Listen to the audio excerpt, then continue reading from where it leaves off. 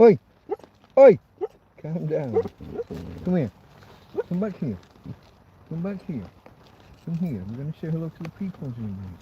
Tina girl, calm down. There's nobody there. You're just getting weird because I'm talking. Stop it. Dogs. Okay, folks. Hello, hello. Tina girl, calm down. Hey, we're talking to the peoples. Shush. There's nobody there. There's nobody there. Okay, folks. Sorry about that. Off to a rough start already. Shush, Tina T. Quiet, girl. I don't know if the people can see you. I don't think so. There's probably too much bedding in the way. Let's see what I can do. For anybody who's interested, I'll give the early arrivals a. Do you need the lighting? Let's have a look. I believe you do. Don't think you can see the monster properly. Let me put the so-called flash on. Hey babe. Hey babe. I'm going to talk to the peoples. I'm going to put the bed back together now, aren't I? You're uncovering all the nasty covers and I wanted to show people the nice covers. Now you're going to try and tunnel underground. You're going underground. Here's my Tina girl. For anybody unfamiliar, while we just wait for people to arrive. She's the star of the show. I'm just the co-host. Hey babe. Hey. Roger says, how are you doing? We're doing fine, mate. We're doing fine. It looks like the winds have subsided, at least for now. The winds have subsided.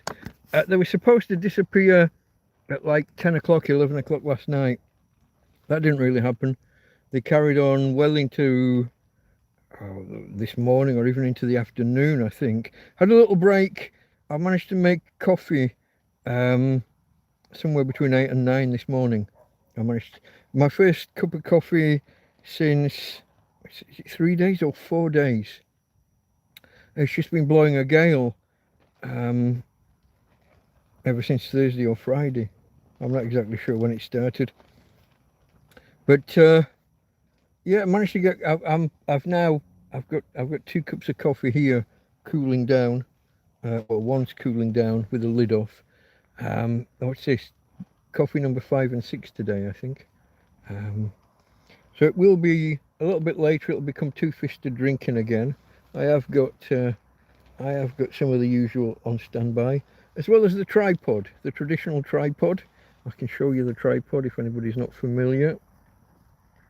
Oh, it's a bit, that lamp's a bit bright. There are 3, obviously, hence tripod. I don't know if I can show around the back. There's a 3rd one around the back. There is the traditional tripod for this channel, for holding the lamp up, obviously. Oh, I'll turn it back this way. Obviously we've got the lamp stood upon. That'll please Farmer if ever he arrives. I don't know if he's here. UK Richie just popping in to say hello. I have an early start tomorrow, so can't stay long. That's okay, mate. Appreciate you popping in. Don't forget to hit the like button if you haven't already. Blimey, you're doing something right. Still in your upright tent. I'm still in the big tent. Yeah. I think it's remarkable. We haven't taken out 2 days with gusts of what, 60 and 70, 75 kilometers an hour apparently, and average wind speeds were topped out today at just over 40. I think yesterday was 45, maybe a little bit higher at one point. I think it felt like it anyway. We've had, you'll get a lull, you'll get a half hour or maybe an hour where there's nothing and you think it's over, and then suddenly you're rocked by smacked on the back of the head by the tent. And the weird thing is, this is the north wall that's been smacking me. Supposedly it's mainly been from the west. Today was from the northeast, northwest. Yeah, I've managed to continue using my solar panel, even though it's got all those cobweb fractures. Managed to carry on using it.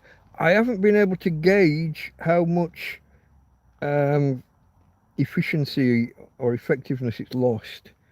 The highest I've seen it go is 55 watts. This is a 100-watt panel that took a massive ding on Friday. It landed on 3 rocks and got those cobweb smashes. The entire surface is cobweb kind of fracture. Um, almost like almost like bullet holes. Uh, I've seen 55, but the thing that makes it difficult to judge is that we haven't had like a proper clear blue sky. We've had sun, we've had good sun, but it was coming through like the sky was white. It was high cloud, thin high cloud, but so even on a good day with the panel and a clear sky, you're not always guaranteed to be up there in like in the 90s and whatever 90 watts, 80 watts. You can still be hitting just 60 or 70 depending on atmospherics. So we hit 55. That might mean let's assume that with the kind of day we had, we would have been normally pulling 70, maybe 75 watts, and we're down to 50, 55 at best. So we might have lost about a third of its effectiveness, maybe. That's a bit of a downer. My friend Roger there, DJ Son, has been advising me on how I can seal the fractures. So okay, it's bust. It'll never be 100% again, but maybe we can stop moisture getting in there if I can get the right kind of chemicals. I can't remember what he said, but I've got it on audio. Some kind of lacquer or resin. Resin, I think was the word. Transparent resin to seal it and make sure that the glass doesn't all fall out. Because I'm still in a field, there's still rocks all over, it can get blown over at any time. I also have to be careful now, when I'm resting the panel back, it used to just sit against a box and the box would be against the back of the glass. I can't do that anymore. So I've had to jerry rig a couple of planks of wood at an angle and lean it back so that the aluminium frame is taking the weight, not some other, not the glass. I've kind of been a bit what's the word? I don't know. I've been a little bit careless with it in the past, I guess. But it was definitely. I mean, the wind. I still don't understand what happened the other day. The wind was blowing in the face of the panel, and it was sloping. So how it ended up falling forwards with the wind blowing at it is beyond me. I have still been moving the panel around. So as we come into shadow just before 3 o'clock in the afternoon, as we start to get the shadow of the tent on the panel, I have been, so I'll take the EcoFlow from inside the tent. I'll put the EcoFlow, so from the freezer to the EcoFlow, then from the EcoFlow to the panel, and I can move the panel further over and further around. But then I've got a big chair there, and I've got to be careful to rest it so it's the top of the aluminium, well, it's the side because I'll put it landscape, but I've got to have the aluminium frame against the chair and not the glass. So I've got to be careful with stuff like that. But we're managing to survive. I'm fully if I'm careful about what I use during the night, we're fully charged by noon, just after maybe. Depends how much cloud we get in the morning, but we can go from kind of 70, 60 something percent up to fully charged by midnight or 1 p.m. and then I can put the fridge on or freezer on for 2, 3, 4 hours. Get the temperature of that down, keep the food preserved longer. Where you going, babe? You're trying to go underneath? Are you going underground? You're on top of your problem, darling. Your problem is you're on top of the thing that you wanted to go under. You're making it difficult for yourself. There you go. That's okay, but stay here. Don't go down the bottom of the bed. Stay here with Daddy. I don't know, folks. She's on top of a blanket that she's trying to go under. I'm wondering why it's not working. Such is life, eh? Let's have a look. I'm going to go back to the beginning. Whoa, it's jumped, you bastard.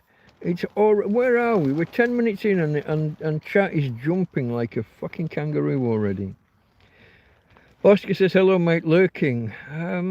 You're all right, mate. Come into the full chat. Be present if you're not busy doing.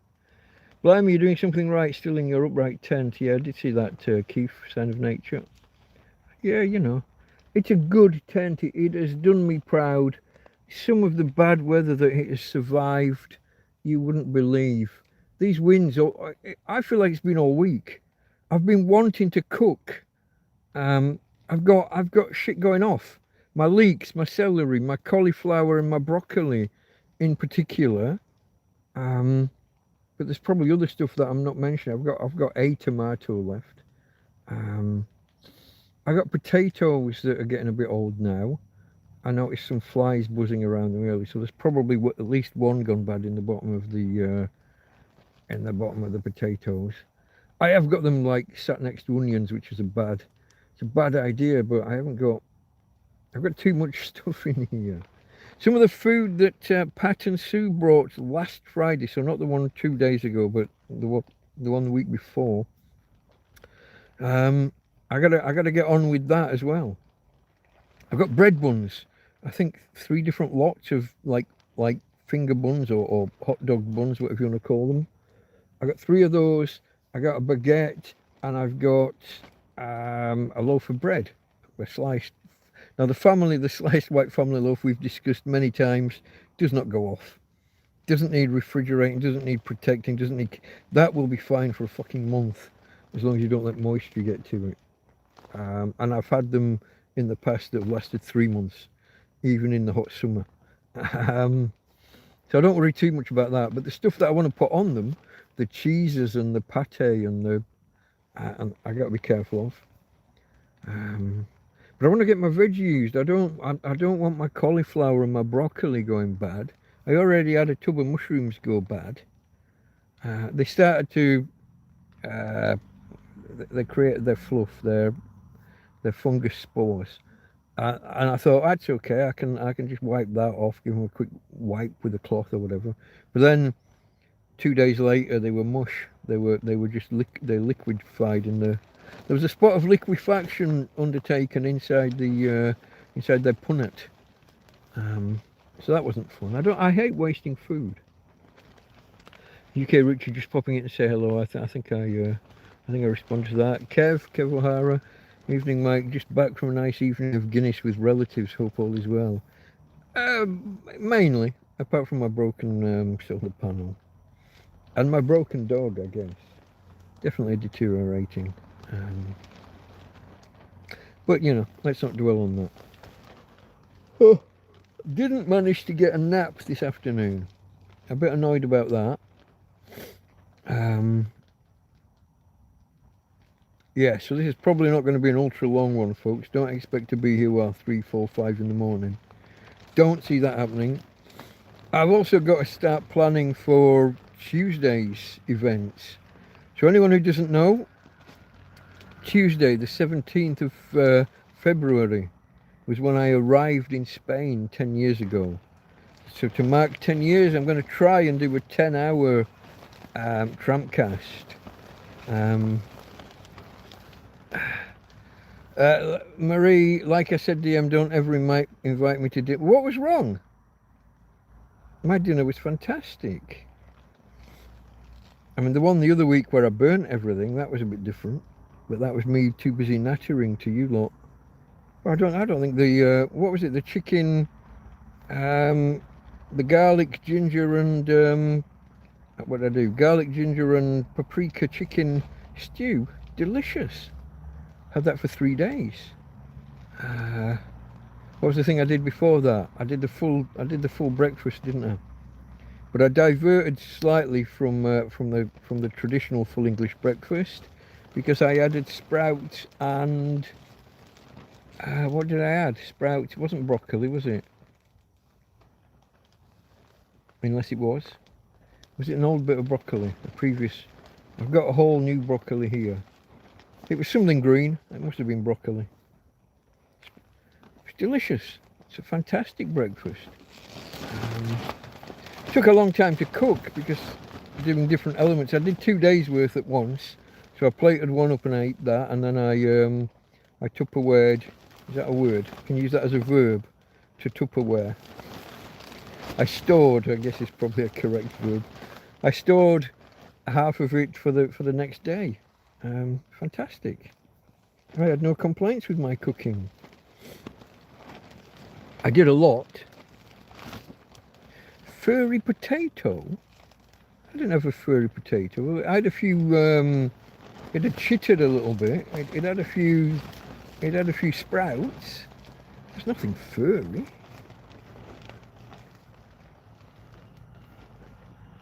I left the spiced chicken. I did, yeah. It's cool at night. What's wrong with that? It had a lid on it. When it gets down to 8 or 9 degrees, that food's not going to go bad at 9 degrees. What's wrong with you? The next day I plated a portion and then put the rest in Tupperware and away. It's fine. I'm guessing that you're American, Marie. They get a little bit germophobic. Have I told you about the time that Corporal's Corner, kind of a woodsman, survivalist, prepper kind of guy, he took a pack of bacon with him into the woods on a 24-hour kind of overnight thing. And half the Americans were complaining that his bacon wasn't refrigerated. It's fucking bacon. That's what bacon is. It's preserved. It doesn't need. They had bacon for hundreds of years, if not thousands of years, before refrigeration was even invented. Some people, I don't know. Nothing wrong with leaving food outside overnight when it's got a lid on and it's down below 10 degrees. Okay, it's not true refrigeration where you want to be, what, under 5 degrees, under 3 degrees Celsius I'm talking here. Nothing wrong with that. I don't know. Hey babe, are you going to be still? That's better. Now I've got to pull all the covers back up. Okay, folks. Not American. Are you going to tell me where you are? I'm sure it was delicious. It was lovely, just the right amount of spiciness, tanginess, and the colour from the paprika and I don't have you. Yeah. What did I do? I'm not sure if I did the equivalent of 1 tablespoon or 2. I was yeah. I had to do it with teaspoons because you can't get a tablespoon inside the. You need a tablespoon or a dessert spoon or something to get the paprika open, but then you can't get that spoon inside the tin. So I'm never sure whether three good spoonfuls or 4 good teaspoons is a tablespoon. But yeah, I think I put about 6, maybe I did 5 or 6 teaspoons worth, heaped mainly, I think. So you know, it was lovely. It was great 3 days later. All good. Okay, folks. Hi, Mike. Do you like dancing? Only after 8 pints. I do actually love dancing, but only after 8 pints. And then, you got to remember, I am the inventor of the gallon gallop as well. I used to drink in a bar that was just over a mile from home. And somewhere after 8 pints, I then had to run home as fast as I could. Try and maintain the times that I used to do in my youth. Which were quite good times. But, yeah. Yeah. Nowhere near, obviously, drunk and as a fat old man, but sorry, dear. No need to be sorry. It's alright, we're only having a laugh. Yeah, do you like dancing? Kind of. But yeah, I gotta be well oiled first to overcome that. I've said this many a time. I'm a shy, quiet, kind of retiring kind of person. So a bit of social lubricant. Have we got social lubricant to hand? A bit of social lubricant, just to aid the social interaction, the overcoming nerves.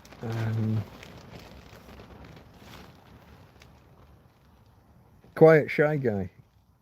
I kind of hit my stride like in talking to people and stuff, in bars and wherever, restaurants and things. I hit my stride somewhere between the third and fourth pint, and then obviously, as the evening progresses, I might get a little bit. I'm one of those people that can't control the volume. Once I've had, I don't know, 6 or 7, gets louder. Gets louder. And people end up telling me, and I can't tell that I've gone louder. I can't control. No detection. I think I might be deaf when I'm drunk. I think so. It's possible. Let me just. I haven't hit live chat, so I'm probably missing messages. Let me just scroll back. You all want to do this as well. I don't think I've done my intro yet, have I? Let me start with that, and then we'll do the other instructions. Okay, folks, we're 21.5 minutes in. I guess it's time we introduce the channel for anybody who's just dropped by. The channel is Delta Mike, down and out in Torrevieja. Delta Mike, that would be your eponymous host here. Not my real name. It's my initials in the NATO phonetic alphabet, for anybody who wonders. So Delta Mike, down and out in Torrevieja. Down and out. Homeless. A tramp, a hobo, a vagrant, an indigent person, a person of no fixed abode. Some might say a bum. Someone who lives rough or sleeps rough, perhaps sleeps on the streets, or in my case, sleeps in a field. Nowadays in a tent, but it wasn't always the case. But I guess things have progressed, things have moved forward. So that's Delta Mike, down and out in Torrevieja. Torrevieja, a city on the southeast coast of Spain, 50 or 60 kilometers south of Alicante, 50 or 60 kilometers north of Murcia city, obviously in the Murcia region. We're kind of roughly equidistant between the two. When you're driving, it's roughly 50-55 minutes between the two. Well, we're at the 55-minute mark from either. Almost 2 hours from one to the other. That's me. Now, what I was about to say before was, you need to have chat open, folks, to follow this. I do my best to read out people's comments. Sometimes I will just dive in and respond, and if you're not seeing the actual chat, you might get a little bit lost. I wonder what I'm talking about. Not only do you need to have chat open, you need to not be on top chat. The default is a thing called top chat, and it will hide a certain proportion of chat messages. So you want to make sure that you are on live chat, also subtitled see all messages. At least that's what it's called on mine. Live chat, all messages are visible.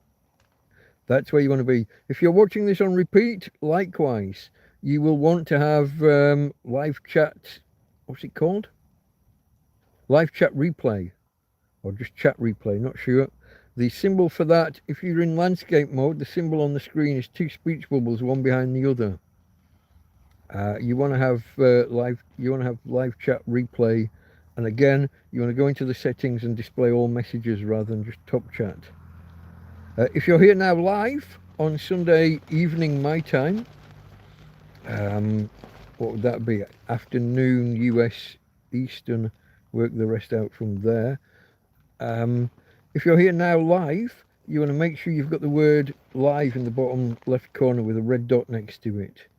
Anything else and you're behind, we'll be moving along, you'll be behind. You might comment on something and I've got no context because I'm way off in the future. Hopefully. I do have a habit of running about 30 minutes behind myself, but these things happen. So you want to have live chat either way, whether you're here live or Still considering Zoom sessions. Not really, Oscar. It's more just a joke when the numbers got really low the other day. I mean, they're always low. I mean, I'm quite a niche act, really, aren't I? Not many people want to sit and talk to a tramp. I don't know what else to put when I'm doing the live streams though. What else am I going to say to draw people in? How do I draw newcomers in? Here's the question.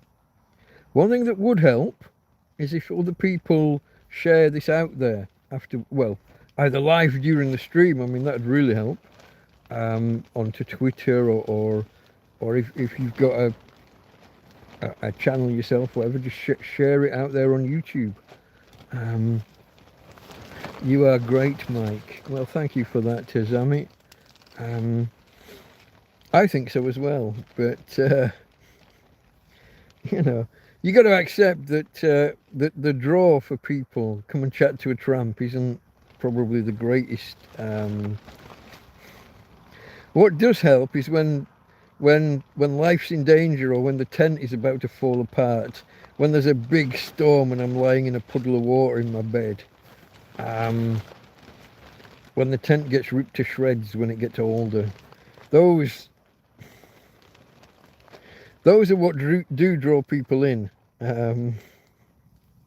Or getting featured on someone else's channel, I guess. That's the other one. Like when Scottish Couple in Spain featured me.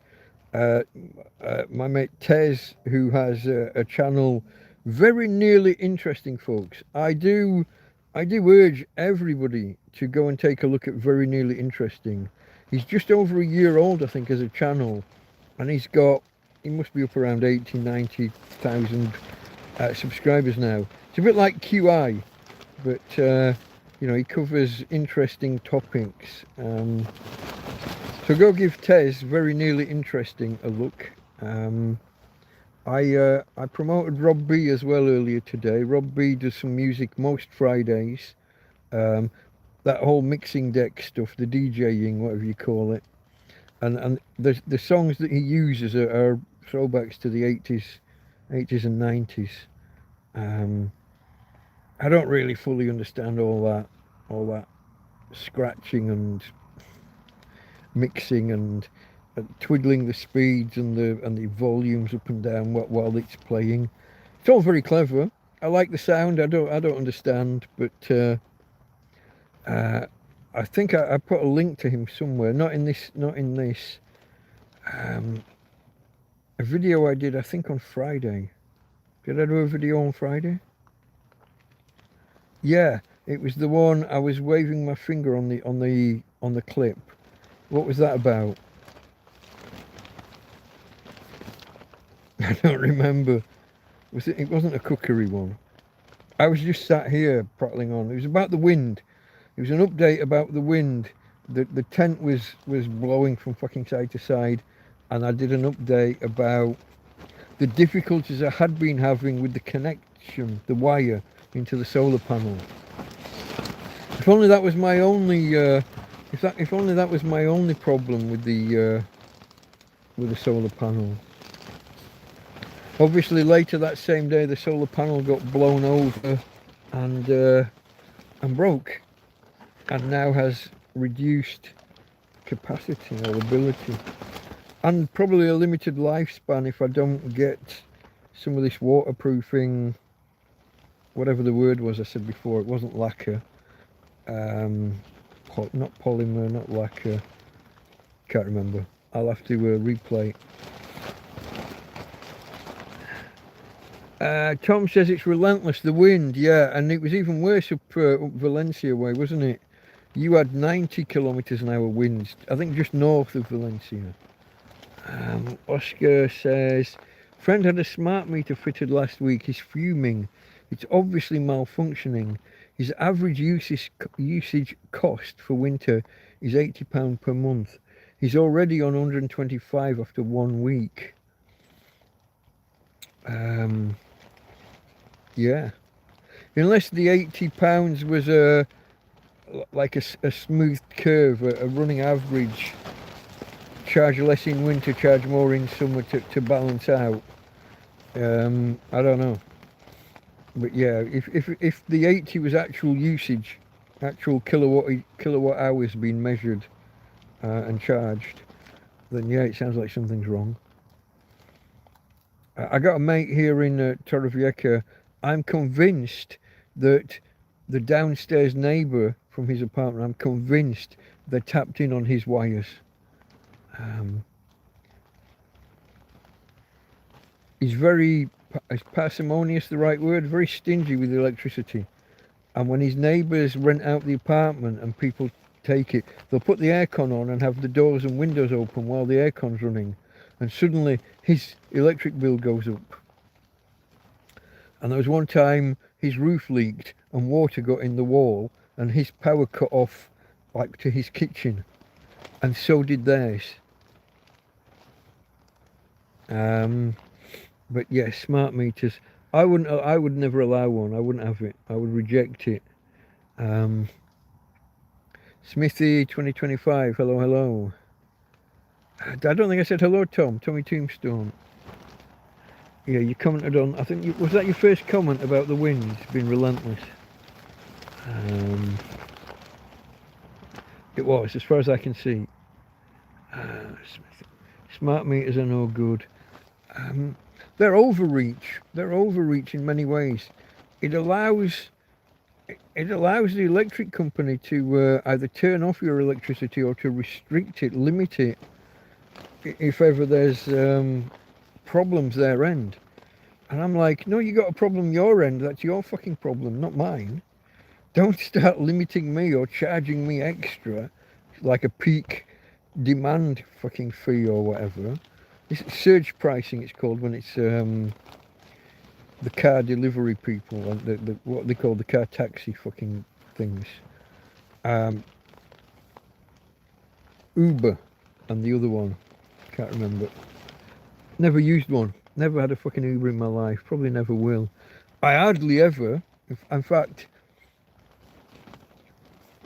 twice I think I've used a taxi, or maybe 4 times, twice in a day, on 2 different days, to get into town, to get the coach to the airport, and then from the coach station, the bus station, to home when I'd picked up family who were visiting. Back in the day, in the before times, folks, when I had an apartment and money and things. When I had family, I guess you could say as well.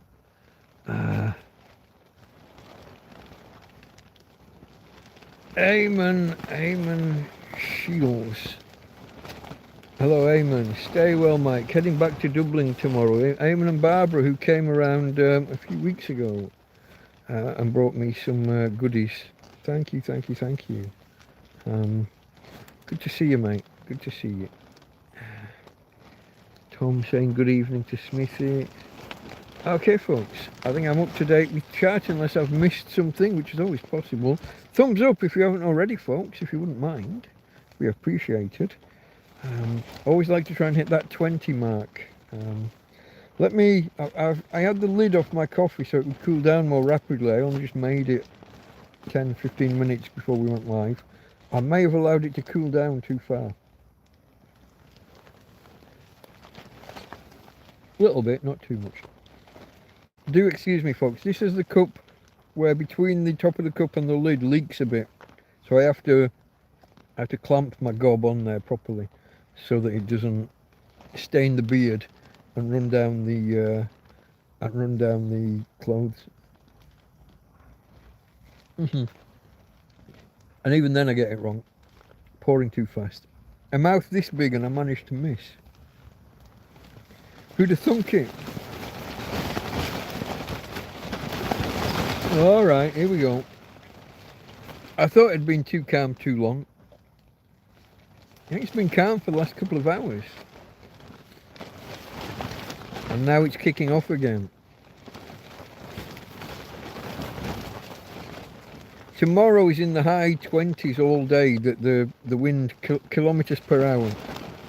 26, 27, 29, like literally 24 hours. I haven't looked at what the gusts are, but they would typically be 1.5 times the average, sometimes up to double. But so if we're getting, let's call it 30 kilometers an hour average wind speed, then you're looking at 45, maybe 50 on the gusts. Like I said, I haven't checked. I've got an app that tells me, an app called Windy, that Jack Attack recommended to me way back. I only use it on occasion. When I've got 2 weather forecasts. One's an app and one's just a Google search. Just type Torrevieja weather. If those are in general agreement with each other, I stick at that. If they disagree massively, I open up Windy as like the deciding factor. It doesn't just tell you wind speeds, it does the whole weather forecast thing. But if I've got a split decision amongst the other 2, then Windy gets the casting vote. Or if I have specific reason to need to know stuff about the wind. He's taken videos of the meter fluctuating. He turned everything off except the fridge freezer, and the little clock was in the red for highest usage. EDF are disputing his claim, so he's taking videos. Invite them round.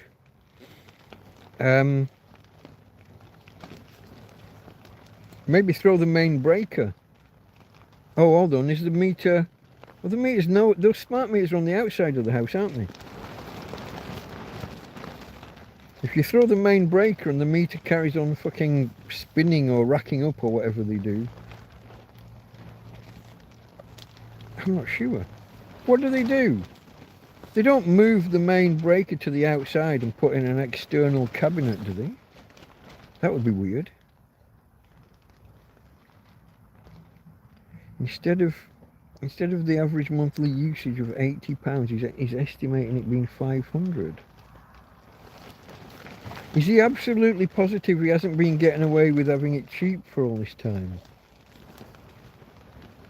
Got to go around the house with all those kilowatts and measure how much everything's using. Maybe. Or like you said, unplug everything. Is he forgetting anything? Is the immersion heater on or something? What else? What else is high power?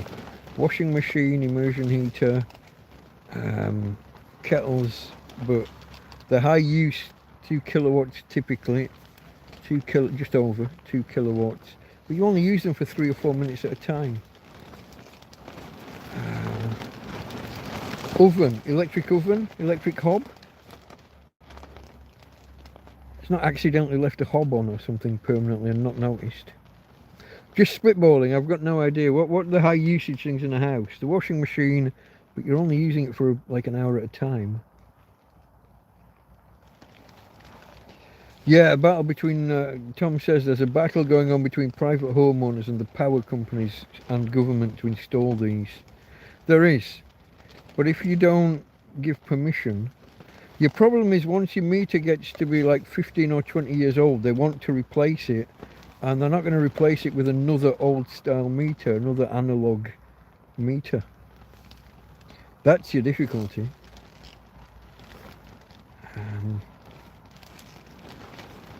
My mum's house, the meter was nearly 40, the electric meter was nearly 40 years old.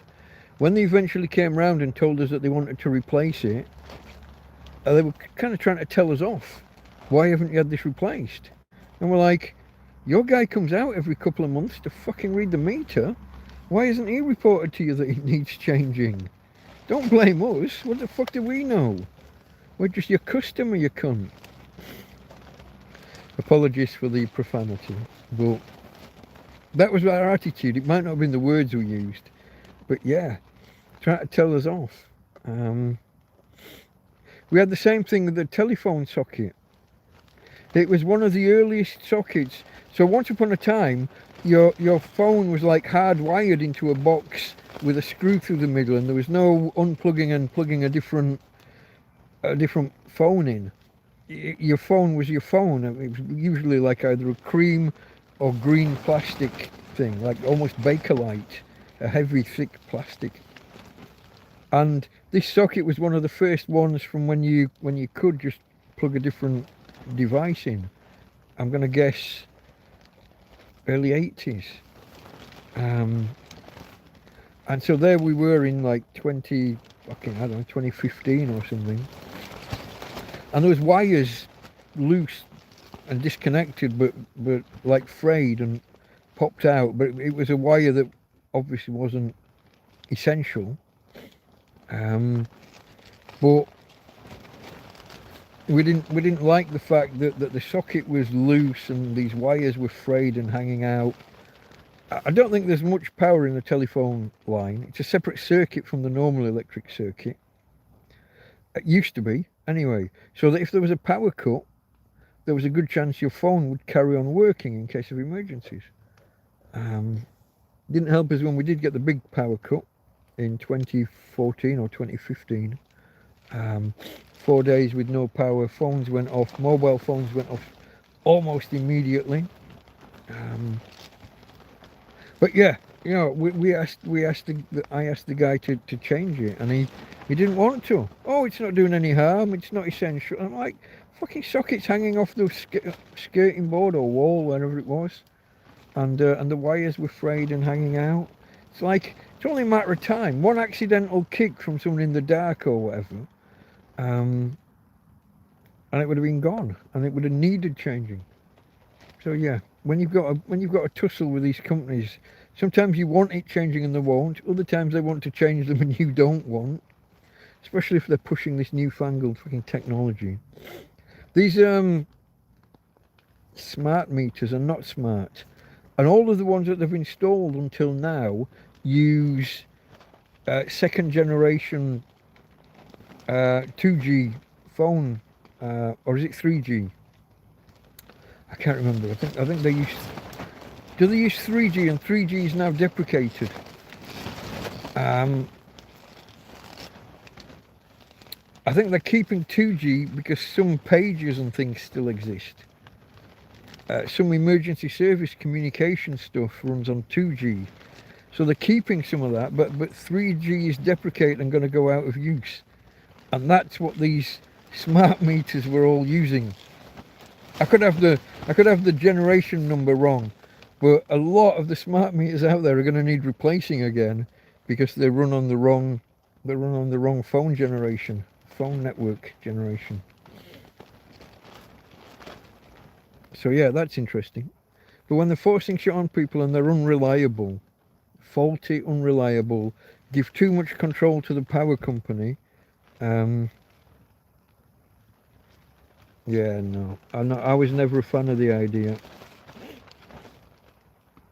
Yeah, the battle is being waged in many countries, yeah. Hold on. Which way did it jump? Oh, it jumped back upwards.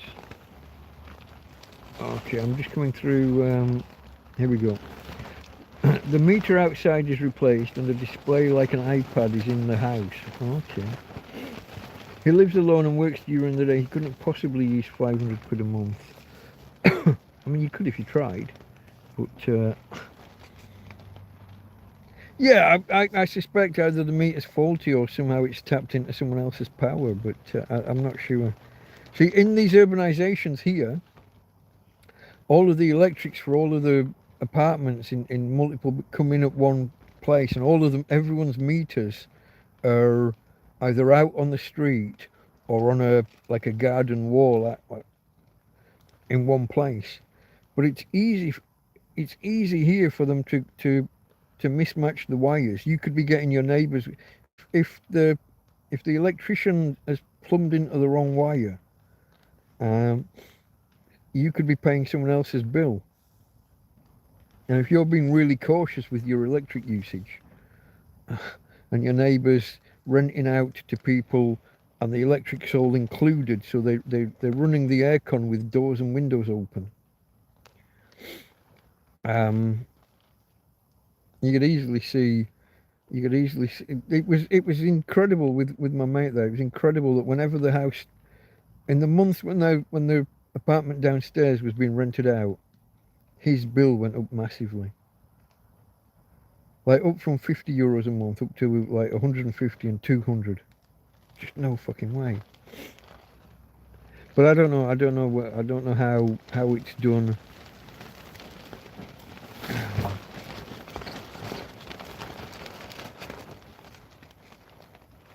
Yeah, the meter has to be faulty, mate. This is Oscar.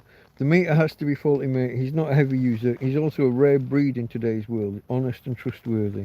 Yeah. Then, yeah, I hope he keeps battling and I hope he has some success.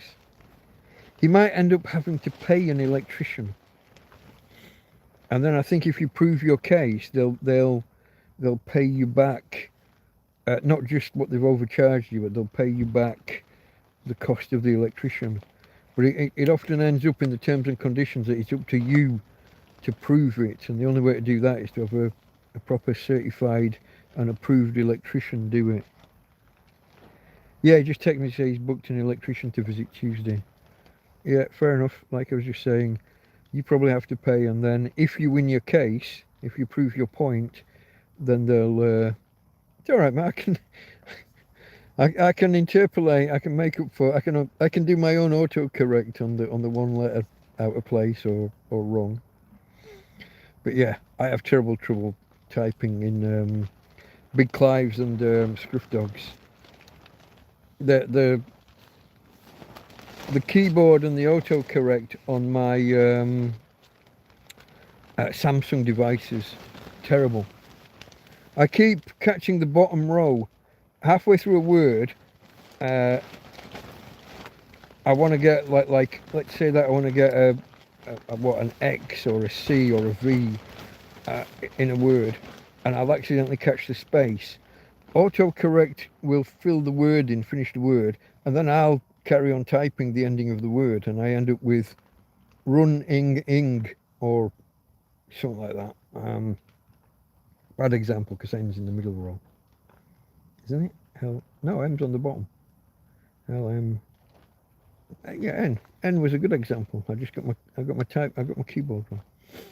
Difficult to type on these. Small screens. Yeah. Difficult to type, and sometimes the autocorrect comes in with dumb. I can type a short word like in or an, and it will assume that I meant a longer word and just switch the fucking word entirely. It takes an actual short word and replaces it with a longer word that starts with the same fucking letters.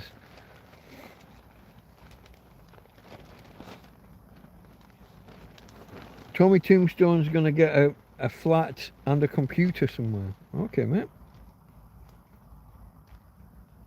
You in like Airbnb at the minute? I still don't know how long you're staying. I don't know whether you do. I think it was open-ended the last time I asked. Staying until your money runs out. Is that the plan? Where's Martina? Are you still here or have you snuck off? Okay, you're still close by. Okay, babe.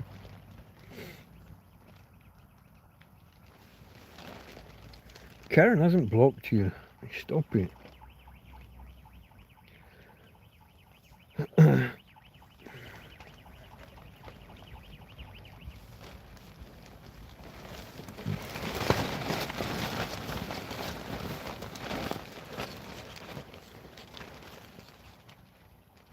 I haven't heard a house alarm or a car alarm in months. And now I'm hearing one or two every day. There must be someone here who just doesn't know how to turn their alarm off. Then when you do hear a car alarm nowadays, the driver stood at the fucking door. It's just... Oscar's smiling. Topics to talk about then, folks. Come on, let's... what else has happened to me since... So Friday I gave a run-through of the week. What have I done? What's happened Saturday? It's mainly just been the wind, hasn't it? My inability to... Oh, I did have a lady turn up with food. A lady and her... I'm going to guess granddaughter. But I don't like to say these things to people because if you guess wrong... She could have just been an... What's the word? She could have been more mature when she had a daughter. Or it could be a granddaughter. I think granddaughter, but what was she? Tina and Leah. Um, Tina's been before with a group of friends, maybe twice. Where are my notes? Let me get where's my notes app? I'm trying to see. Oh, there was some garlic bread. There was some what else was there? Garlic bread. I haven't looked into it too closely, and I don't remember. But was that today or yesterday? Let's have a look, folks. See whether I need to synchronise. I don't think so. So Saturday and Sunday, what happened in my life? It's mainly been about managing the solar panels and all of the shit that goes with that. I am enjoying the fact that it's earlier and earlier each day that I get a usable amount of power coming in on the solar panel. But I'm going to have to find a way, actually, to turn the solar panel, because it's leaning against an edge of the cool box, the old cool box that I don't use anymore. I might have to turn the whole thing, 45 degrees that way soon, because the sun's coming up further and further around and coming in at quite an oblique angle to the panel first thing in the morning. So Saturday, the big thing was just to check that the panel was still working. It's Friday it broke, and quite late on. I did test that the EcoFlow was capable of still getting some power from it, but it was Saturday was the true test. Had to turn the EcoFlow off, and then when you plug the panel in, if it's off, it will turn on. You don't turn it on. As soon as there's daylight on the panel, not even proper sun, just daylight is enough to trigger it, and it came on. So that was a big moment of truth. But trying to get enough power in and then run the freezer, because it hadn't been run much in the few days before that. At one point, towards 10 o'clock, I'm wondering why we're stuck on 30 watts. Why isn't it climbing? Normally it would have climbed like 15, 20, 25, 30, 50 and above. It was stuck on 30, so I looked outside and it'd been so windy that the entire panel wasn't on the floor, but it was leaning at a ridiculous angle. So I had to move all that because the wind was coming from behind the panel. I'm dead worried that if the wind gets behind it and throws it on the floor again, all of that shattered glass will come out and, it'll be glass all over the floor that I walk on in bare feet or stocking, socks.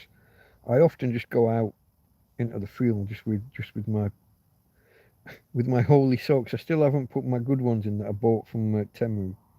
Still haven't tried them actually. I guess I should do that. I might not have time to reject them if there's anything wrong. But yeah, because the wind was coming from behind it, I'm worried that it's going to fall over and all that glass is going to come out. The more glass comes out, the more risk there is of moisture getting in and knackering the whole thing. In the afternoon, I risked moving the panel around so that it could keep it in the sun. But again, resting it against things so that it's the aluminium frame taking the strain and not the back of the glass panel.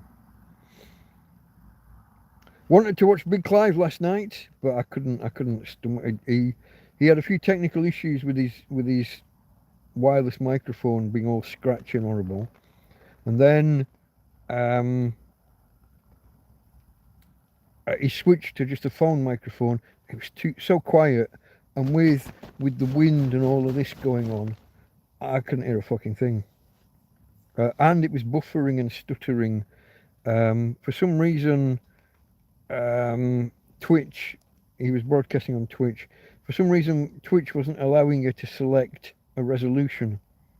So you couldn't select like 240p or 144, whatever I like. He was just broadcasting at 720. And it looks like he didn't have the bandwidth to do it. So I abandoned that and I got into watching something else. And so when Scruff Dog started, I wasn't kind of in the mood to stop what I was watching and go over there. So that was my Saturday, folks. Saturday. This morning, first cup of coffee in 3 or 4 days. The wind dropped, so I wasn't burning excess gas. If the wind was blowing, all the gas, all the heat would like miss the pan, and that wouldn't have worked. So yeah. I'd left on Saturday when I'd finished with I left the solar panel in its afternoon position because the wind was coming sideways onto it rather than being behind it or in its face or whatever. So first thing in the morning I had to move that around. So I did that while I got my coffee ready and connected it and did the check, like I said again. Turn the EcoFlow off, plug the panel in, and EcoFlow comes on. That's how you know that you've got. Even this is before the sun's properly up, before you get, but as long as it's daylight, that coming on tells me that when the sun does get up, it will work. But all day it was a little bit sporadic, a little bit. The wind was on and off, but there was like this high cloud, so a lot of the time getting low power on the EcoFlow. But just managing the EcoFlow and the solar panel most of the day, just watching out for it, checking that it hasn't slumped down, checking it's not going to get blown over. And yeah, it was just after midday when Tina and Leah, a Swedish family, turned up, bringing me a bag of goodies. A bag of, they're leaving the country. I think they said tomorrow, and they brought me the remnants from their cupboard, plus a bit of I think it was garlic bread rather than a pizza. It might have been slightly cheesy garlic bread, but and that was it, folks. That was the rest of the afternoon again, managing the power, knowing when to turn the freezer on. I wanted to keep up above like 90-95%, so when it gets high, I can turn the freezer on. Then I have to keep watching. If the cloud goes in and there's more power going out than in, turn the freezer off. But trying to keep the temperature down or around a fridge-like temperature. I'm okay if it gets up to like 5 degrees instead of 3. But if it's running at 8, 9, 10, that's too high. But yeah, thank you very, very much to Tina and Leah. Much appreciated. As ever, folks, when anybody brings me anything. I never did get around to doing a video of what Pat and Sue brought, and I've eaten half of it now. So it's not so easy to do a video and then say, oh yeah, and on top of that there was some cherry tomatoes and there was this and there was that. So my apologies to Pat and Sue from last week. I did a video of the stuff they brought last year at some point. It would have been nice to do one this year, but the wind and the weather, and we've had the odd bit of rain through the week. It just didn't happen. That's my weekend. Sorry, that's my weekend. Managing power, managing solar panels, checking that the now broken solar panel is at least working to some extent, and trying to maintain somewhere between 80 and 100% at all times. So if the panel does fall over and actually break and stop working, I want to make sure that I've got some power available each day. If it did fall over and break entirely, I do have the 2 smaller panels that I still have to do a repair on. But if I got power for one day, I can at least place the emergency Amazon order or Temu order or whatever. I think my 2 smaller panels, they might not, most of the time they might not generate enough to charge the EcoFlow. Some of the time they will. On a perfect day, they could bring 20 watts in. Anything above 15 will trigger the EcoFlow to store power. But if I'm below that, let's say we're on 10 watts coming in, I can put the cigarette adapter in and plug the devices directly into that and charge them from that. That's the fallback plan. But as I said, one of the 2 panels that are connected in parallel, one of them has become disconnected. I probably need to undo all of the connectors and chop the wire off that's knackered, restrip and reconnect, probably all four cables, positive and negative from 2 panels. That's the plan. That's the fallback plan.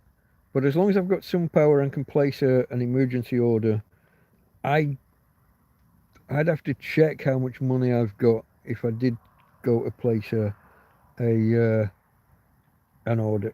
Yeah, it's like Karen. Like when Karen was on the other night, she thinks that it was €85 delivered, the solar panel that we got last time from Leroy Merlin, I think that was. But it had to be delivered to her house because my address is. I don't want to be gambling with like €100 order or something approaching €100.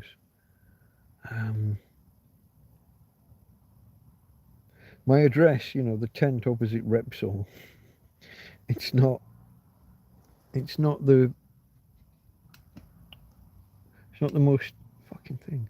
It's not the most solid of addresses for having high value deliveries. I did take a real gamble when I had the EcoFlow delivered.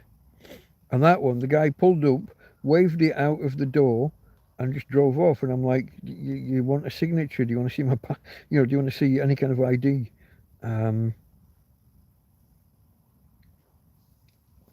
No. He more or less just threw it out the window and said, there you go. Fucked off. If I'd have been in a tent on the other side of these trees and someone else had been here, he'd have been delivering it to the wrong bloody bloke. What do you do, folks? Let me scroll. Is there anyone? Hold on. Got a couple of. I only mean as opposed to relying on the personal tracking device for YouTube. Back to my old self. Hold on. Have I missed something?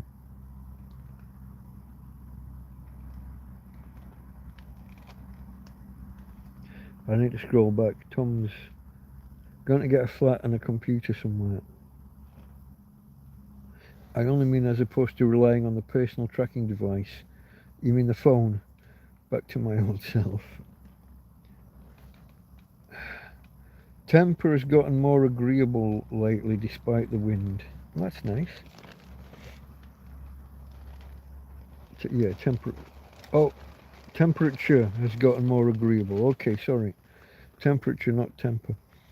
Temperature has gotten more agreeable. Yeah, nighttime temperatures I'm enjoying. I haven't got the scarf thing, the snood on at the minute.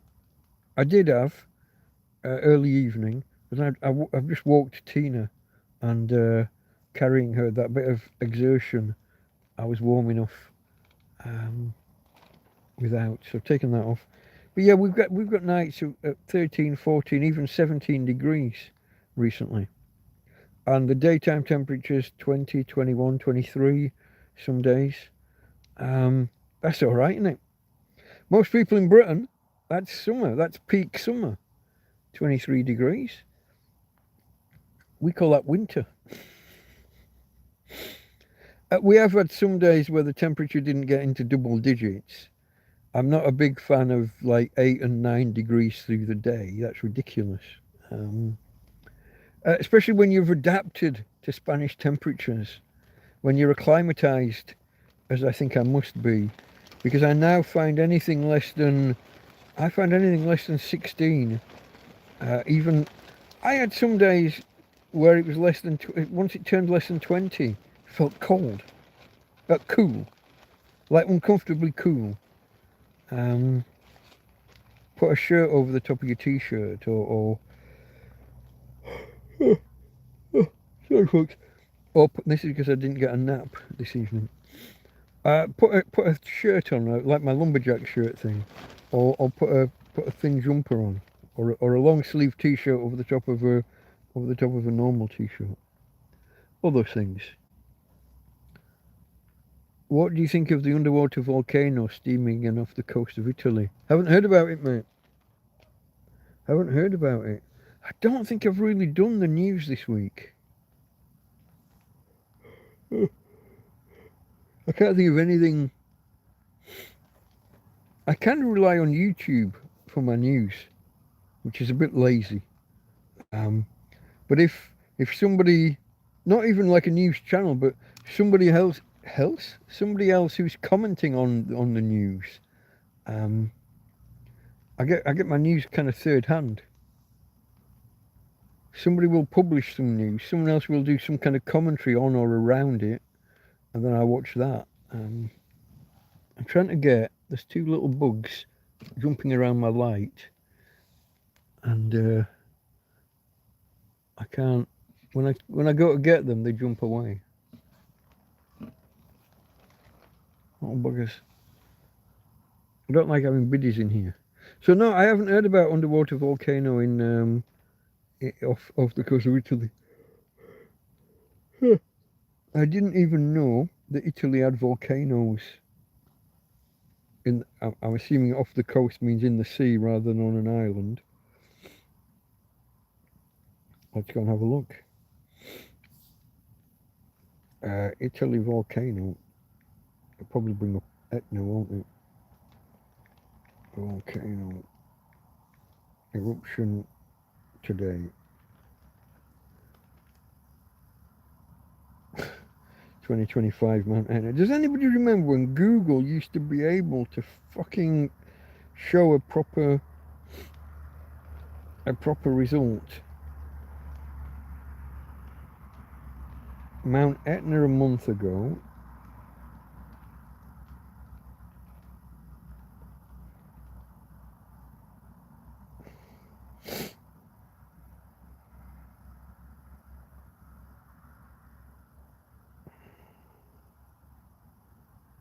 Is it Mount? We're not talking about Mount Etna, are we? Because that's... What happens if the Italian supervolcano erupts? These are nowhere near. Well, these are not now. Right. Fuck, let's do it. BBC. Fuck. Where do I hide news? Down here. I don't use the BBC. That's not the BBC. Fuck. I don't know, folks. I can't even click in a straight line, apparently. I've not started with a beer yet, have I? I'm on coffee. I don't know.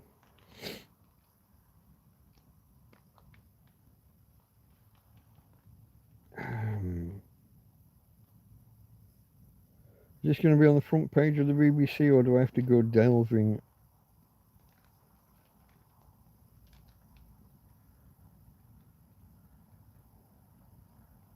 Okay, News Europe.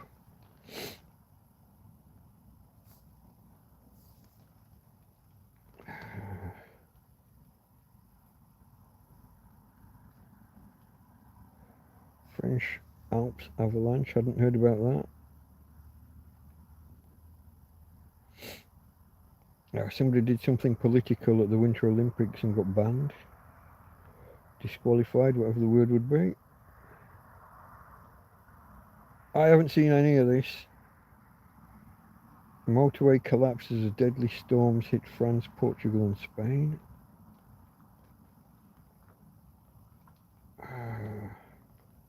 How far do I have to scroll, do you think?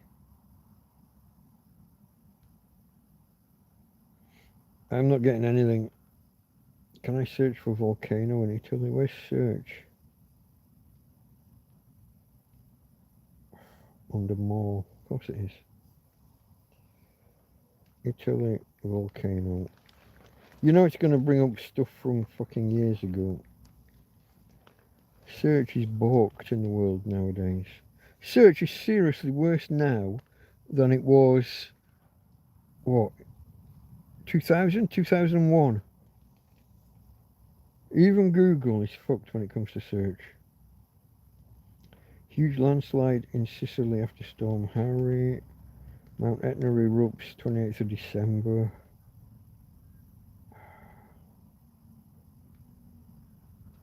What the fuck? What does Italy placed under coronavirus lockdown in 2020 have to do with my search for Italy volcano? What is wrong with search? 2019, 2021. I got nothing, mate. I got nothing. The world It's fucked. Technology and shittification of search is one of the things.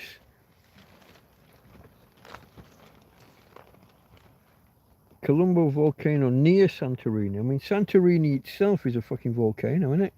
Santorini is the island with the concentric circles that somebody thought might have been Atlantis. I got that right, yeah? Santorini concentric circles. I'm sure. So it is a caldera itself. Good word. Caldera. Let's see whether Google can tell me that one. Santorini caldera, volcano in Greece. But you're saying that there's another one near it.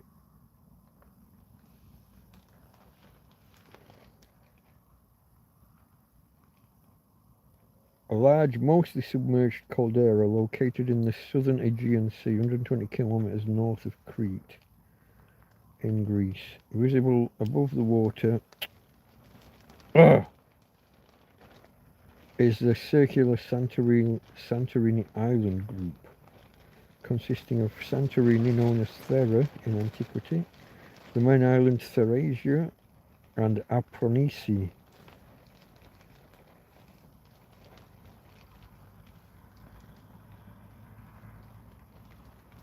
I'm not really seeing concentric circles that I've seen talked about elsewhere, but okay. But you're saying it wasn't that one. Yes, you gave me a specific name, which was Columbo with a K. He was a great detective. He found a volcano, he discovered America, and he solves all those crimes.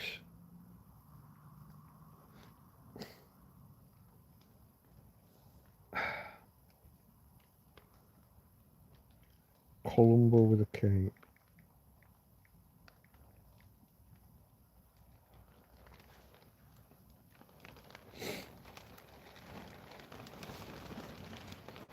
Seven to 8 kilometers northeast of Santorini.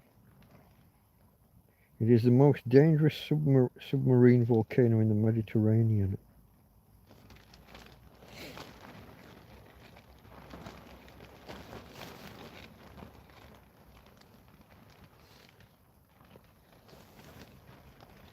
Located 5 to 22 kilometers northeast of Santorini.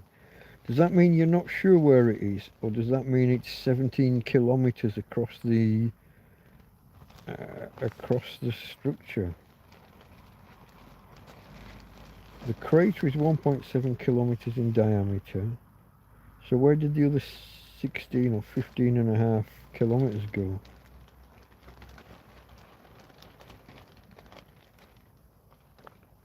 I'm lost. Situated 5... So are you saying that's uncertainty? You don't know whether it's 5 kilometers or 22 kilometers northeast of Santorini.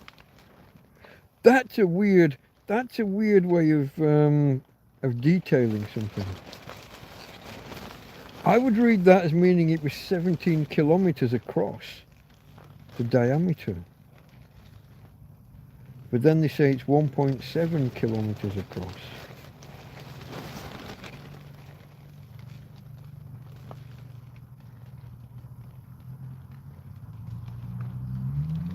I don't know, folks. I hadn't heard about it. I couldn't find anything on the BBC. But thank you, Steve Knowles. Hello, mate.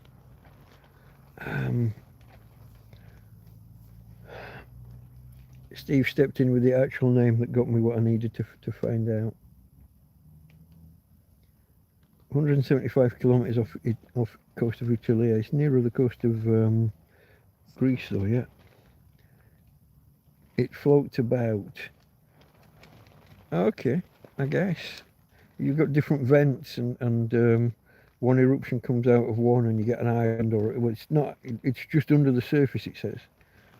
Was it 18 meters under the surface? I think it said. So I guess you could have it erupt there, and then that erodes and stuff, and then a year or two later it erupts out of a different vent. I guess that could be the thing. Why am I slouched so badly, folks? Do you know, I got a real, Friday night, wasn't it? I got a real, my arm is sore here, and I haven't done anything else, I don't think, with my leg. I haven't lifted anything heavy or done any, it's not like I've been sawing or chopping wood or anything. So the only thing it could be is laying on it. Now, whether it was laying on it to do the live stream, or this is my preferred viewing when I'm just watching YouTube, if I'm not sat with it in my hand. So whether it's from the live streaming or whether it's just from my own viewing, not sure. It floats about, yeah. Columbo. Great detective.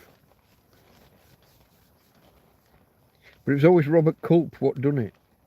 Not quite always, but about 5 times. Let's find out. How many episodes of Columbo was Robert Culp in? If anybody doesn't remember Robert Culp, he was the detective in America's Greatest Superhero. And also, was it called I Spy with Matey Boy, Dr. Huxtable, whatever he's called. Robert Culp, Columbo.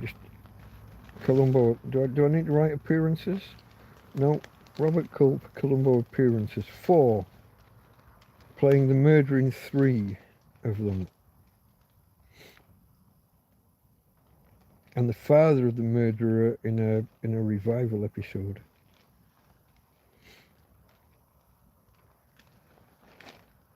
Who else was a popular Columbo participant? I remember what was that episode with the wine expert? What's he called? The guy that was a baddie in what was that Voyage Around the Body thing called with Raquel? What was it called? Fantastic Voyage? Fantastic Voyage. What we're going to write? Actors, multiple Columbo appearances.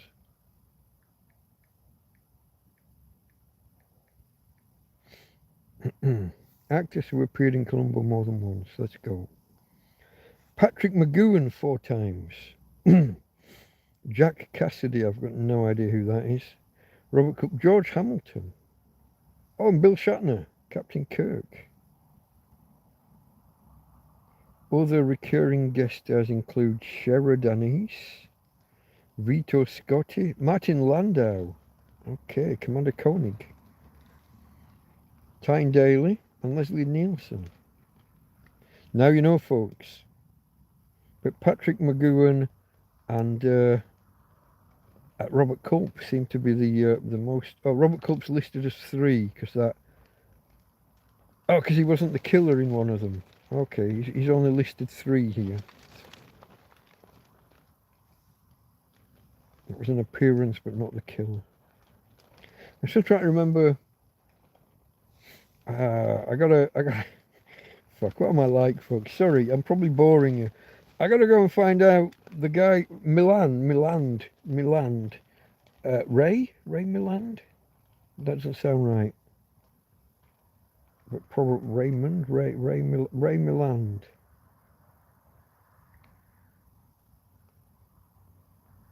Have I got it right?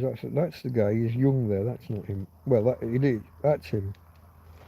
Yeah, he was the wine connoisseur who he was tricked into drinking one of his own expensive bottles, and he could tell it was off, and he's like one of the only people on earth that could tell that the wine was off. And that was because his wine cellar had been the how did it go? The air conditioning to his wine cellar had been turned off to change the time of death of his brother, maybe. Anyway, that's not what you came for. That's not what you came here for. It's not erupted yet. It erupted 400 years ago. The magma field is massing greatly every year. But this is not the super volcano that's closer to Italy. Or is it? The actor you mentioned, was he in Prisoner? The Patrick McGoohan was the prisoner. Number 6. I'm a name, not a number. Got? Did I get? I did gotcha. Yeah. Patrick McGoohan. Danger Man, if you've ever seen Danger Man. Patrick McGoohan turned down the opportunity to be James Bond because he was very, he was like a devout, I assume Catholic, being Irish. And he thought that the James Bond character was too promiscuous. So he turned it down. I'm not sure whether that would have been, whether he would have been the first James Bond or whether he would have been the second. Which, hold on, let's find out. Is AI up to this? If Patrick McGoohan,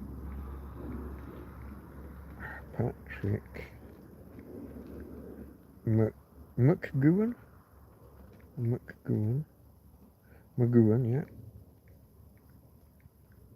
had accepted the James Bond role,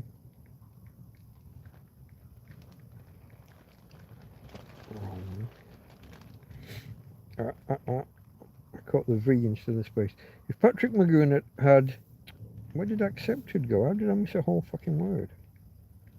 Accepted. Did it get auto-corrected away? Accepted the James Bond role. How do you ask this? What ordinal number would he have been? What? I don't know how to ask it. Ordinal's probably a good way. What ordinal number would he have been? And then check your spelling. Patrick McGoohan has accepted James Bond role. What ordinal number? You're going to say 007, aren't you? That's not what I mean.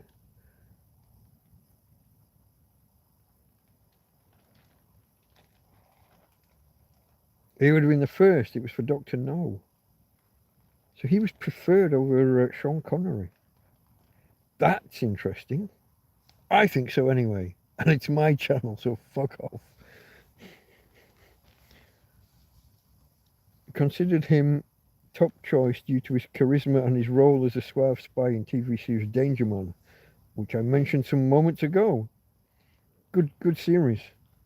I think it was all black and white. Certainly the first episodes were. Yeah, turned it down due to his Catholic principles, objecting to the character's promiscuity and violence. He reportedly suggested his Helldivers co-star, Sean Connery, for the role instead. Ain't that interesting? You live and you learn. Which is always a good thing to do, folks. Especially the living part. Where did we go there? I took you on a journey there, didn't I? How did we start that? It started off with Colombo because of the name of the volcano. And then we jumped into stars that appeared multiple times in Colombo. Patrick McGoohan. Then we went on to Danger Man. And then we went on to James Bond. There you go, folks. I took you on a little journey. Tangents from tangents, as we like to do. Hold on, what have I missed? Skip back, you missed School Kid. Hold on, what's School Kid? Tell me to skip back. What's School Kid? Oh, okay. Have you heard about the school kid in Hounslow? Jumped. Have you heard about the school kid in Hounslow, London, being punished for not celebrating Ramadama Ding Dong? More parents opting to homeschool. You shouldn't be... What the fuck are they doing making... I assume that he didn't celebrate because he's not of that persuasion. That's, I object. You know what's going to happen? The government are going to end up banning homeschooling. That's where it's going to go. I'm telling you now, watch for it, wait for it. If they don't ban it, they'll put massive restrictions on it, like making the parents prove that they have the knowledge to teach it to the curriculum, or making them hire private tutors who are thus qualified.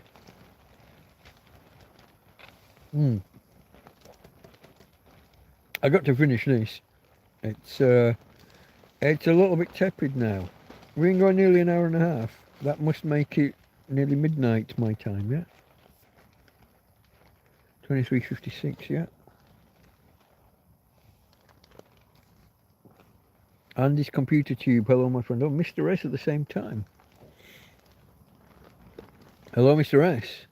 Mr. Giraffe. Mr. Baby Giraffe, I think he told me that it... I hope you weren't joking with me. Just because it looks like giraffe doesn't mean that you can take the piss out of me.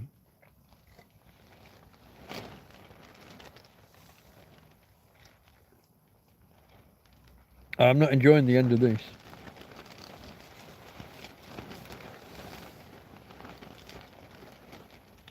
And I've got another cup to go. Hold on, folks. Oh, get the next one down. Can't reach it, can't reach it. Whoa. Here comes the wind again. Here comes the wind again. No. Just scroll back. Steve Knowles. Remind me, mate. Are you the Merseyside Steve? Or the Manchester one, or somewhere else? I'm going to say Merseyside. Old Roan, over that way. But I could be totally wrong because I often am.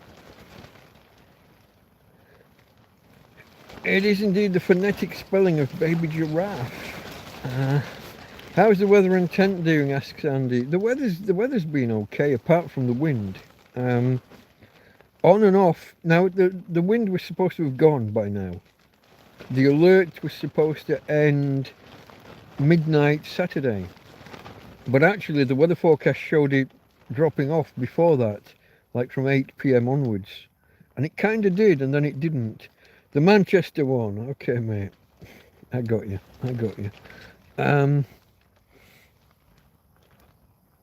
too many people with the same names. There's a lot of Michaels and Mikes, and a lot of Steves and Stevens and similar. Where am I? What was I saying before I distracted myself? I got no idea. Let's have a see. Oh, the weather. Yeah, Saturday night from 8 o'clock onwards it was supposed to like slope off, and it died down a little bit, and then it started hammering the tent again in the night. And then this morning I had calm, so I made my first coffee in ages, and then the wind was fucking back again. On and off for like 1 or 2 hours at a time, battering me. So when we started, I think when we started it was calm, when we started this TrampCast. And then quarter of an hour or half an hour in, off it went. And then it went quiet for a bit, and now it's just blown up again. See if we can just stop this light from bobbling about too much. Not really. But so the weather's been like it's been, and the tent's held up really remarkably well. We took some damage the other day in that far corner where we already had some damage. That's carried on going. There is signs of these stress patterns in certain areas of the tent. You get these almost transparent lines, and that's where it will tear eventually. And it's starting to do that at the far end at the bottom. So we got the corner ripped to shit, and I put some tape on to stop the rip from running. But I've got a lot of those stress, I don't know what to call them, stress marks, almost like stretch marks, at the far end. So I'm going to have to put tape somehow along there. But I can only tape the outside because the bedroom's in the way, like the storage room. I can't get into the back of the tent. But it's brought me through, in the 9 or 10 months it's been up. I'm going to say 9. No, it's got to be more than 9. I'm going to say 10 months. In the 10 months it's been up, it's weathered some really bad storms. Whether it's wind, hailstone, rain, it's survived the kids throwing stones. It survived that lunatic who came and attacked the tent and me with stones and rocks. And he actually physically shook it and caused a tear in the roof that I had to repair from the inside, because I'm a short ass. I can't reach up and over. I can't do anything to the top of the tent from outside. But yeah, it's done remarkably well. These last 4 days I thought it was going to pick up a lot of damage. We had the tear near where the TV is on the floor over there. That extended a little bit, but again, some tape to stop it running after it had started. So yeah, weather's been a bitch and the tent's been marvellous. I think that's the long and the short of it. It's good.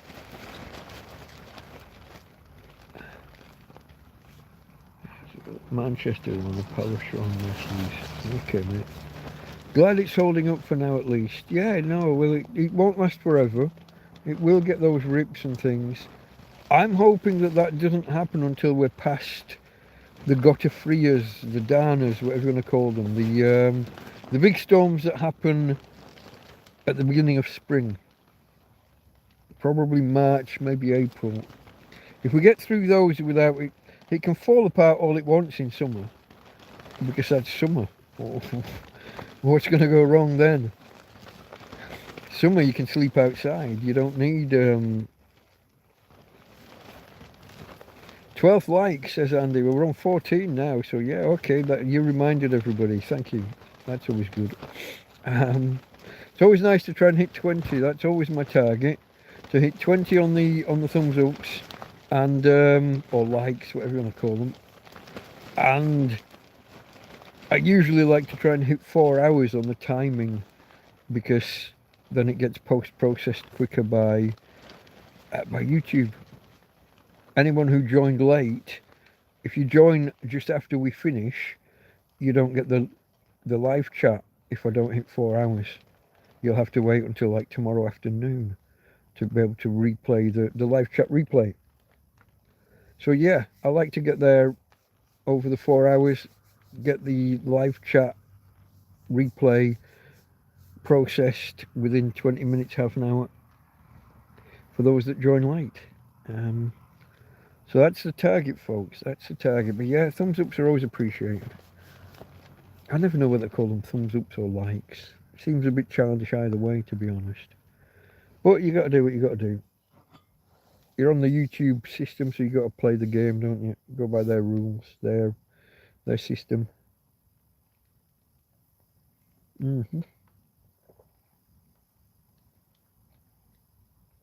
Cheers, folks. That is still hot, actually. I should have known that. It was made within the last 2 hours. And if you are here in chat, you also want to do live chat, all messages are visible, rather than top chat. And that applies whether you're here now live or whether you're watching on catch up and you do the live chat replay. You want to go for live chat rather than top chat, because top chat will hide some messages, some proportion. For anyone who's joining late, for anyone who's just dropped in and doesn't know the who, how, what, when, where, why, the channel is Delta Mike, down and out in Torrevieja. Delta Mike, that is your eponymous hero here. And that's my girl Tina. under the covers, my doggy. Delta Mike, down and out in Torrevieja, down and out, homeless. A tramp, a hobo, a vagrant, an indigent person, a person of no fixed abode. Some might say a bum. Someone who lives rough, sleeps rough, perhaps on the streets, or in my case, in a field, nowadays in a tent. So that's Delta Mike, down and out in Torrevieja. Torrevieja, city on the southeast coast of Spain. About an hour, roughly speaking, an hour south of Alicante, an hour north of Murcia. Not quite, probably 50-55 minutes, depending on how clear a run you get on the roads. There is an area up past these lakes, up towards Elche and up towards Alicante. There's an area up there where there's a narrow road between some lakes, and there's a minimum speed limit. But so many people don't understand the road sign for a minimum speed limit that they think that's a maximum, and so they go less. And there's no overtaking on that road. So you get stuck behind some little old lady. And so your journey time that should be like a 40-50 minute drive becomes an hour and 10.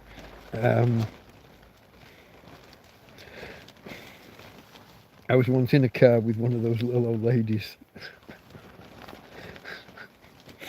No, it's awkward when you're sat there and everyone's pipping horns. And, what are they pipping at? What's wrong? Anyway, such is life. Good evening, those that just arrived, says Tommy Tombstone. Mr. S forgot the thumbs up, but he's taking care of it now. Tom said cheers, and Andy says cheers. I'll reiterate. Cheers to everyone who's joined. I will, before I finish this, I will crack this first can open for a bit of two-fisted drinking.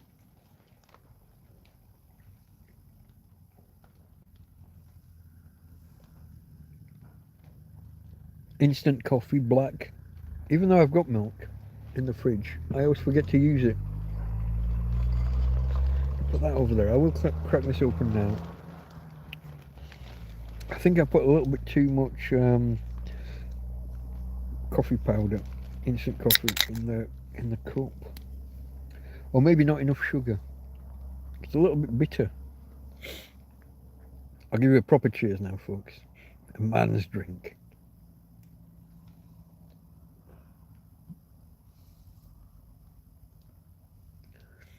If I pour it into a glass and add some of my blackcurrant, I could turn it into a lady's drink. Apologies to any of you puffs that drink lager and black.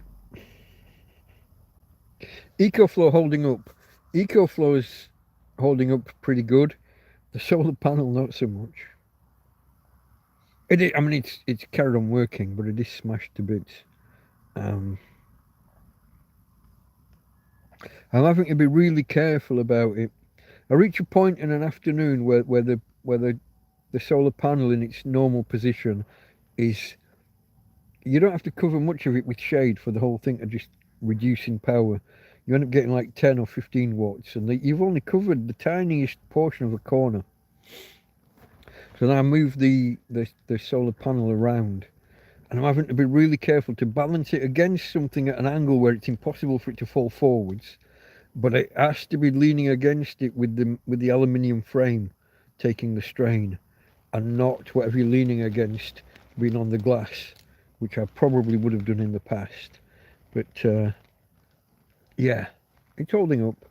We're getting by. I was saying earlier that usually by 12 o'clock or so I'm up to full power. I am being careful not to use too much in the night and to actually turn the thing off. It's even with nothing plugged in, it uses up almost 1% per hour just being turned on. This is not with the inverter on, this is not with the 12 volt socket on, it's just because of the Wi-Fi and Bluetooth being on, so that you can check with the app and do your doings. But it'll say like, oh, I've got 90%, I'm 90% charged and I will last 95 hours. at this rate, and so you're using basically 1% per hour. So I get my phone and tablet charged, and then I'm hitting the off button to preserve power, and I'm not. Previously, I would have run the fridge or the I never know what they call it, the fridge or the freezer, because it's both. But previously, I would run that for maybe an hour and use up maybe 15 or 20% of the battery, because it hasn't been on, because it's not running continuously. Because I run it for a batch in the afternoon, and then 12 hours later, I might put it on for an hour or two, and so it wants to get back down to the temperature that I've set, so it uses a lot of power, which it's a setting. It's how I've set it to do, rather than the economy mode, or is it economy or is it eco as in ecology? I'm not sure. What does eco mode mean? Economy or ecology? Not sure. Hey DM, are you familiar with Channel Kiwi in London? Not at all. Just a YouTube channel. Excuse my grammar. No problem. There's nothing wrong with your grammar. Your English is excellent. For a foreigner. For someone who's Norsk. I'm having a laugh. Don't get offended. I offend everybody eventually, but that's okay. Did anybody notice my numbers dropping? My subscriber numbers? I put out a post the other day saying, "Oh, it looks like 1,800 subscribers is on the horizon," and ever since then we've gone backwards. I think I was on 1796 when I posted that, expecting that within a few hours of mentioning that I would hit the 1,800, and now we're down to like 1792 or 91 or something. So it doesn't take much for me to offend people. I don't know. I'm not sure which way around. Maybe some people subscribe seeing these TrampCast, and then I'll do a video about the bad weather, or about, how my tent's getting blown around or something. Or maybe the other way around. Maybe people subscribe for those updates, and then they see these 5 and 6 hour hangouts, and that's not what they're interested in. Or it could just be YouTube removing bots, or unsubscribing people randomly, as they sometimes do. Not sure what the cause is, but the numbers.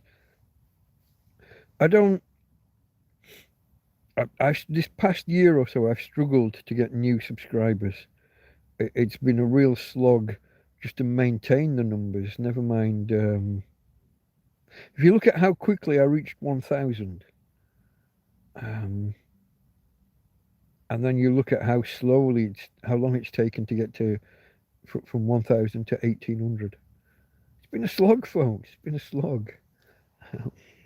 You got to grind. You got to grind away. I stumbled across it last month. This is Tom Still. I stumbled across it, months back. Been getting community posts from there since. It's a similar thing to what you have in the YouTube space. Was growing rapidly. Now there's people accusing him of staging his videos and e-begging. Interesting bit of drama. The e-begging accusation is I don't know, folks. It's interesting because I tread a fine line with it. I mean, I've got my I got my begging link up there. If anybody, I have got the pinned comment with my PayPal donate link. If anybody does want to, cash is getting a bit tight, and it looks like I'm gonna have to buy a new solar panel soon. Torn whether to go with flexible ones or another solid one. The flexible ones are lightweight and more likely to blow away. The solid ones heavier but might shatter just like this did. Although it's lasted 18 months, it's fallen over hundreds of times. Either fallen over, been blown over, been dropped by me, all of the things. And I'm on a very rocky field because I'm on a cliff top. It's solid bedrock just under the surface of the soil, poking out of the soil. You only have to walk over some of it in the wrong way, and you drag stones that are socketed into the ground. You drag them out. As the weathering happens, as the water gets into the bedrock, and erodes it, and all of those stones are popping out. So yeah, you don't think any of us doubt that you live where you live? I've had many of you come round and be here. So the Karen, let me think of people who've actually been here. Eamon that was in chat earlier. I don't know if he's still here. Eamon and Barbara. Well, Barbara was in the car at the top of the road, but Eamon came down. Karen. Oh god, now I've got a brain freeze. Hold on. Now Karen, Anthony and Tom, Ismo's been here. I'm sure there are others. Who are the biggies? I'm missing some. I do apologise, folks. My brain is like fucking Swiss cheese sometimes. Josie. Fucking sorry, Josie. Jesus Christ. Karen and Josie, Anthony, Tom, Ismo, Eamon, and lots of other people that have brought stuff here. And about 50% of the people that bring me stuff in the field have seen me online. I took Tina for a walk one day, and we were just walking up the hill, and this went, "Oh, it's Tina," and never seen her before in my fucking life. That's nice. Wasn't me that got recognised; it was Tina. So of the two of us, Tina's been recognised in the street. Me never. My YouTube fame, my YouTube superstardom hasn't happened. Oh, Scottish couple. Barry from Scottish Couple in Spain's been. Andy from Hill. Oh God, I want to say Hilltop Farm, but that's not right. Hillcroft Farm. Hill. Oh, sorry, Andy. But Andy King, he's the guy that brought me the box of food at one time. The box of fresh produce. His business is selling. You can order a tote, a big box of food from him. Hill. Oh, how embarrassing! I do apologise.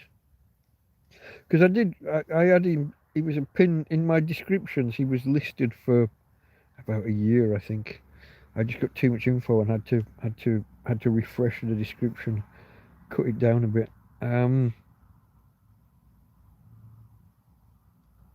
What was it called?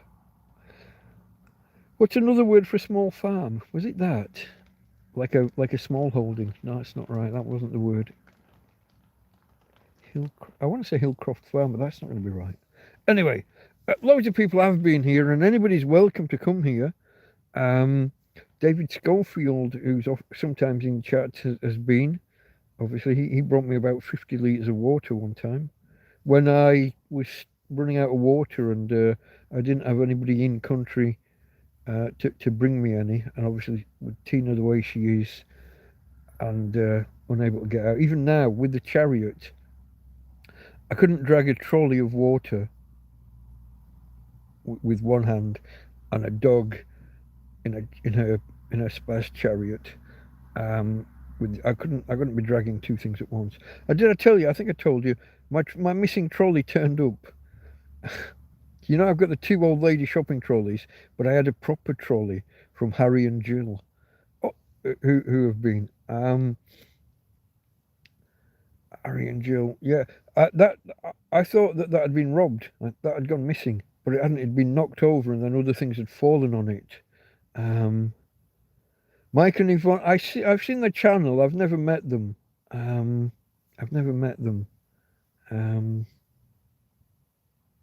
But yeah, I almost met Sean in Mazaron. Well, from Mazaron, almost met Sean once, but that didn't happen. He was up this way. I think he was seeing Barry and Karen, Scottish couple in Spain. There was a chance that they'd come and see me, but that didn't work out. Return of the trolley, yeah.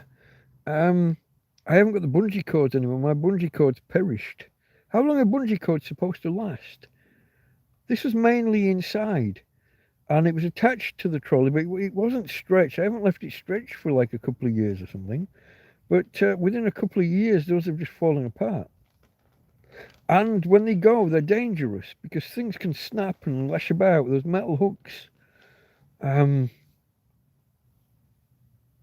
Yeah, my bungees have expired.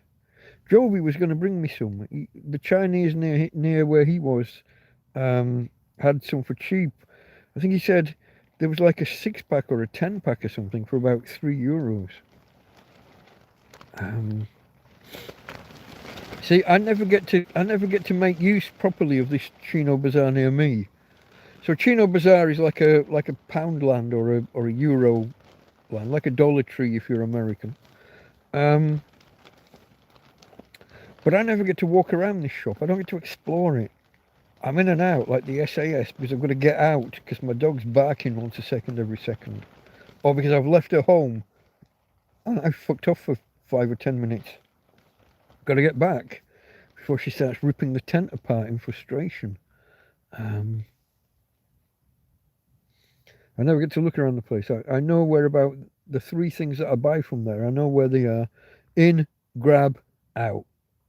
Quick as you can. Really frustrating. Some people will go in there, will walk around and spend like €200 on these €1 and €2 items. They've got like there'll be a family and they've got 2 shopping trolleys full. Shopping carts again if you're American. Yeah. It's so frustrating. You've bought a 12-pack of beer. You've gone in, it's inside the doorway, you've picked it up, you've joined the queue, and you're going to be there 15 fucking minutes, maybe 20 minutes. Every item of clothing, they have to use that magnetic fucking tag removal thing. And then the guy takes it off the hanger, and then he folds the dress or the skirt, and I'm like, fucking just fucking get the thing off and throw it in the, throw it into an empty trolley for them and let them get out the... No, they're going to stand there talking with him and folding it and putting it into their shopping bag or whatever. Just get out the fucking way. I'm only buying something for a £5. Get out the fucking way. And either the dog's outside barking or she's at home getting ready to rip the place up. Are the flexible ones just as efficient? This is the solar panel. You can always tie something heavy to a flexible panel. This is true. This is true. Are they just as efficient? I've seen reports that say that they work out more efficient. Will Prowse, I think it was. DIY Solar Power with Will Prowse, I think is the name of his channel. He takes things apart. These batteries and like EcoFlows and Bluetti. Whenever he gets one, he literally takes them apart. He take a fucking saw and cut batteries in half. Not in half, but he take the top off and look at how they're built. He's analysed, and so has Hobotech Tom. There's something about the name Hobotech. I think it's a pun on his surname, I think. I'm going to guess Hobotch. I don't know. There'll be a surname that's something like that starts with Hobo. He also, he did the van life thing. But he's also compared and contrasted solid, what do you call them? Solid panels versus flexible. And I think I've seen him reach the same conclusion. He was getting better results from the flexible panels, which are supposed to be. When they first came out, they were marketed on value rather than so price rather than wattage generated or amperage or whatever you want to go with. But in testing, they've come out better than the heavier solid panels. So I don't know. I'm torn a little bit on it because tying something heavy to them, except I need to move around through the day. They start off facing one way. Halfway through the afternoon, I turn them a little bit extend them out and turn them. Later on still, I'll move them even further out. I've stopped going right to the other side of the field because when I daisy chain things now, so from the freezer to the EcoFlow, if I move the EcoFlow outside, from the freezer to the EcoFlow to the solar panel, there's only about 10 minutes difference at this time of year between where the panel is at the end of that process versus putting it at the other end of the field. The shadow that engulfs the panel where it is within disconnected, folks. So at the end of that kind of 3-stage process, morning setting, afternoon setting and late afternoon setting, there's only 20 minutes extra, say, before the same shadow that engulfs the panel in that third position would reach the other side of the field. Maybe in summer it would make a difference, but right here, right now, not so much. And I did lop the top off a hedge here so that the shadow got me an extra half hour or hour of usable sunlight here rather than at the other end of the field. So yeah, I'll scroll back up, make sure I don't miss anyone else. So there was, I think I saw that Tom Tombstone saying, I don't think any of us doubt you live where you live. I hope not. But I did get that. I was doing one of the TrampCasts, the old style TrampCasts outside once, and a guy said, I've been to that field and there's nothing there. This is all AI. Okay. We had someone as well, when Barry, Scottish couple in Spain, came around for either the second or third time, I had someone on his channel telling me about how my dog runs loose and he had friends walk past and my dog harassed them and chased them and was going to bite them. This is Tina, the disabled dog, was chasing people down the road to bite them. You couldn't make this shit up, but he did. I got no fucking... But the guy with the AI accusation. At this point, I mean, that's got to be like a year ago or 18 months ago. AI wasn't that good back then. AI films, you had the 6-finger problem or 3 arms or, you know what I mean, 3 eyes. AI video was shit back at that point. There was no way I could stand in a field or and add AI or sit in a bedroom and make a video of a field with a tent blowing in the wind. It's AI. Yeah, mate, okay, of course it is. What can you do, people? What can you fucking do? Scrolling forward, I think I've seen everything back there. Are the flexible ones as efficient? Do you never come... Okay, Mike and Yvonne, yeah. The return of the trolley, that was Andy, yeah. Do you happen to know how much one of those panels cost? Oh, it depends what size and what. If you're going for 100 watts, 12 volt nominal, 18 volts, open circuit. The last I looked, everything was about 100. Time of year makes a difference, so I'm told by Roger earlier today. If you buy a solar panel in winter, they're cheaper than if you buy them in summer, peak demand. 80 to 100 seems to be your benchmark for that kind of 100 watts, 120 watts. Probably get bigger and better now for the same money. I haven't looked in a while, but Roger sent me some links to look at some things. And he sent me a message. Actually, I think it was yesterday he sent the message. I don't think I've replied. Very bad of me. My phone, in my defence, I don't know if you're still there, Roger. In my defence, my phone, I don't know if you know this, folks, you can only have WhatsApp on one device. There's lots, if you start logging out and opening it on another device, it wants to download backups and do pissing about and maybe even make you log in and do confirmations, and it's a real pain in the ass. So I have it on my phone for if I'm out and about, which I rarely am, but like let's say I got arrested or something.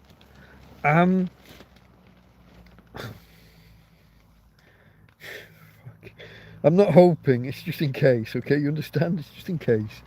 But my phone spends most of its time, because it's my Wi-Fi hub. Well, the broadband comes in and then it's the hotspot. That's the word I was looking for. It's the hotspot. So that spends a lot of time either connected to charge, or once it's up fully charged, disconnected but just sat in that corner.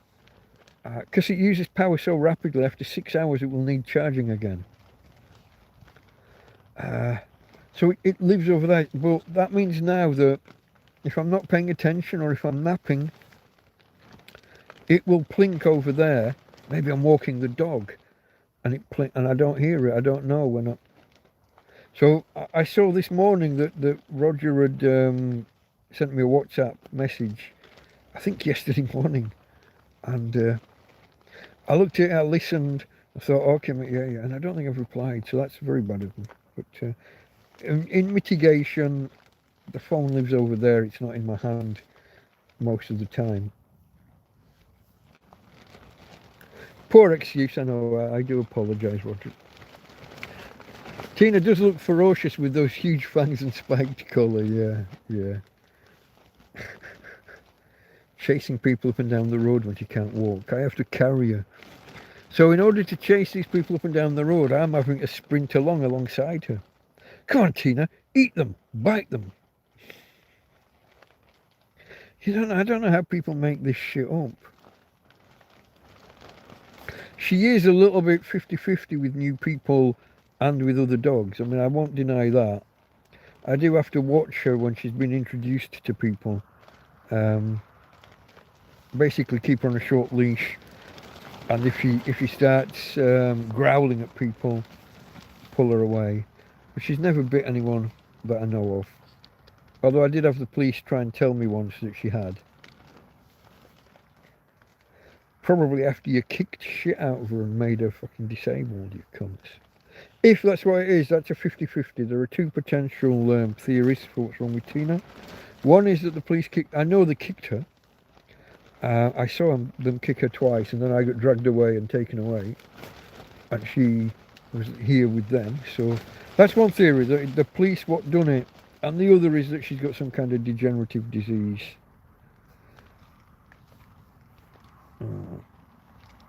But yeah, she's certainly not chasing anyone down the fucking road. Don't accuse me of being an AI bot. You're an AI bot is where we're at.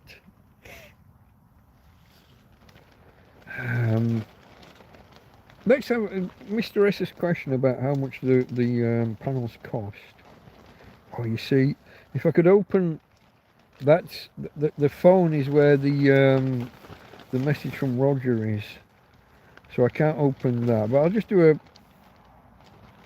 No, go away. Don't do a fucking search for no, go away. That's. I accidentally caught the fucking microphone in the search box. I'll do Amazon flexible solar. Is flexible the right word? Solar panels. What are we looking for? Are we looking specifically for I'll do 12 volt. Do 12 volt. Placa solar. See. What are you? Look at that. 510 watts for 120 euros. But that won't be 12 volts. That'll be 200 and something. I don't know. There's two flexible ones. 240 watt solar panel, flexible 12 volt. The 240 watts is probably both panels together, isn't it? 120 euros for 240 watts.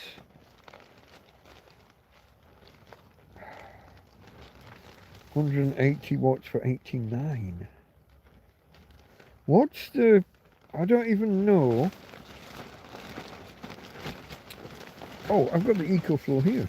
I can fucking read it. Can I? In this light and with my eyes? Can I, bollocks? Tiny. The specs on a label on the back. Although there's a scuff. Is that a tear in the label? It is. There's no light on the camera on this one, is there? Let me see if I can... Whoa. No. Far too dark. Hold on, folks. Give me a second. I'm going to borrow the lamp, if I may. Oh, that could pull the... No, that's flaring the display out. Is this... That's a photo. Okay. If I can do that, and then enlarge it. Let me just... I don't know what the maximum input is on the EcoFlow.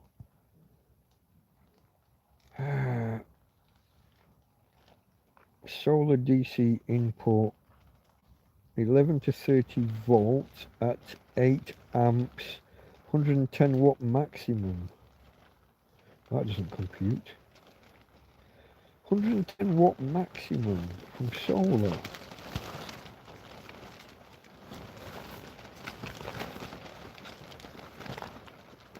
Am I reading that right? That sounds pathetically small. You know, it makes sense actually. There have been a couple of times I've overload. Is that the error message? I think it is. My 100 watt panel, even this last week before it got broke, I've seen 108 watts. So I'm guessing if it had hit 111, 115, it would have. There's usually leeway above what the stated values, but I have had the overload a few times in the past, so it looks like this panel that I've got is about as big as you can go. Now, 2 panels might allow for winter. If you've got a cloudy day, 2 panels running at half power to get you up to that 100, 110. But in summer, 1 panel would be enough, wouldn't it? Let me go back to the... Oi, steady. Where am we? Where's my Google search for the flexible panels? Why is that link just Amazon ES? The home page won't have what I'm looking for. Flexible monocrystalline of 100 watts, 12 volts module solar. I'll just click that. That's a...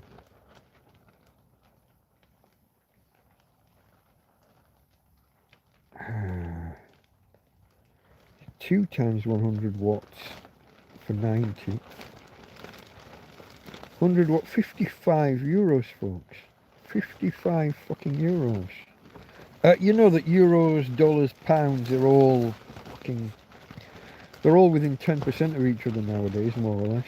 I think it's 15% between euros and pounds. 55 euros. I don't like clicking through on Temu, however you want to pronounce it. I don't like clicking through on their adverts because they lie about the price. The thing you click on isn't... So the... Oi! The thing they click on, the advert, the price that they put next to the thing that you're looking at isn't that. It'll be the smaller version, or and then the thing you would actually click on is the bigger version. You have to select which version of it you want. So they'll tell you like the price for 12 AA batteries, and they'll show a price, and when you click through on it, that's the price for a 3-pack or a 4-pack.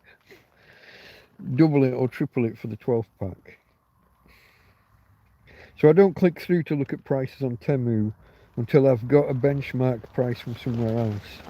There's another one, 100 watt panel, 12 volts for 72, 75.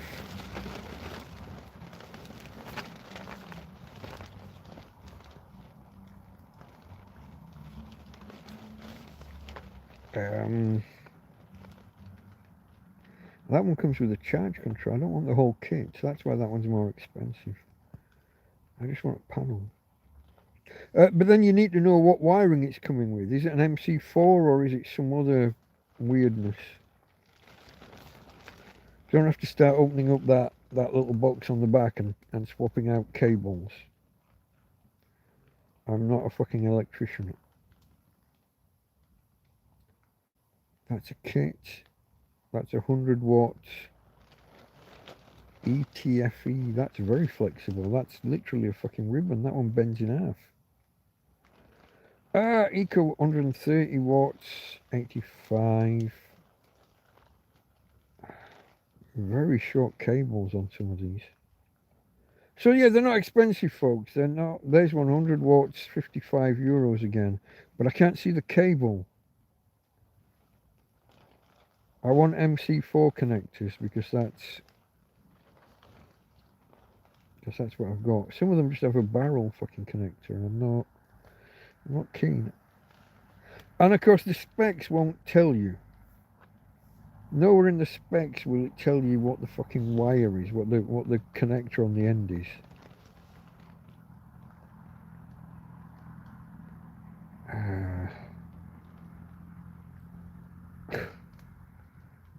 No. There aren't even any. Where's the spec? How are you supposed to make a fucking purchase based on nothing? Here's a photo. Have at it. Fucking no. Where's the spec?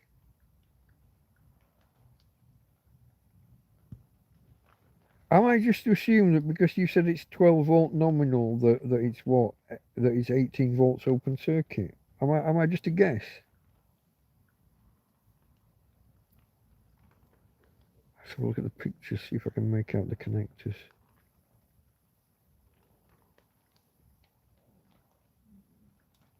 That looks like MC4. Again, though, very short cable. What, half a meter? Maybe 3/4. 2 foot, maybe.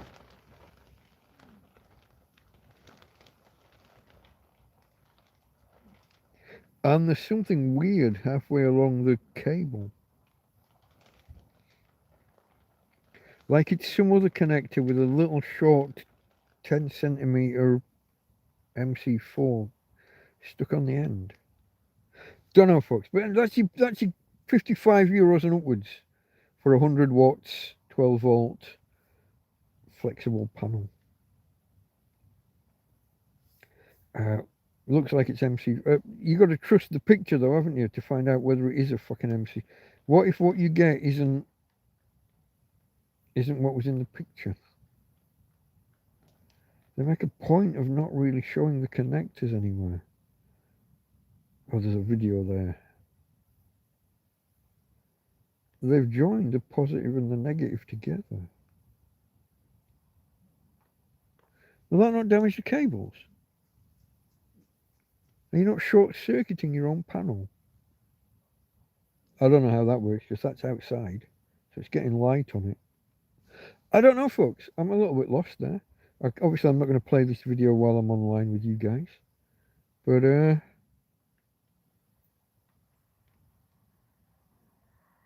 dimensions, weight, cable, 0.9 meter. It didn't look that long.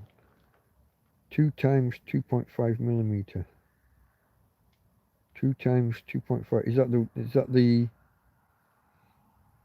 width of the cable, the gauge?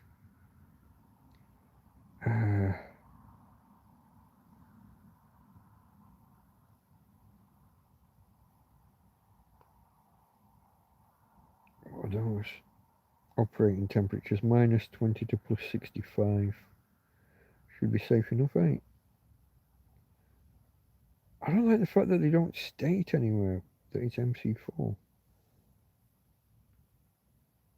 And there's that weird, looks like an extension on the cable to give you the MC4.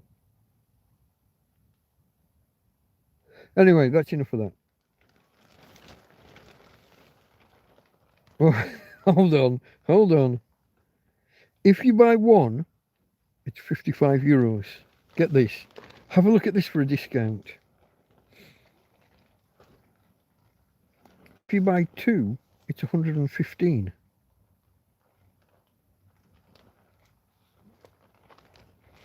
You get to pay extra. 2 times 55 is 110, yeah? They're selling you two for 115. You get to pay €5 extra. Rather than getting a discount, you're getting a negative discount.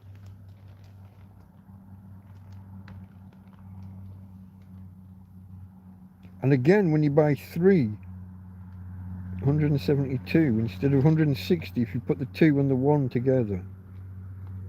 If you just bought 3 times 1, you'd have 165 instead of 172. I don't know.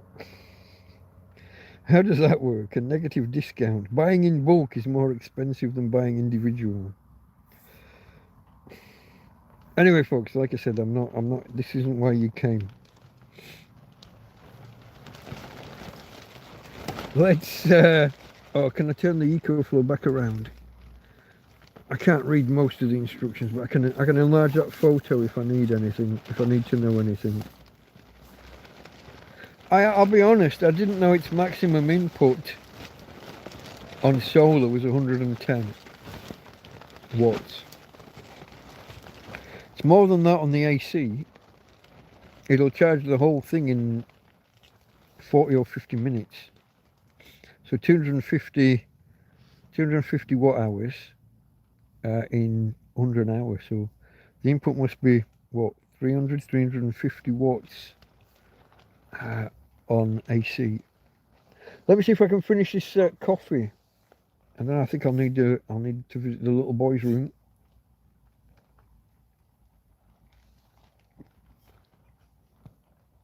There isn't a little boy's room. Even the corner of the storage room where the gentleman's urinal was installed isn't really accessible to me anymore. It's been used for storage. So my piss pot, which if you remember is a cola bottle with the top cut off, stood inside a tin can for stability. I just have to reach in, grab that, and stand in the living room. It's too much information, I know. It's not why you came here, but I am going to have to go drinking all this coffee. And I guess, how much beer have I drunk? None. Hardly any, a mouthful.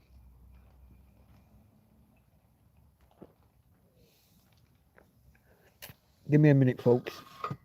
I'll just mute the microphone just in case. I will be back with you in 2 minutes. Don't leave. And if you haven't already, consider it.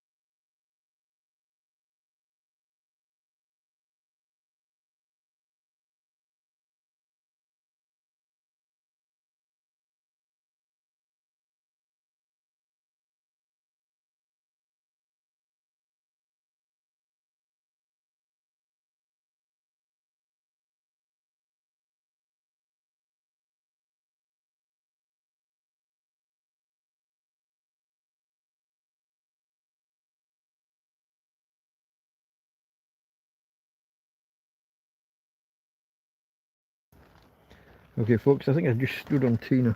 I had a hell of a job bum shuffling up and over her. She was in the way. I tried to avoid her on the way back in, but I think I caught her. Let's have a look. See how she is. Hey, babe. You okay? You're okay. Hey. You gonna talk to the peoples for me? Hey? Okay, babe. You see if he's tired. Hey? Tina's tired, go see if he's... It's okay, babe. I'll get that light out of your eyes. Put it back on, mate. And cover you back up. You're staying underground. Tina's going underground. Oops. Give us a second, folks. Trying to roll the covers back over. Make it a little bit presentable. Or a little bit less unpresentable. Oh, let's have a look. Where were we? I was trying to finish my coffee. Scrolling. Oh. Wash your fucking hands, you animal. Soapy water, folks. Soapy water. Big squeeze, big. I don't know. Like a surgeon. See if we can get away without wiping it on the towel. Probably not. It's a bit icky sticky. Have a reach. There's a towel. Oh, that's a Tina. What are you doing setting up on the towel, Tina? Hey. You're not setting it, you're laying on it. Where's my towel, you bugger? Hey.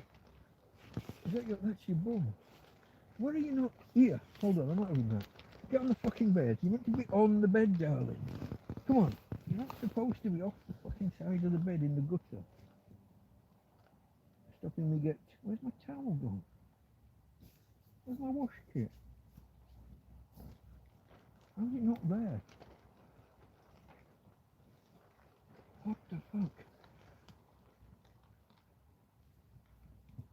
It's not you, is it? It's me. Is that it? Sorry, babe. It wasn't where you were, it was further back. I apologise. But still, you're not supposed to be down there. You're supposed to be on the bed. Oops, I've lost my deodorant. Soap's still in there, that's good. I've lost my toothbrush though, folks. I don't know where the fuck that's gone. Hey, babe. Let's just check that you're... Okay, we're all good, yeah? Oh, is that? That's your lead and your foot. Why is your foot not in the bed? Up here. Come on. You're supposed to be a good girl. Behave yourself. I think she's farted. Okay, I'm back. I do apologise, folks. I think we just lost a couple of people. I took longer than I should have. Don't accuse me of being an eyeball. Tina looks ferocious. Hardly exaggerating, are they? Yeah, very slightly undersized. I mean, 100, well, nominally it's 100 watts, but it has hit 110, so I'd like a Delta Pro, but it's too expensive. I would have just given my eye teeth just to have a Delta back in the day, the original Delta. I think it holds a full kilowatt hour, doesn't it, the Deltas? I was looking at one now. They've brought out a Delta 3 Classic, and I was looking at it and thinking, oh, that looks okay. And then I noticed it doesn't have a 12-volt port. It doesn't have the cigarette port or car electric distribution port, as I saw someone call it the other fucking day. Can't say cigarette lighter or I think originally it was a cigar lighter, but you can't say that. Scrolling, I'd love a Delta, any of the Deltas. Karen's in the house. Hold on, I've jumped, or it's jumped.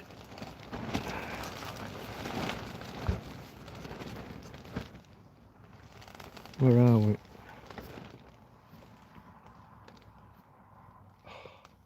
Okay.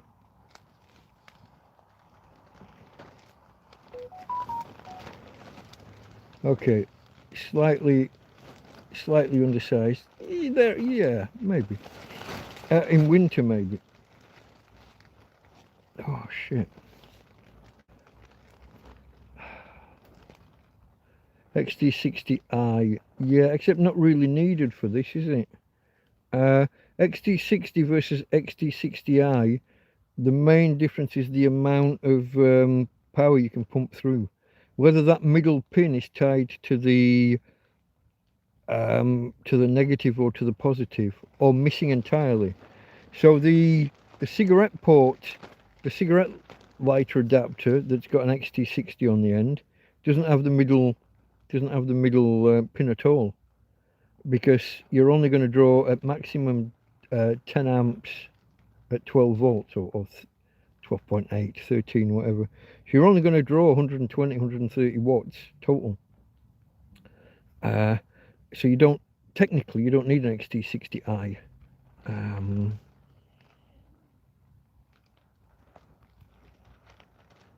Because it's limited to 110 watts input. It tells you that's whether you've got the cigarette lighter solar, and the other one is it's not an XT60 at all on the AC input. That's its own 3-pin plug adapter, I think. 3-pin.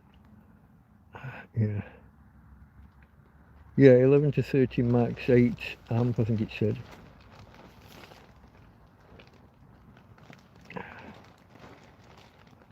What's Oscar doing now?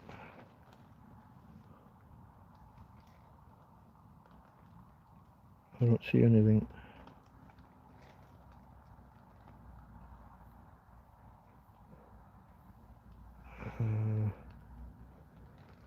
There's Karen saying hello. Hello, how are you? Mr. S can't complain. Oh yeah, Karen asked, do you want have you got an EcoFlow? Mr. S says he wants one. Best thing I ever bought, says Karen. She got the Delta Delta 3. I think it was wasn't the base model, it was the next one up, I think.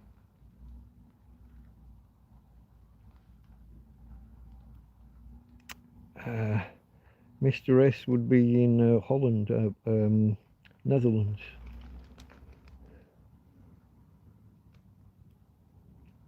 I think they're always on sale. There's always a sale of something going on.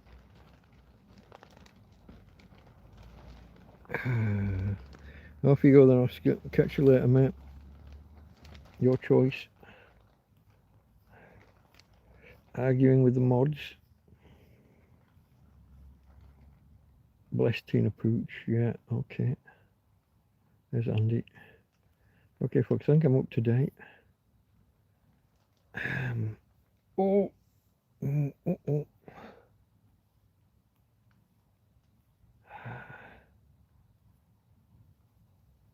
Okay, folks. This shoulder, this arm, the deltoid thing, the reaching for the screen, because it started jumping almost immediately, didn't it? Was I 10 minutes in when it started jumping? And for most of that, I'd probably not even had the chat on screen. Cheers again, folks. Thank you for joining me this Sunday evening. Now, what is it now? 1 o'clock Monday morning. There or thereabouts. Oh, I see a PayPal this. I did have okay, that's Mr. S, isn't it? If I'm remembering names correctly. Thank you, my friend. Cheers, folks.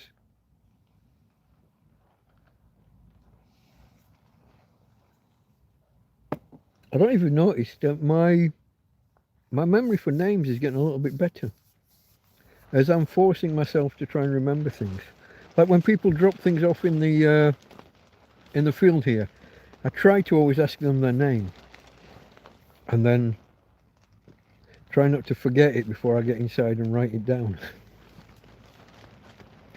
There's the challenge. Now, I'm still no good at faces, so I have to ask names even when it's someone who's been here before, until they've been maybe 4 or 5 times. So I'm bad at the face thing. But once someone tells me their name, I'm like, oh yeah, you've been here before. Yeah. That's an actual, there's a name for it, that kind of face blindness thing. Matey Boy has it, doesn't he? Stephen Fry. Stephen Fry. The first 10 or 20 times he meets people, they'll stop him and they'll say hello, and they have to, when he first meets them, he tells them, you'll have to, the next time we meet, you'll have to remind me, because I don't put names to faces easily. He doesn't remember faces until repetition. So yeah. Okay, folks, what are we going to talk about now? I think I've the solar panel and EcoFlow stuff, I think we've done to death. Oh, do you know what? I've unplugged. I'm saying that we've done it to death. Look, and I have in fact unplugged the phone. I'll have a look in a second and see where we're at for power. I didn't unplug it long ago, did I? We're on 95%, so no. But from when I unplugged it so that we could look at Tina to now, which has been what, like 5 or 10 minutes, lost 5% charge already. Let me check where we are with the tablet. I think we're okay with that. It's just 10 hours. Oh no, we're down at 66. Oh well, I'm going to reverse that then. I'm going to unplug that and plug in here. Did you notice though that my do not disturb worked? I didn't get any kind of plinking, so anyone with headphones didn't get, anyone on the anyone watching the video with headphones didn't get deafened by plinks and plonks when the PayPal alert. So I get one from the PayPal app, and then we also get a bing bong from Gmail when one comes in. So you get two things in quick succession with a plink and a buzz. Like this just got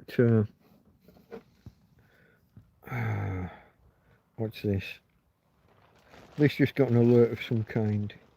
Probably the PayPal things, yeah. Repeated over here. But it waited until I plugged it in to tell me. Of course it did. But yeah, folks, we've done the solar and the EcoFlow. Anybody out there that hasn't got themselves some kind of autonomous power backup, I highly recommend. I've had the odd issue with it. It's software mainly with the EcoFlow. I had the thing the other week where it stopped charging on 50%, and the only way I could get it working again was to run down 3 percentage points, which is what, when it hits 100, it stops accepting input. But when you run it down to 99 to 98, it doesn't charge until you get below 97, and then it will kick in again and accept it and accept current. Well, it started doing that to me. It did that. I was stuck trying to work out what was wrong. I did all the different resets. I did all of the weird combinations of buttons and length of time that you hold them. Got nowhere. And then I took the last gasp gamble with my last 50% of power.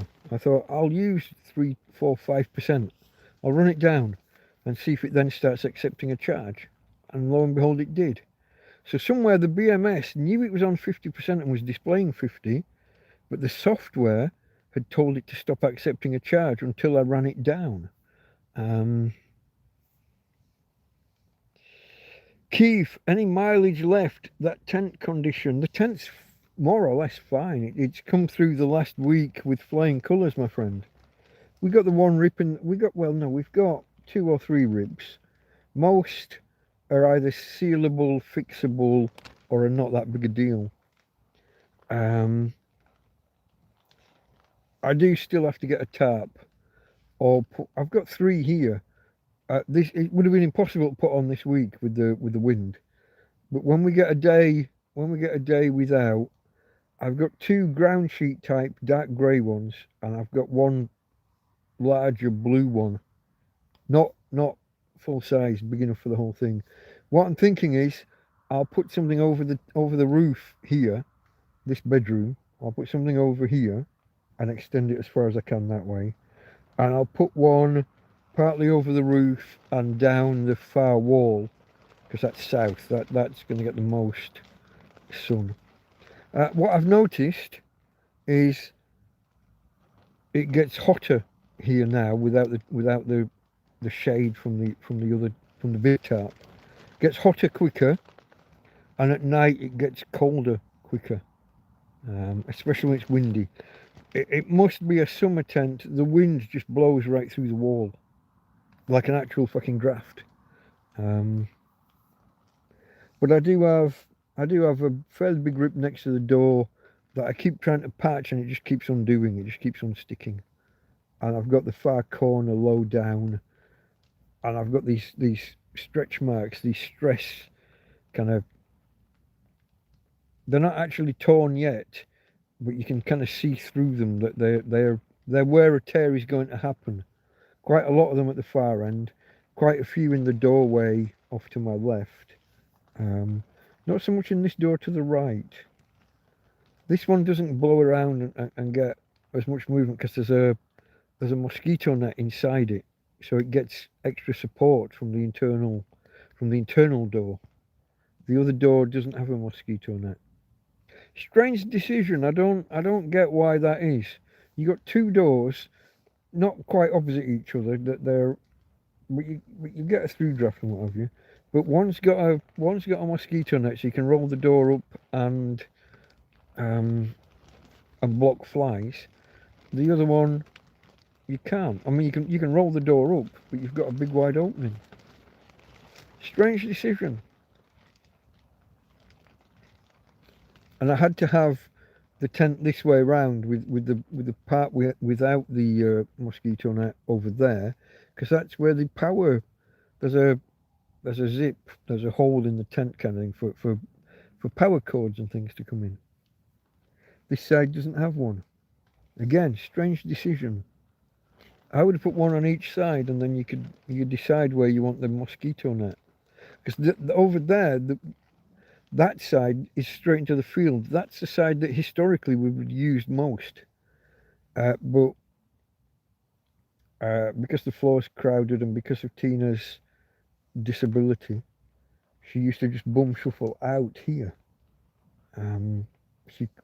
Back when she could bum shuffle effectively. Nowadays she can't. She can get herself up on her front paws, but she can't pull herself around by them. She's limited.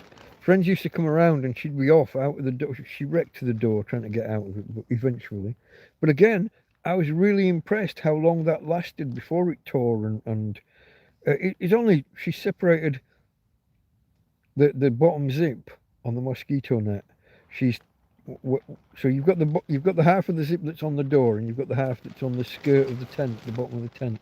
She tore that bottom of the tent one off by bum shuffling and getting caught in it one night.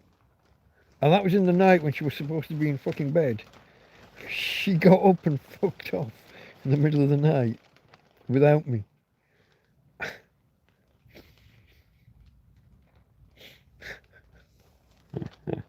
I nipped into the bushes one night, call of nature, and when I got back, she wasn't here.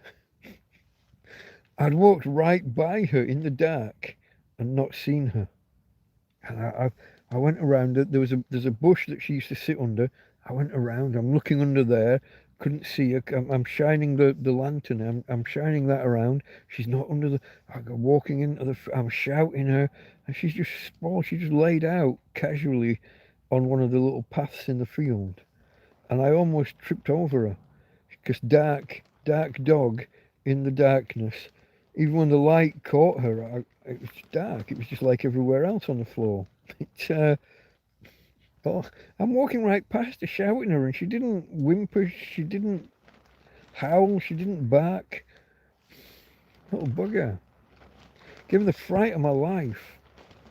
Almost as bad as when that Spanish guy, whatever he was called, was in the field. I can't remember his name. But almost as bad as when he was in the other side of the field, and I opened the door one night, and shine a light out. This fucking pair of eyes, like a meter away from the tent. Pair of fucking, you know, like when I put the flash on Tina and the back of the eyes reflect. I can't remember the name of the part of the eyes. What's the part of the? Is that's not the retina, is it? The back where the light hits the cones and bounces back out. Anyway, and there's a fucking pair of yellow eyes staring at me. Matey boy's dog got away from him and decided to come here, which she did quite often. Viva, she'd do that whenever he didn't have food or water. She'd come here. What was his name? Sounds like rain. No, it's just the fabric of the tent. Because everything's loose. Because the frame, the poles are leaning in. Because all of the guy ropes have perished. Can't pull it tight. And if I had, I'll be honest, if I'd have had this tent pulled out tight, the fabric would have ripped to shit in these 75 kilometre an hour gusts.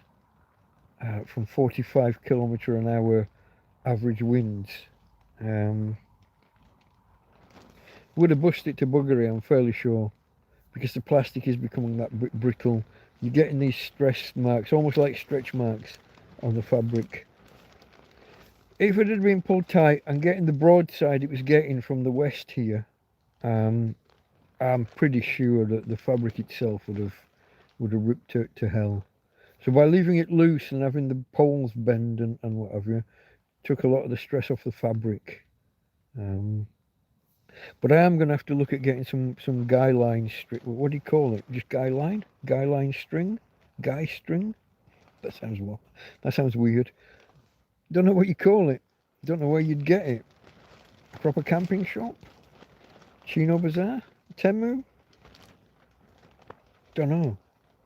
Ropes. Guy ropes? Guy line ropes. Not sure. Ropes, okay.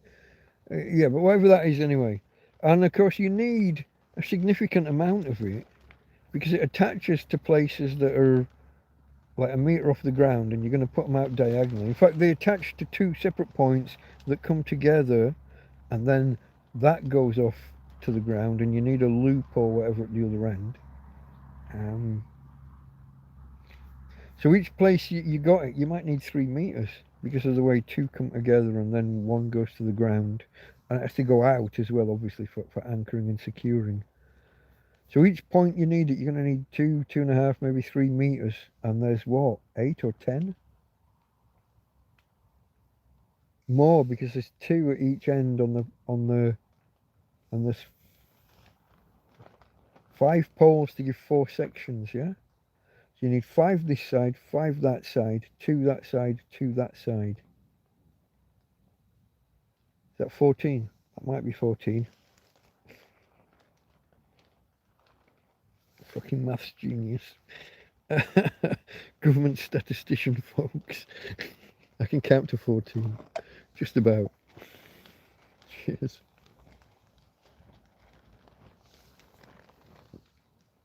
I think I need to finish this before it goes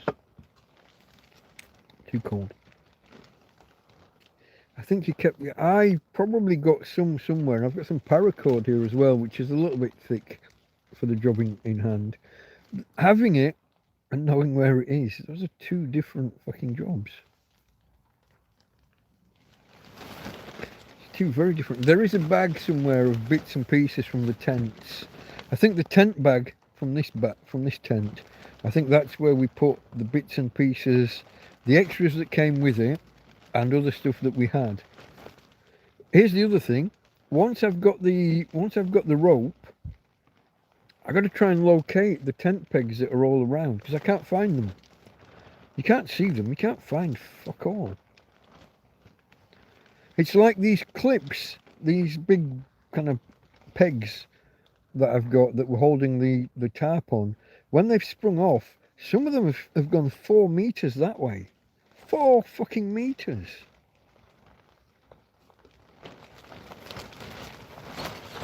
And probably that way as well. And don't forget that the first set that we put on, those all pinged off the second night after we put the tent up.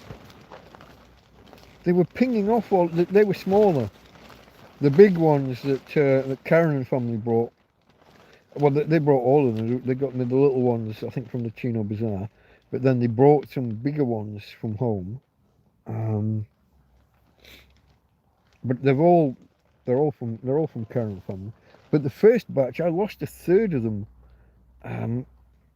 that night or the next night after we put the tent up. Fuck. So we started off with I think best part of 20, and I was down to 12 or 13 after 2 nights. What do you do, folks? What do you do? Bet when you change tents like a fresh start. It was when we did this, but a lot of work, mate. A lot of work. 3 days to empty. A day to put up. I actually went up really quickly. Probably an hour and a half to roll it out, get the orientation, do the poles, getting them into they're kind of hollow at the end, and there's a little screw thing sticks up from a little metal thing. Getting them bent and onto those, and like I said, there's 5 poles. 5 sets of, what do you call it, sets of poles? Because they're like, there's a piece of elastic runs through half a dozen sections of pole. So you got to do all that, put it through straight, and then 2 of you bend them and try and get those little screw things into the bottom. So, like I said, the tent's in, I think it's in 4 sections, 4, which means 5 poles.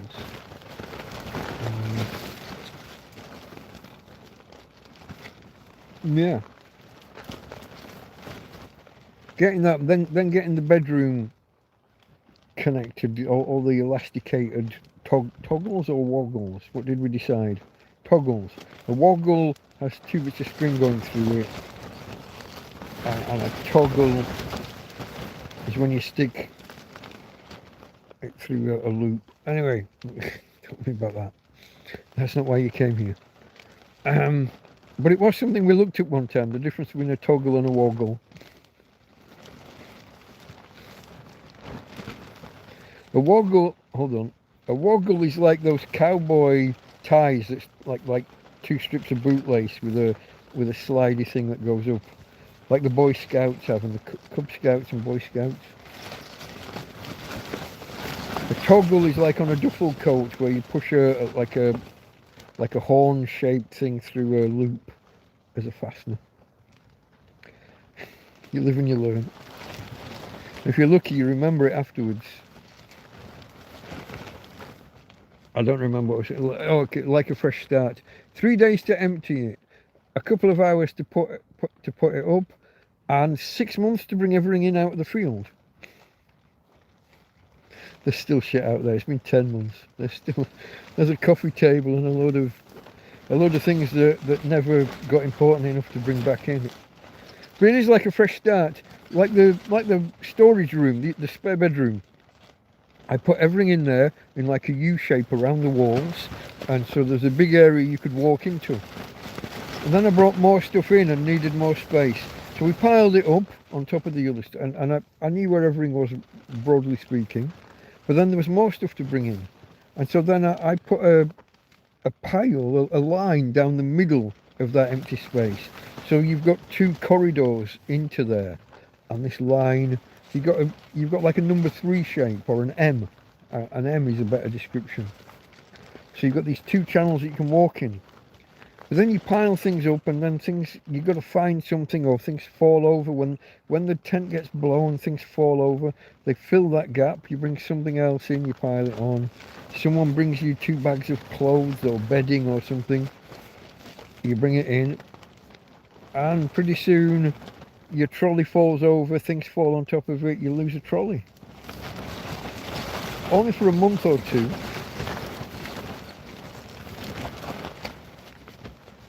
But it is like a fresh start. for about a day and a half until you can't find something, and then you have to go rooting and picking bags up, and after that first attempt to find something, it's a fucking disorganised mess again. Doesn't take long. Doesn't take long. You start off with a nice clean rug, a nice new bit of carpet or something for the Queen Anne chair to sit on. But then the first time it rains and water comes in through the floor, your carpet's a waterlogged, sludgy mess. And forevermore will be a dusty, sludgy...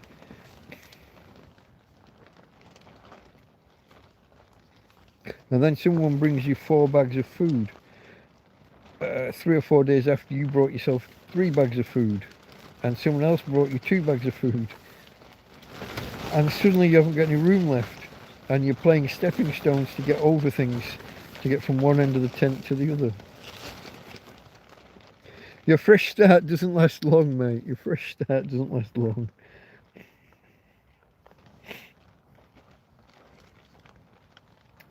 I think you kept some from the old tent. Possibly. Possibly. They are in the old tent bag, yeah? Or new tent bag, maybe. New tent, new sleeping bag. No, I've got all... I mean, I've got multiple sleeping bags. I think I've still got 3. After giving one away to Joby. I think I've still got... I found one in a bag the other day that I didn't know I had. And I think there's another one in there somewhere. This one's a brand new one. Stored away. Yeah. Joby was well impressed with the sleeping bag. He's more impressed with the sleeping bag than with the tent that I gave him. After his got vandalised.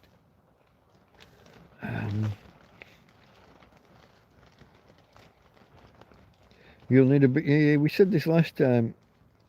You'll need a big clear out when you put the new tent up. It's smaller than the one you have now. This is a trend, isn't it? This one is smaller than the one before, and now the next one's going to be smaller than this. Yeah, I'll have to have a clear out, a sort through. Where I've got too much of stuff, maybe I can give some of it to Joby. I've definitely got too much bedding. One of these quilts, at least, one needs throwing out. I think there's another quilt through there somewhere, I just don't know where. On the left, halfway down, the last time I saw it. But of course, I've gone rooting for things since then. When Joby said when he said his tent and sleeping bag had been vandalised, tent ripped, sleeping bag pissed on by vandals. When he said that, I had to quickly dig out some stuff for him. Yeah, I knew there was a sleeping bag in there, but I didn't know where. I had to go hunting and looking. So the last time I saw an extra quilt, it was through there. There is an extra quilt because Tina keeps laying in this gutter, in this gap between the mattress and the bedroom wall. I have actually put a quilt in there, laid there, so that she can do that. She used to wake me up in the night whimpering because she'd gone. I don't know whether she'd fallen or whether she'd just deliberately gone in there and then couldn't get out. But she'd go down that. So I'm on top of 2 mattresses that are on top of a bed frame without the legs. But Tina would go lay there or fall there, whatever. Couldn't get out. So she'd be whimpering, waking me up to get out. So I put a quilt there.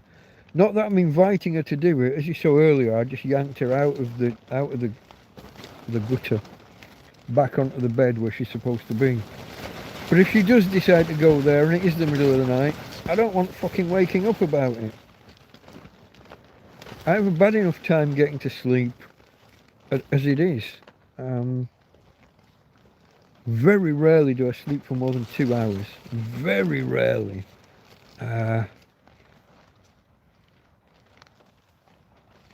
In fairness, I've usually got a video playing on YouTube that I fall asleep to, and when it stops, when the audio that wakes me up. The lack of noise. I've become reliant on having some background noise, mainly to drown out the drunks going home up on the main road. or the cars coming down the road here. People walking down at 2, 3, 4 in the morning sometimes. There'll be a crowd of drunks come down, trying to go to what they think is a beach. So yeah, as Karen says, I'll need a big clear out. Let me just do top chat, live chat, just in case it's frozen. No, I think I'm up to date. I'm just going to scroll back in case I did miss anything. I don't think so.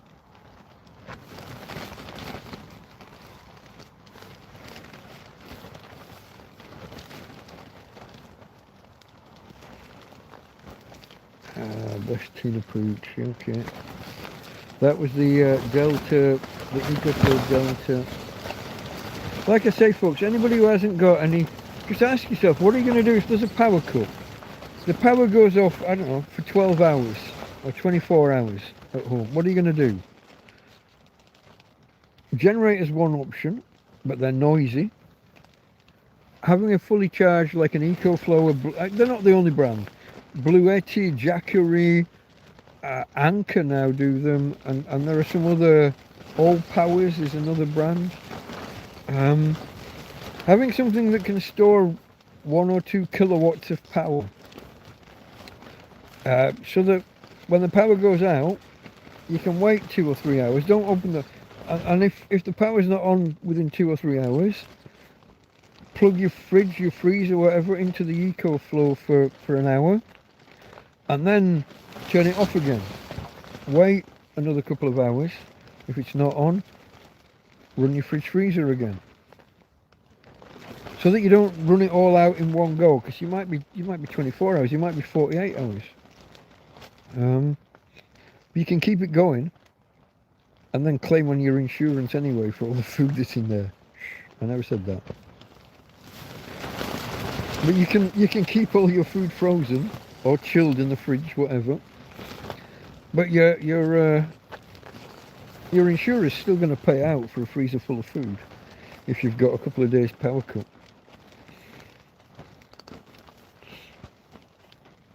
Compared to city life, are you less stressed these days? I don't know. I've become a little bit more grumpy in some ways, but that might be dog.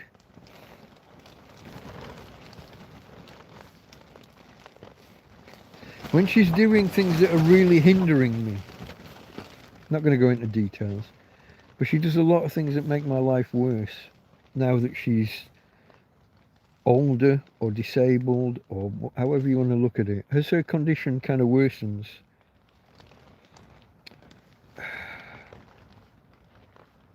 if I've got the belt wrapped around her waist and I'm carrying her, and then she steps in front of me or steps off to one side all of a fucking sudden, or get this one, I'm walking along carrying her and she opens her legs, lifts her legs and pisses all over my foot or my trouser leg.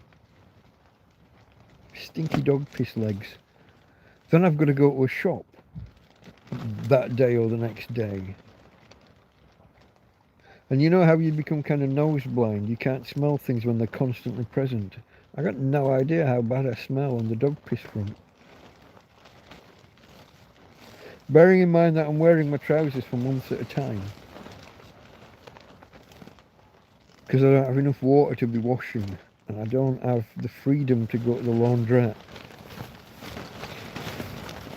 or the coins.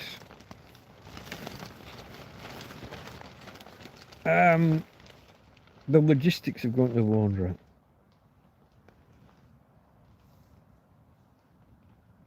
I don't know. She does things that make my life more difficult, and I'm trying to keep us both alive, dry, warm, fed, watered, and I get angry. Not at her as such, but I am getting grumpy. And when I was having all the grief with the police, I was getting very grumpy. If you watch some of my videos then, the one where I threatened to lamp the copper when he was pulling the tent pegs out the fucking ground. Thank you, Karen. Yeah, I'm getting grumpy. So am I less stressed? No, I don't think so. Normal life in an apartment with walls, safe and sound. When I had my money, when I had access to my money, I don't have money, folks. I don't have money.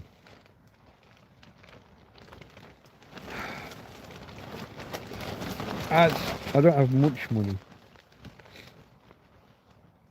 Hence the e-begging, the grift, the pinned comment at the top with a link to PayPal donate. When stuff falls apart, see, I'm not going to wake up one day and that solar panel's fixed itself. Things only ever get worse. Things break over time. My trousers. Last winter the button popped off. It's not really a proper button. It's you know what jeans are like. This year I'm wearing it and the zip tore from the fabric, and then the zipper came off the rails. So now my trousers are wide open, and my belt broke not long ago, and I haven't got around. I did get a lovely donation to go and buy a belt. I just haven't been able to yet. So I've got my trousers fastened with a piece of string. But it's holding the waist in place, but it's still open at the fly. So pulling my jumper or my t-shirt down to cover that. Things only ever break, they only ever get worse. You don't wake up one day and that missing button has just magically reappeared.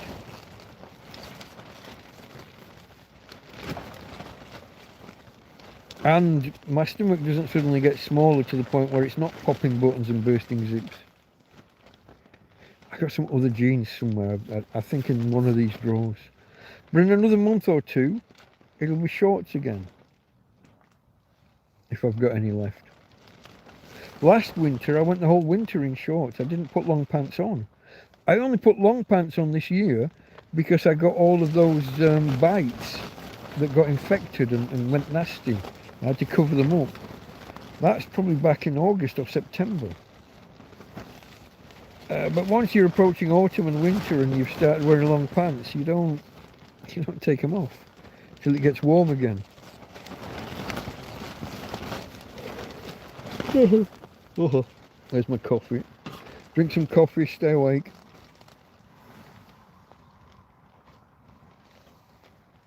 Long answer to a short question, I know. That was Keith. Compared to city life, are you less stressed? In some ways, yes. In some ways, no. And I have become... I don't even think it's just... I think ever since me and the missus split up, I think I've been getting more grumpy. I used to be the calmest person I knew. I didn't get riled. In fact, it was a bit of a problem. It's like an inverse anger management problem. People would say or do things where I should have smacked them, and I didn't get angry enough to. If you've been here a while, you will know I am a proponent of the use of violence to solve some problems. There is a time, there is a place.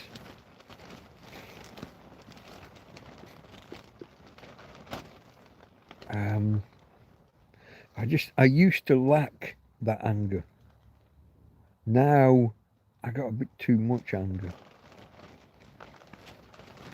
But it's at circumstances, it's not really at people. Like that idiot that I had that 2-hour stand-up knockdown fist fight with. I must have put that cunt down on the deck about 20 times.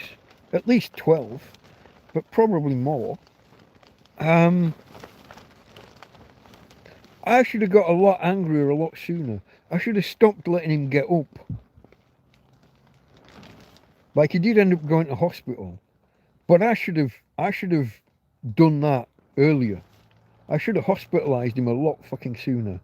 Having him come back at me and come back at me and come back at me. Throwing stones, shaking the tent, damaging the tent. Fist fights, throwing rock, all that shit. It's over, I'm not going to hit you. And then he throws stones. At one point, his whole tracksuit top was just a full of stones, and he comes down, no, no more, no more, and then he wanged. He kept hold of the tracksuit, but used it as a sling to throw a bag full of stones and rocks at me at once, at me and the tent. At one point, I had him on the ground in a chokehold, and he knew I had, and I could have put him out. I could have kept hold until he lost consciousness, but I didn't. I'm too soft. I let him up, and then he came at me and came at me and came at me for 2 fucking hours.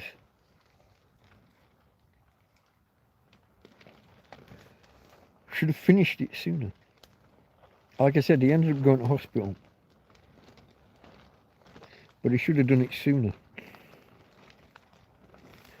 So yeah, some ways I don't have enough anger, and in others I'm grumpy rather than proper anger.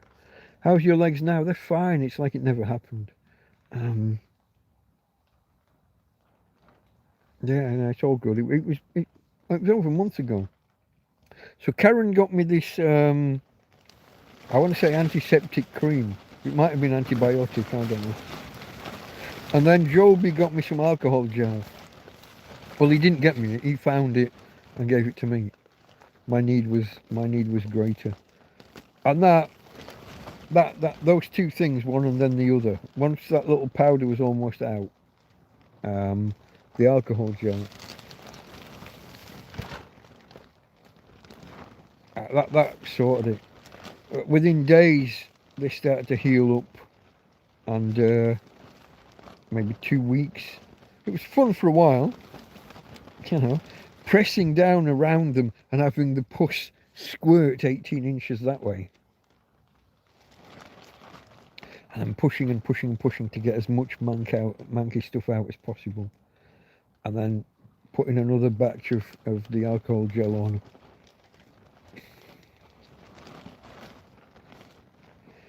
Yeah, no, that was bad. I've never had anything like that. I've always trusted my immune system. I don't do doctors. I don't do hospitals. 10 years in Spain in 2 days. No, tomorrow. Now that it's Monday, yeah? What's the date? It will be the 16th now, yeah. So 17th. So Tuesday. 10 years in Spain. Never seen a doctor or a hospital. I've only ever been in a chemist to buy painkillers. And I didn't need them. It was just to have them on hand. Parrots and ibuprofen. Now, I have now had people go for me when Karen got this powder stuff. But that was because of flies crawling around first off, it was blisters on my feet, and then that attracted a load of flies, and then every little scratch that I had from walking through the field in shorts, every little scratch and cut, the flies were all over it and got infected before I knew what was happening. So that was unpleasant. I was expecting my immune system to just solve it, and it didn't. But we took remedial action fairly quickly, and it all cleared up, I don't know, within a month, 5, maybe 6 weeks, from it starting to get bad, it being bad, and then starting to treat it. I think within 3 weeks of starting to treat it, it was gone. Now I can't even see where it was. Coffee would be nice, says Tommy Tombstone. Coffee would be nice. I don't keep any. Run out of tea too. I've got some tea bags here somewhere because I don't really drink it. And people bring it. But I think I've got 3 jars of coffee now. I've just finished one, and I've opened another. Which one have I opened? I'm not sure. Was it the one that Karen got? Or is it one I've got 2 that have been dropped off by people. So after finishing the one that was open, I've just opened one of the 3. I haven't got enough. I've got a storage drawer here that's got 2 bags of sugar. So I've got a jar out there, an old coffee jar that's got sugar in it. I've got two bags of sugar here, drinking chocolate, a coffee.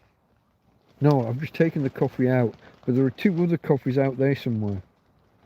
I don't know where, but there are. I think one of them will be on the chair, because there's always something on the chair. One on the chair. One will be in one of these bags that people have brought. Don't remember who, don't remember when. Might even have been me that bought one time. No, that can't be right, because I asked Karen to get one. I don't know, folks. I've got loads and loads. I'm almost becoming a hoarder for food and drink. I've had to eat some fruit today because it's starting to get overripe. Not gone bad yet. Some kiwis that Pat and Sue brought. Not the Friday just gone, but the one before. I'm gonna do if I can. I'm gonna cook a. What was it I watched today? Was it Andy Cooks? I think it was Andy Cooks. The guy who's got. He calls his wife Babe. What am I saying? He did a curried sausage thing. He did like a sausage curry with obviously sausages, onions, apple. He had this like a curry stock cube. I haven't got that, but I've got curry powder. And I've got vegetable stock or chicken stock I could use. Gonna do something like that. I might even do one of those videos where you show him and then me, then him, then me, like Future Canoe does when he's replicating someone else's recipe. If you've ever watched Future Canoe, if you've not, you're missing a treat. You should watch Future Canoe with his radioactive chicken, and where he beats it on the sofa. That's when he's whisking things. But you see a picture of him from behind, and you see the hand. Puerile childish humour. I'm all for it. So Tommy Tombstone wants some coffee, but he hasn't got any. And he hasn't got tea either. Drinking chocolate, mate. You should always have some drinking chocolate on hand as a fallback emergency, or some blackcurrant cordial. Most countries don't know what cordial is. It's like a syrup, a concentrate. Add water or hot water or milk, as I learnt some people do with blackcurrant. Vimto was originally, was it Vimto or Ribena, was originally formulated to go with milk. I learnt either today or yesterday, in like 1904 or something, or 1920s maybe, like 100 years ago. Originally intended for milk, but they found more people were adding water to it, so they reformulated it slightly to suit water. But you can have it with cold water, hot water, or milk if you prefer. Do you think age, this is Mr. S, Mr. Shirafja, do you think age might make people more prone to being grumpy? Oh, it undoubtedly does, doesn't it? If you've ever seen Victor Meldrew, the comedy, what was it called? One Foot in the Grave.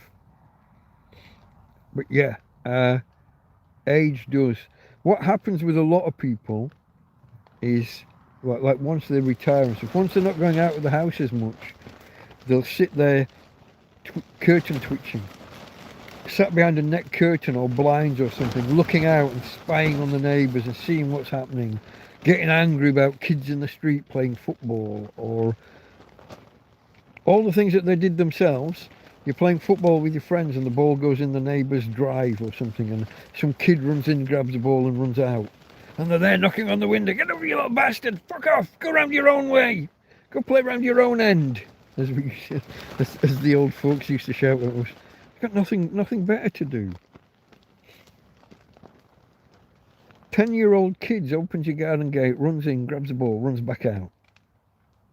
He's not loitering, he's not spying on you, he's not looking in the window, he's not doing any damage. He just wants his ball back so he can carry on playing with his friends. No harm, no foul.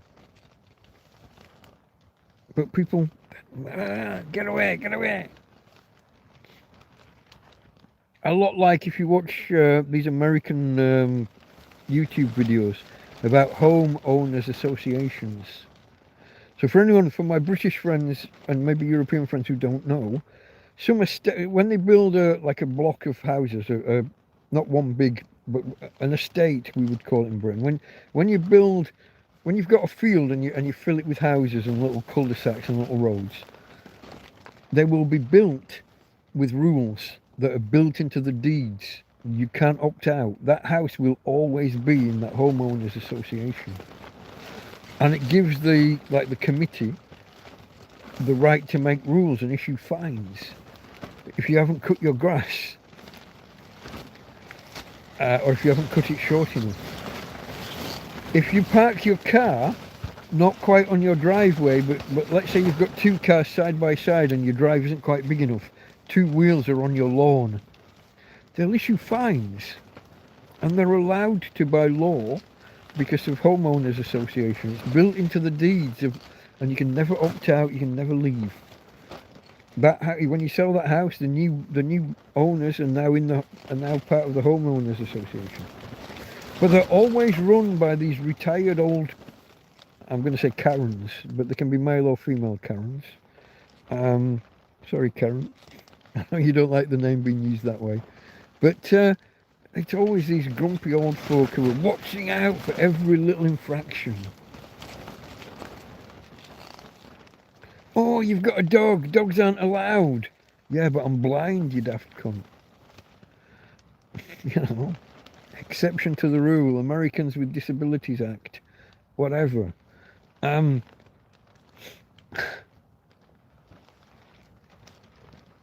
Where was I going with this? Does age play into being grumpy? Yes, undoubtedly. Once people aren't going to work every day, or once the kids aren't under feet in the house, once they're empty nesters and life changes, yeah, something happens. They become locked into their own tiny world and looking out and despising everything that everyone else is doing. Definitely a part of it. He's too young. I am still young. What am I? 57 at the minute, I think we worked out. Alcohol does a lot slow. Alcohol to excess can cause people to become angry, violent, make imprudent with an M, is it? Imprudent. Now I need to look it up, don't I? Now we've got a mystery that I need to solve. Imprudent or imprudent? N for November or M for Mike? I'm going to go with M. Imprudent, but I don't know. So we have to find out, folks. You know the rules. Imprudent. M. M for mother, M for Mike. Imprudent. Is there such a word as imprudent? I doubt it.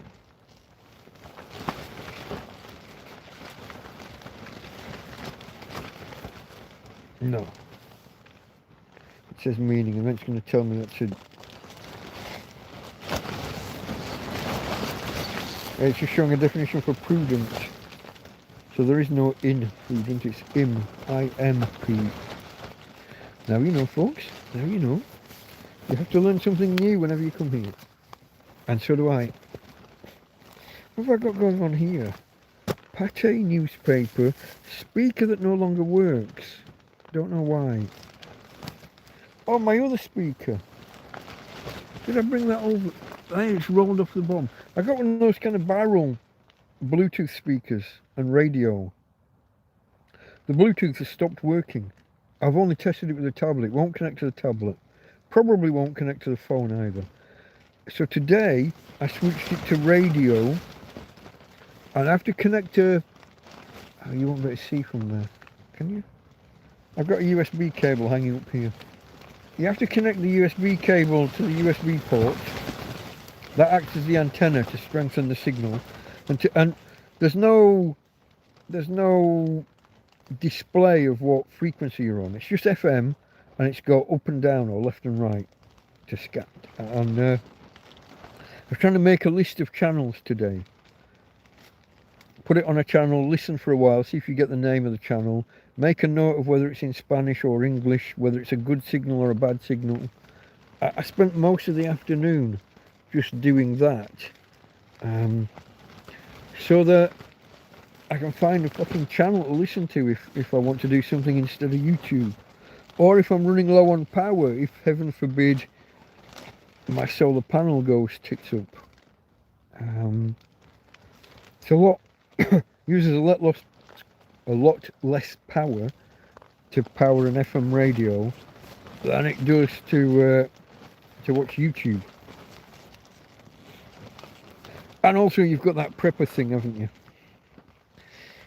If the world goes to shit and I'm sat in a field not knowing what's going on.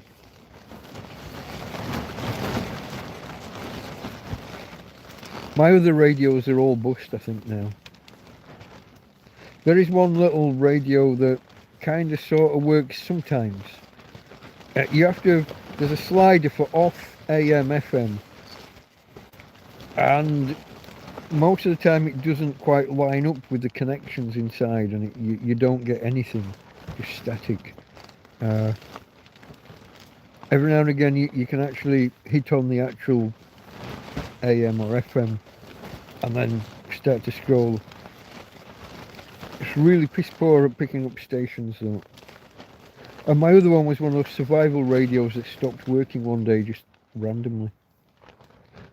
Never did get to the bottom of it. Never will without either a multimeter. Well, I need a multimeter and a soldering iron and parts. And it's not my field, I know nothing. I could check whether the cell's got any power in it or getting any power from the solar panel. That would probably be it. Maybe look for a burst capacitor or something. But then I'd have to order parts and shit. So I don't know. It's not my thing. Not something I've ever done.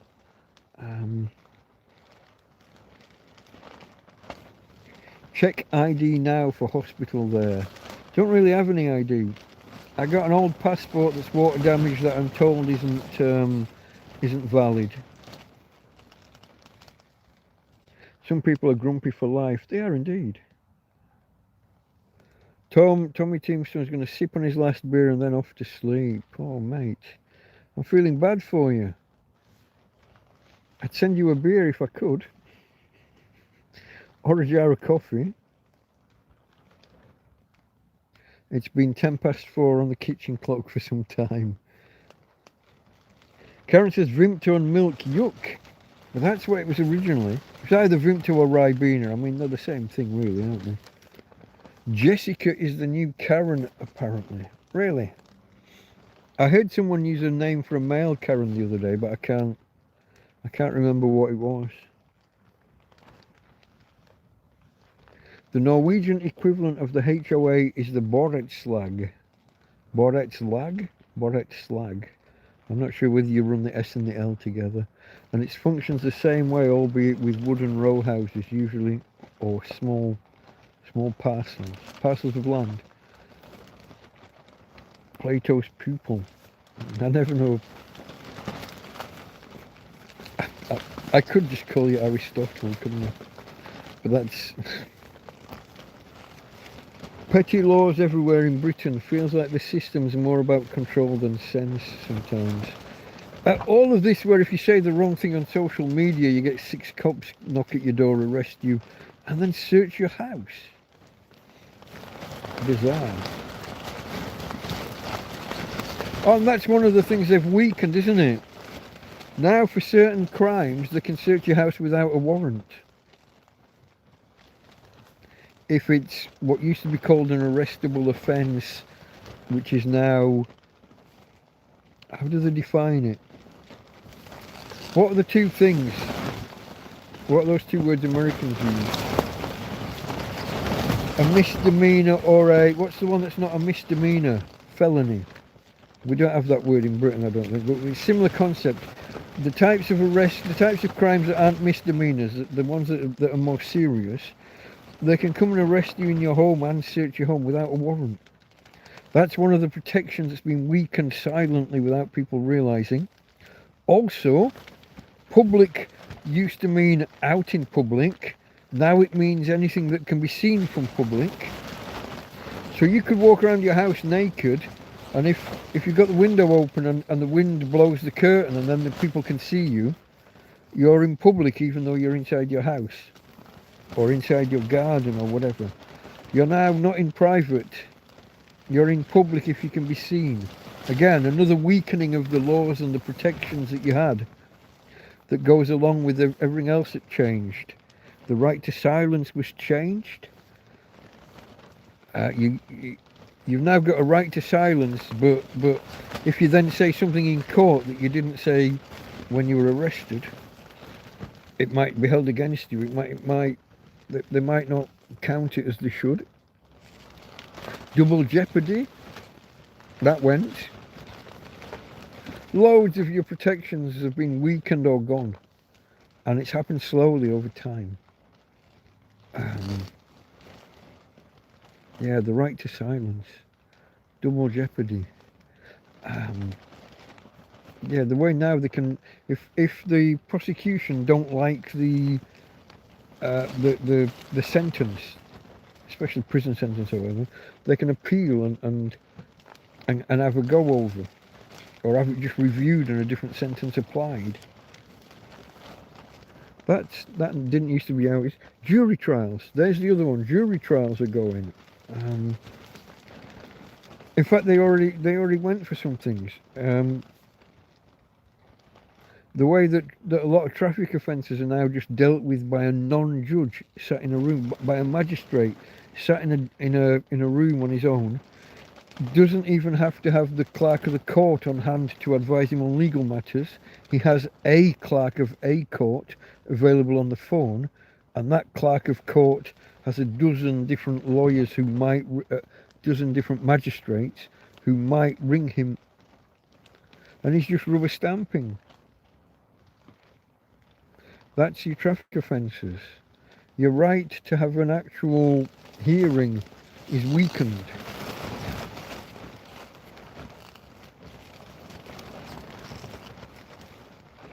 Hold on.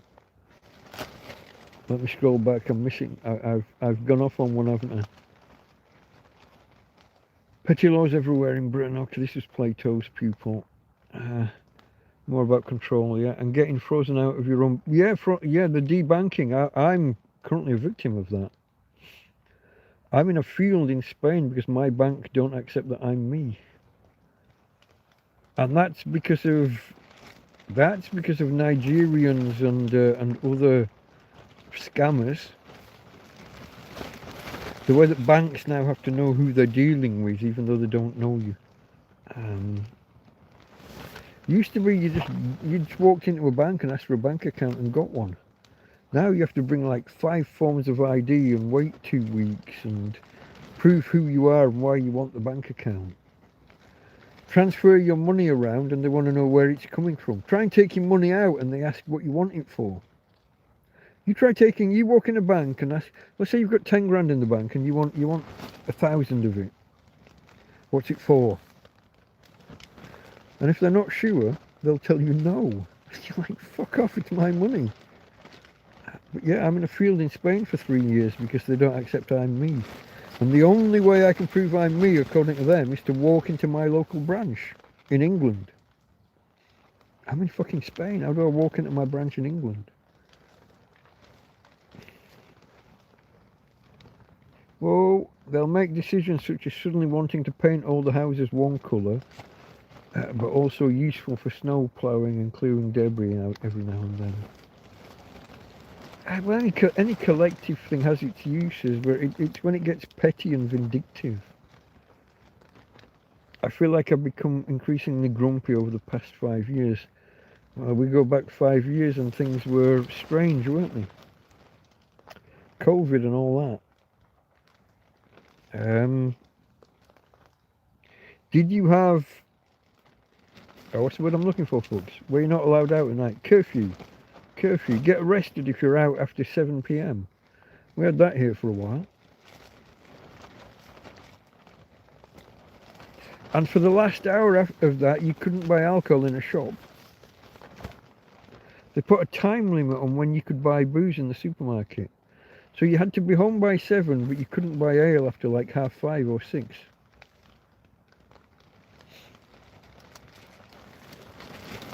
Grumpy, disappointed, sad, disillusioned, all of those words. Yeah, Mr. S. And about how some people are actively making it worse, and that group of people seem to be growing. You're in good company, Mr. S, says Andy. I miss being positive. I find in the absence of others and content, I'm going to go, I'm content in my tinkering, I can become very positive. I basically have to filter the outside world a bit, yeah? But trust me, I get it, and the feelings are completely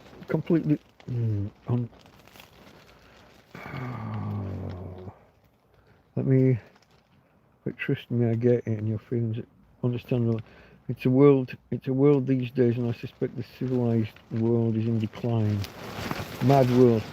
Tony, hello Tony. Tony says, can you address the allegations you have involved in scamming your subscribers?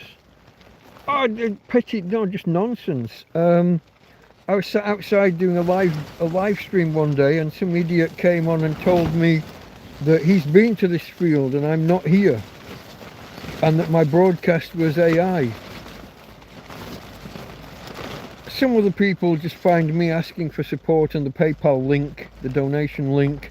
Some people think it's all just a grift and that I'm lying. That's it, that's all. Just random wild accusations from out of nowhere.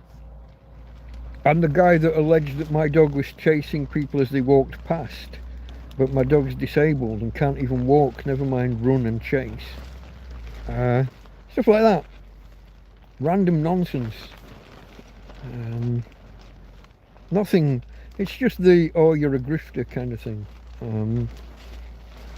I put a link so that anyone who is in a position to help, wants to help, can. If I don't put the link there, I almost invariably get somebody getting angry at me. I want to help, how can I help? Why haven't you got away from me to help? So it's, you're damned if you do, damned if you don't. I had to ban one guy one day for that. He got aggressive because I didn't have a link, even though people directed him and told him to look in the description halfway down, the link is there. So even if I forget to put it as a pinned comment, pinned at the top of chat, it's there if people look. But this one guy just he got aggressive in the way he wanted to help,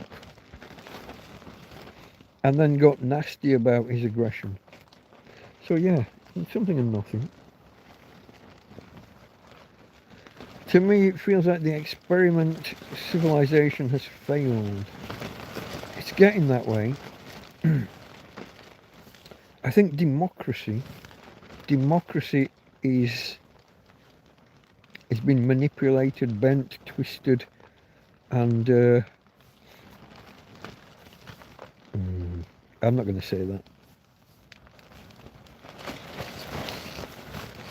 It was about the invaders. A Quinn Martin production.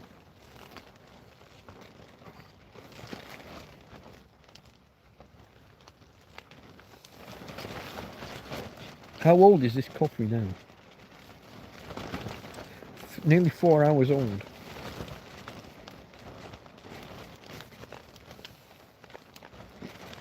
Still tepid. I think it's finished now.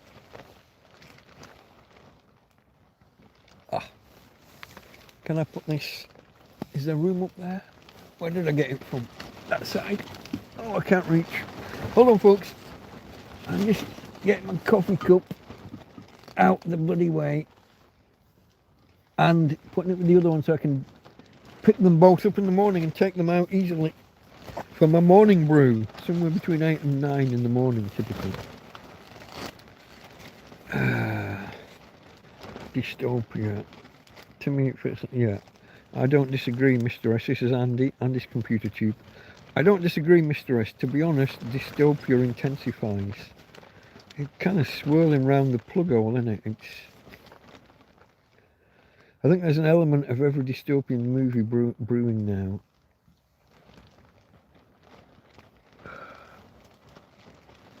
Is it planned? Is it a conspiracy? Look at the Epstein stuff. It's not that we can't prove it, it's that they're not even fucking investigating it. All those women that attended Congress, was it Congress or the Senate this week? The victims, they've never even been interviewed by the police or the justice system. Nobody in the justice system has if you're not even interviewing people, how are you going to find the fucking perpetrators?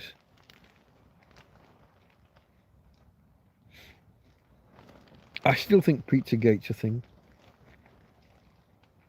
Those code words, those code images, that triangle, so like a spiral going in on itself, but triangular. Boiler. Whoa, whoa! It's going to get the lamp if we're not careful, folks. Hold on. What can I reposition? Not really.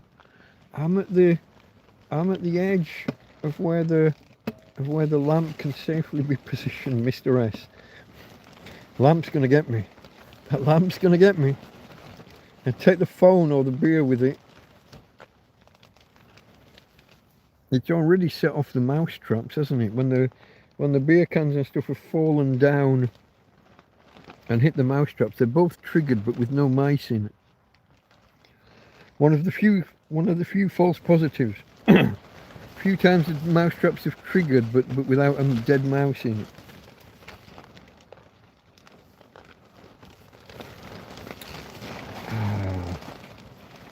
Democracy was always somewhat flawed, yeah, but not as flawed as every other system we've tried. Was that Churchill? Democracy is, how did he put it? Democracy is bad, but not as bad as every other system we've thought of. Something like that. Paraphrasing, I guess. I think it was Churchill. Hold on. It's jumped. Oh no, I'm back to grumpy. I jumped the other way. So that was Tony. Please can you address the allegations? There's no serious allegation on the grifting or conning front. Just silliness. I could comment on something else that I did, but I'm fairly sure I had everyone's permission. So I think on 2 occasions I've saved up money from donations that was donated for specific not causes, for specific items. So I got some donations to buy a tent, a new tent, when one of my tents was falling apart on me and I was laying here in a pool of water. And I got all the donations, I got enough money to buy a tent, but then my friend Karen wanted to just buy me a tent outright. I wouldn't let her, but we went 50-50. She paid half and I used the donations for half. So I was left with extra money beyond, so I was left with extra donated for a specific thing. And the other one was when we were trying to save money to buy a doggy wheelchair for my Tina.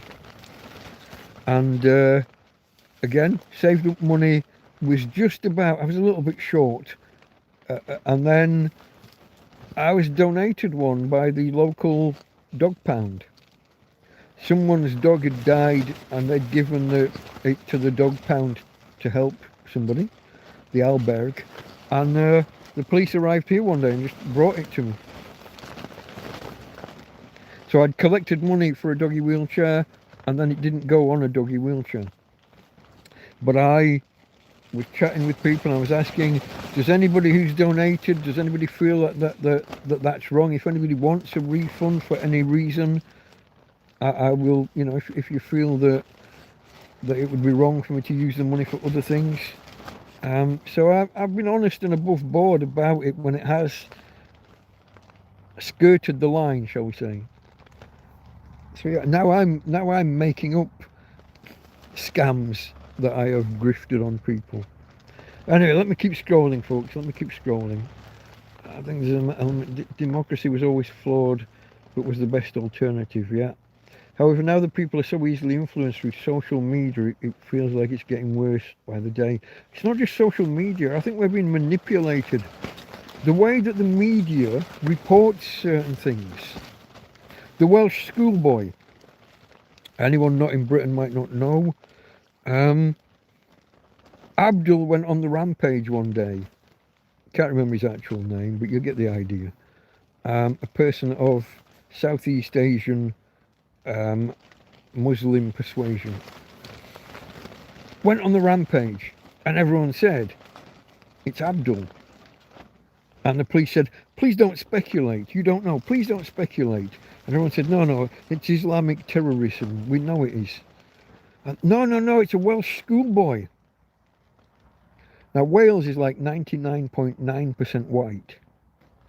So when they say it's a Welsh schoolboy and he was a choir boy or whatever,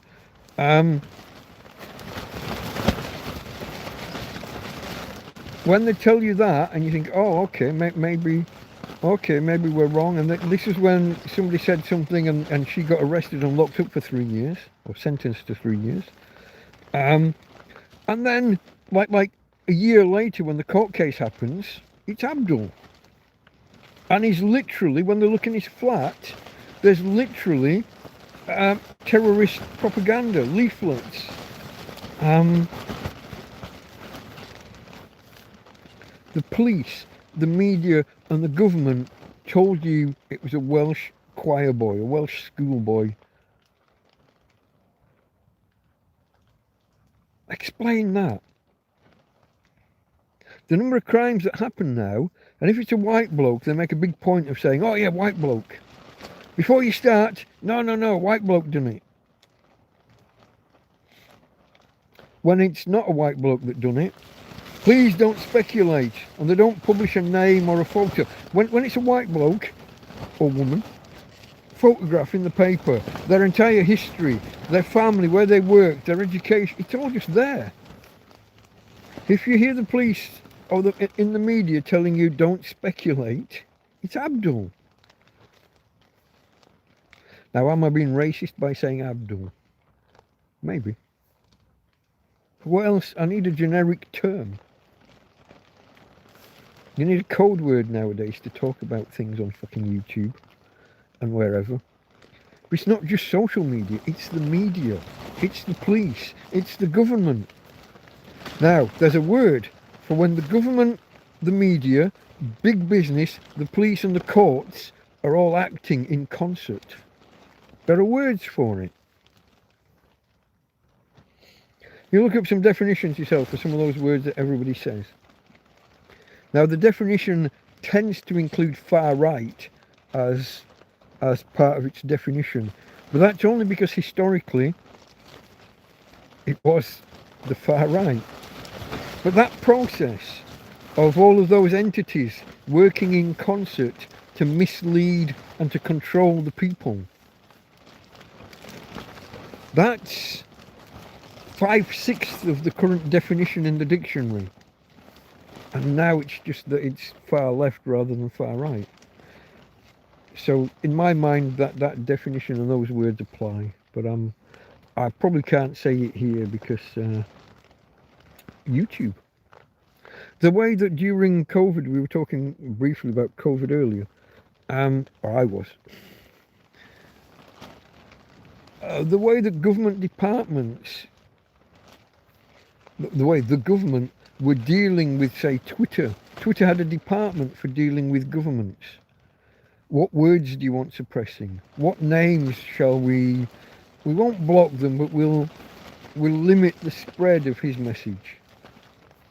Oh, you don't want Russell Brand saying it's a conspiracy. Okay, no, we'll tone him down. We'll block that. We'll block those words. What? Chinese lab leak? Oh, no, we'll downplay that. Social media, Facebook, Twitter, I name some others, I don't know them. They had departments for accepting the government's word, blocking phrases and words and people, or if not blocking, suppressing, downplaying, limiting the spread. The word, folks, is fascism. When all of these entities are coordinating, when they're acting in concert, the only thing missing, the definition of fascism is all of those things plus far right. And the only reason that far right's included is because historically it was. It was Hitler, it was Mussolini, whoever else, I don't know. But just because historically it was far right doesn't mean that the same process can't happen with the other bunch on the other side. And I speak as someone who was a lefty. You know?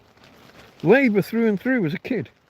We used to we used to ride our bikes. Check when the guy comes around on election day or a few days before, and he's got the loudspeaker, the horns on the top of the yeah, vote Callahan, vote this, vote that, vote Kinnock. Pedaling our bikes, chasing, get a little badge, sticker, whatever you want to call it. I was a lefty, even as far as thinking Arthur Scargill was the bee's knees, because I'm from a coal mining village. Far right. There is no. There's almost no far right. As we understood the concept, guys with a fucking swastika tattooed in the middle of his head. That's far right. There's, you know, shaved heads, skinheads, cutting fingers off people outside Morecambe Pier. Arguing with mods and rockers and whatever. White pointy hats. That's another bunch. That's far right. But they're so diminishingly small. Now anybody to the right of fucking Mussolini, not Mussolini, to the right of Karl Marx, let me get the right one.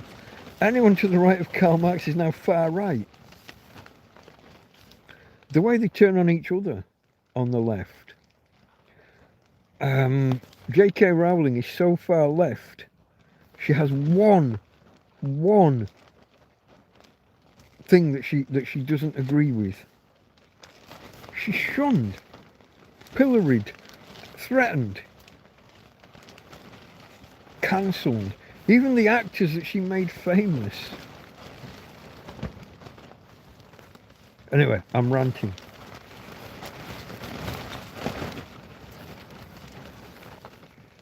Exactly, Mistress. Benevolence is banned at the top. The weird thing about the whole Epstein and Trump thing is that the Democrats didn't publish it.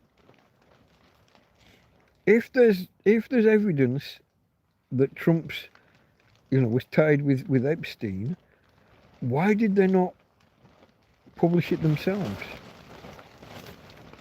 Now it's starting to look like, from some of the evidence, it's starting to look like Trump was one of the first to be alerting the cops, or the FBI or whoever, about Epstein.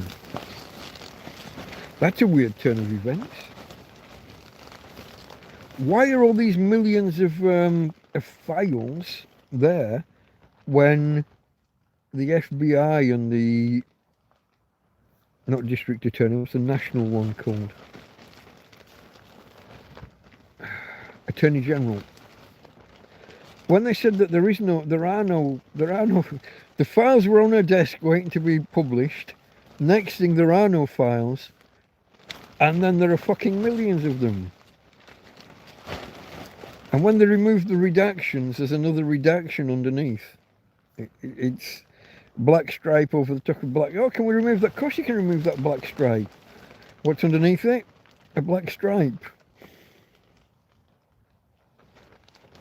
The whole thing, it's all very weird. It's all kind of, there's always some element of plausible deniability. Even if it's implausible, it's not beyond a reasonable doubt. Oh, we weren't talking in code. We just wanted a £20,000 pizza and some jerky. Oh, I didn't know that was a paedophile symbol for boilers. It's just a pretty triangle shaped like a pizza, because we're a Pizza Hut or a pizza parlour, whatever the word would be.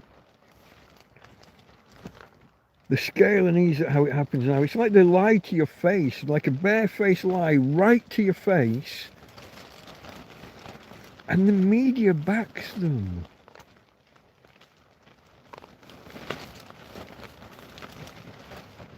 For stuff I've said on here, I'll probably get, when I do get back to Britain, I'll probably get pulled by anti-terrorism or something when I do get back. Some of my Twitter posts lately. Maybe.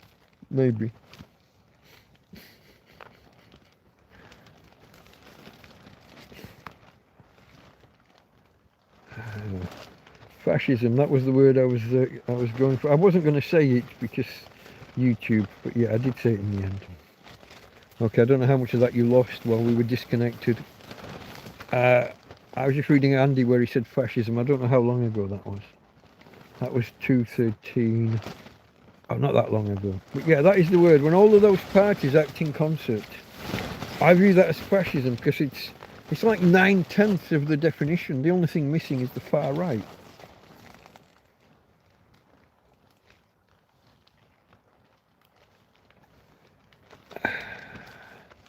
Makes me laugh. Trump got in on a, I don't know what that looks like, a typo, Riom ticket. The big thing that got him in is that he said release the freedom. Okay, a freedom ticket. He got in on a big part of his campaign, and his vice president and the people who became that word I can't remember, that national attorney thing, like a district attorney but for the country. They got in on a ticket of the first thing we're going to do when we get in is release the Epstein files, and then it delay. There are no files. No, delay. It's on my desk. They're going to be released soon. Delay. There are no Epstein files. Whoops! Somebody leaked some Epstein files. Just 1 million here and 2 million there and 3 million there.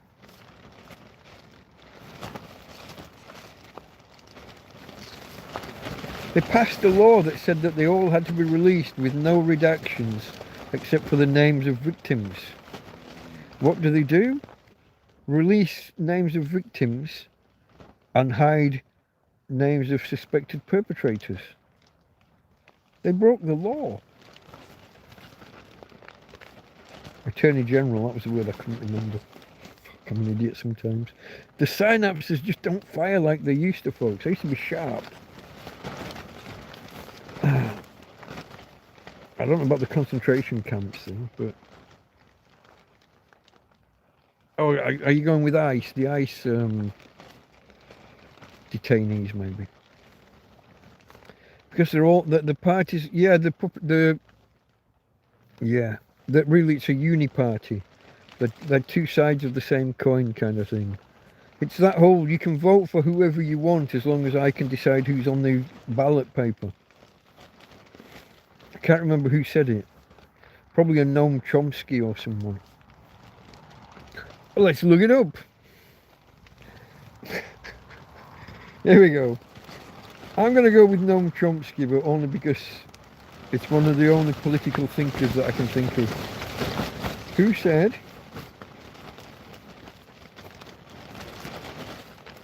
vote for anyone you want,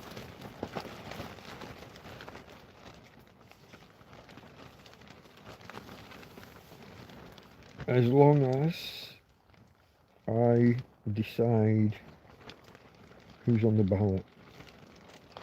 I should probably do voice for this shit, but I don't like to. Decide who's... Is that the right who's? Who is? Who shoes? I don't think it is. Who apostrophe S? Is it? I'm not sure. Who's on the ballot? The AI will correct me if I'm wrong. Who's on the ballot?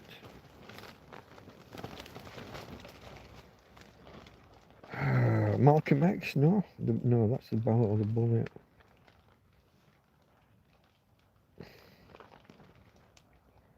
No. I don't think so. It doesn't sound like a Malcolm X.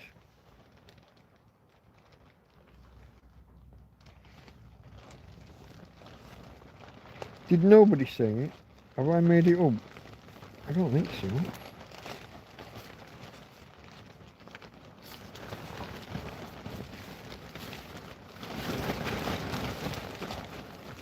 It's not. I didn't mention bullets. Why have we gone? Who said vote for anyone you want or like, as long as I decide who's on the ballot? Can I say ballot paper? Will that change it? I doubt it.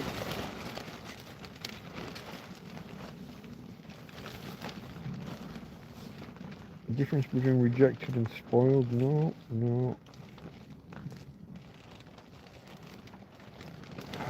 I don't know. Maybe the Malcolm X link would give me what I'm after. I just haven't got time for. I thought I'd get a quick answer from the AI. Maybe nobody said it. Maybe I made it up, folks. Maybe I've been Mandela affected again. I've slid to a different, an alternate universe. I still say that Monopoly guy had a fucking monocle. It's a puppet show because the parties are all controlled in the shadows. Well, you've got the whole World Economic Forum thing. Didn't he? I can't remember his name, but the top guy, he just got kicked out because of sex stuff, yeah? Allegations. Can't remember his name. Sounds German when he speaks. Didn't he form the thing? Hasn't he been? Isn't he the only leader that the World Economic Forum has ever had? Is that true, or am I making that up?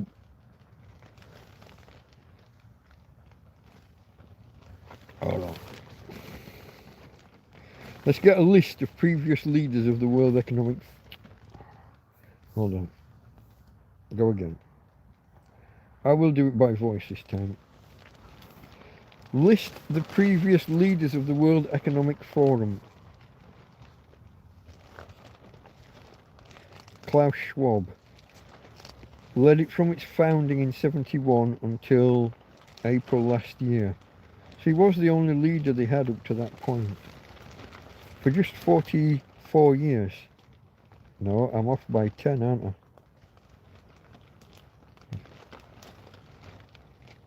54 years. I knew I was off by 10.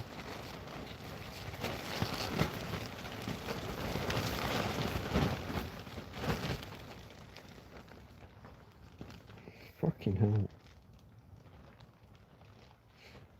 How old would he have been when he formed it then? A fucking teenager or something. Let's ask.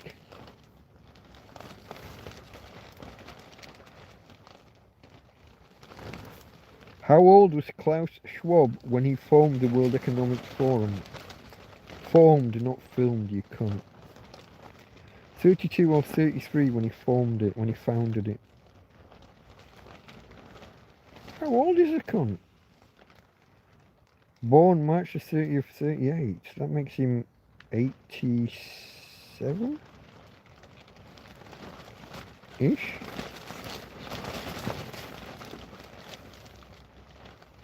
Bloody hell. There you go, folks. You live and you learn. I'm sure there are other cabals and other... Is institutions the right word? You could go with Freemasons, Knights Templar, pull out your favourite secret society. Freemasons, maybe. We are on 3 hours 59 according to my my display here. We haven't made it to 20 thumbs ups yet, or 20 likes if you like. If I had... Hold on.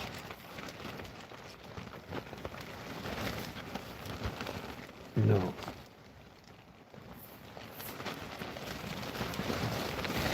Okay, folks, 30 seconds to go till 4 hours. 19 thumbs up. We need one more, folks. If there's anybody there that hasn't, that's forgotten to hit the button or chose not to. Mr. S, it's way past my bedtime. I'm off to bed. Enjoy the rest of the stream.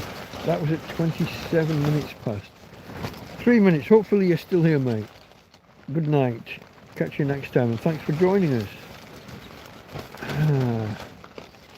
Josie, we were just talking about you earlier, my friend. We were talking about people that have actually visited the camp and that know that I'm real and that I am here. How somebody once accused me of being AI and that this field is empty, really, because he's been here and there was nobody here. Josie knows. She's been here, what, 3 or 4 times, I think now. Real storm there. It has been the last few days. Not so bad now. We get the occasional little flurry of wind, but it hasn't been too bad since we started the stream. We've had a couple of little blustery bits like this, but over the last 4 days or so it's been bad. Bad enough to break my solar panel, which I'm annoyed at. AI, yeah, no, I sat outside one day doing one of the TrampCasts, talking about my week, and a bloke literally came on and said, I've been to that field, there's nobody there, there's nothing there. You're not in that field, you haven't been in that field for the last 3 years. It's all AI. Idiots. If I sat down and thought about it, I could name 10 people that have been here, at least. I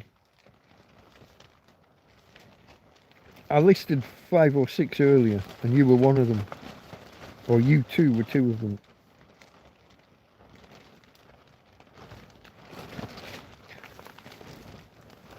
Josie and Peter. Yeah, you know. It's funny, isn't it? Okay, folks, I'm up to date with chat. I'm at the end. I'm caught up to date with chat. We're over 4 hours, so if we were to stop now or sometime soon, the post-processing that gets done with the different resolutions and the chat replay synchronizing will all be done within 20 to 30 minutes after we end. So if anyone's joined late and wants to go back and watch or listen to the whole thing with chat replay, about half an hour after we finish. Solar panel broken, does it still work? It does, but I suspect it's got a reduced efficiency, and it will deteriorate over time because now it's not waterproof. I was talking with a chap earlier today who's told me a way of kind of trying to waterproof it with resin. That was the word. I couldn't remember the word earlier. With some kind of transparent resin. I might look into that, or I might just get a new panel, or I might do both. I might repair this one and get a new panel. I don't know.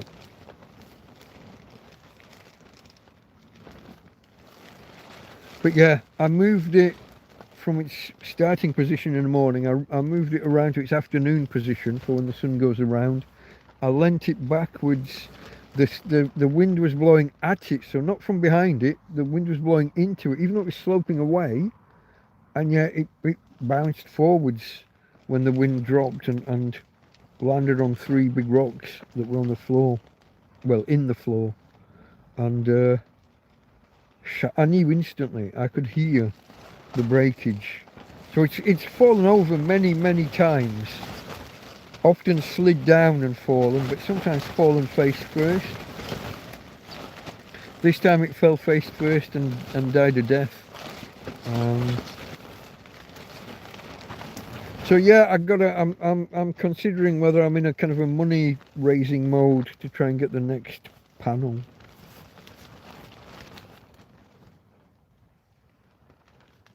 Karen thinks I should get my grift on and go full on in the money raising, but I'm kind of doing that anyway, because on Tuesday I'm doing a 10-hour live stream at some point. I haven't quite finalised when, and I don't know what the hell I'm going to talk about for 10 hours.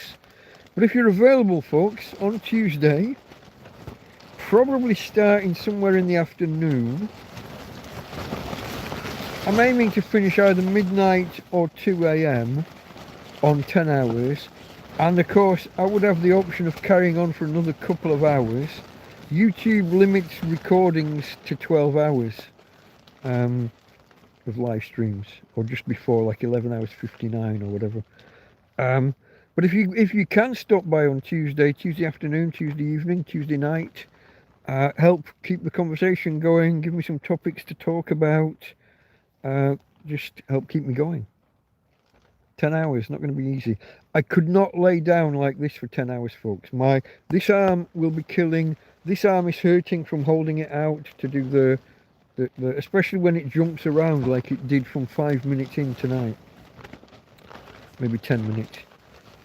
So I will either be outside or on my big chair in the living room. I'll have to tidy up a fucking lot. Just not so much so that you can see it, just so that I can sit on my chair. It's piled high with shit all around. The floor's cluttered. I have to get in. But if I can do 10 hours to celebrate. So the reason is to celebrate, commiserate, commemorate that I landed in Spain February the 17th, 2016. So this will be 10 years in Spain, and therefore I want to do a 10-hour live stream, just for the hell of it, and as a money-raising thing, to try and have the money to survive, just to keep going, but also potentially new solar panel. Hey babe. She's kicking me in her sleep. She's running in her sleep, folks. It's okay. She's okay. She's asleep. Twitching and kicking. I hope it's a nice dream. I hope she's having a nice run through a field. The 17th, yeah. Tuesday, like tomorrow, basically. Although, you know, we're only just in the beginning of Monday, but... Oops.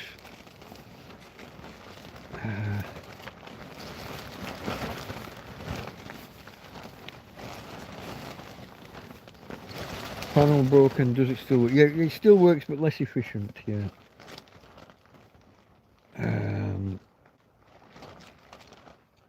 Tommy Tombstone says, that wasn't there before. I've come across people who could look you in the face and think you're an AI. Yeah. There are some people.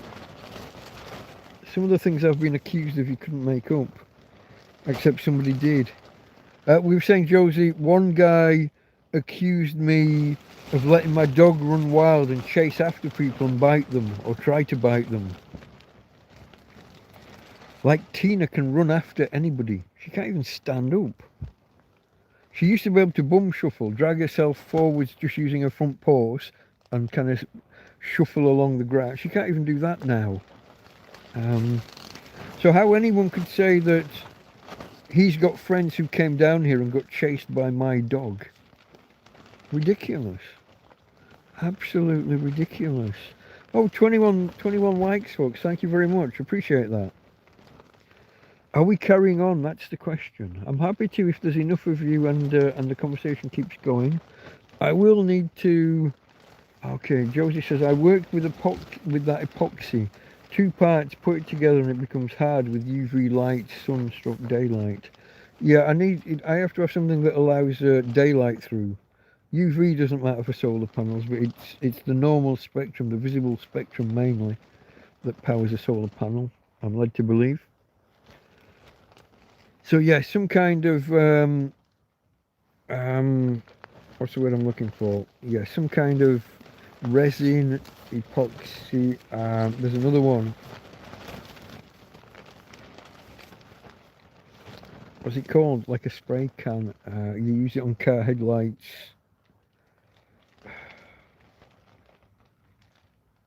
No, it's not going to come, is it? You know what I'm like. The synapses are misfiring or not connecting. How come I'm going to spawn? Oh, you've done enough, Josie. You don't have to pay. But just be.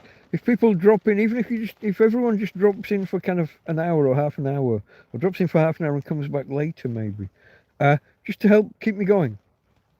I don't have the biggest audience in the world anyway, and 10 hours is a long time. I will obviously need refreshments for the throat. Now I'll start with coffee. Obviously, I'm not going to start early afternoon with the beers.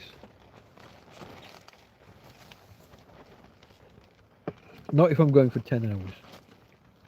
I did it the other week when I did 2 cookery streams. When I cooked a breakfast. I can't believe it took me longer to cook a breakfast than it did to do that chicken stew. What was it? Ginger, garlic and paprika chicken stew. That took 1 hour. The breakfast, was it 1.5 or was it 2? It might have been 2 hours to cook that breakfast. Hey, it was a lovely breakfast. It was well worth the wait. If you can stick with me, folks, I am going to have to just go and pay a little visit to the little boy's room. I will mute the microphone. Give me 2 minutes. I will be back in a flash.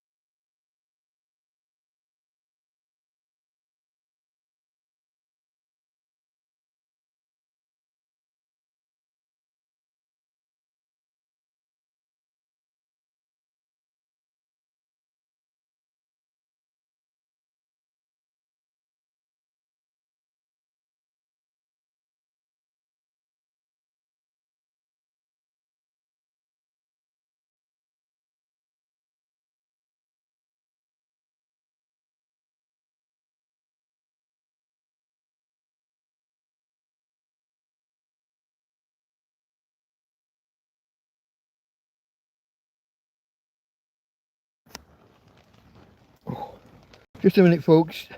The lamp got me. Took out one of the beer cans as well. One leg of the tripod upon which the lamp sits. Hey, babe. You let me in. You make room for Daddy. I almost gave my real name there as well. Oh, come on. You alright there? He's okay. Your ears singing inside out. Are you awake enough to talk to the peoples? Let me see if I can show you my Tina girl. for anyone who's joined late, I do have a co-star, a co-host, and she is here. Hey babe, you're only at the back of her head. She's turned around the other way. See if I can, hey babe, you gonna talk to the peoples? Hey, Auntie Josie. Auntie Josie's there. Yeah, Auntie Josie. On the phone. She's not here. Not here. But she's talking to Daddy. Yeah. Hey. Oh, while I was over there, fucking fly flew right in my mouth. This is the wonderful life I lead. Taking a leak and a fly flies right in my bloody mouth. I guess I shouldn't be a mouth breather. I'm getting too old for some of the gymnastics required in getting over that side of the room. Where am I for power, by the way? Down to 47. Because it's the tablet had the power cable rather than the phone. So we'll plug in here now. Okay, folks, where are we? Oh, wash my hands like a gentleman. Soapy water.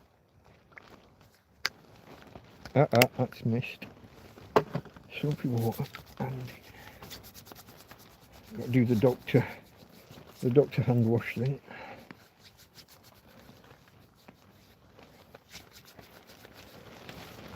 Ideally, I wouldn't be wiping my hands on a towel. I would just let them dry. But the soap doesn't exactly evaporate, so I do need the towel briefly. Okay. So I wouldn't be sterile enough to do an operation. Fortunately, folks, I'm not a surgeon, so it doesn't matter. Oh. Tramp in a field. Yeah. Is that my screwdriver? That's my screwdriver. What's it doing now? Okay.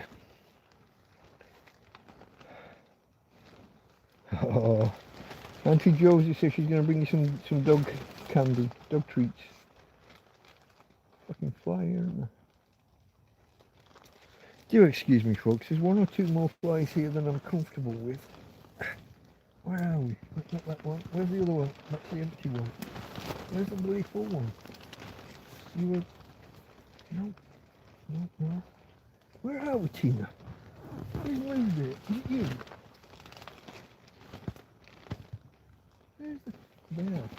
Hiding under the bed. Pretty much. Let's fucking see. Oh, quick squirt over there. Quick squirt over there. Towards the bin. And out into the living room.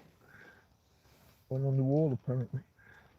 It's okay, babe. You don't like that smell. Get under the covers, because you don't like that smell. You're okay. I'll let you back out in a minute. Just do it 2 minutes, because that's nasty. You don't like it. But I don't like the flies. Let me just scroll back to where we were.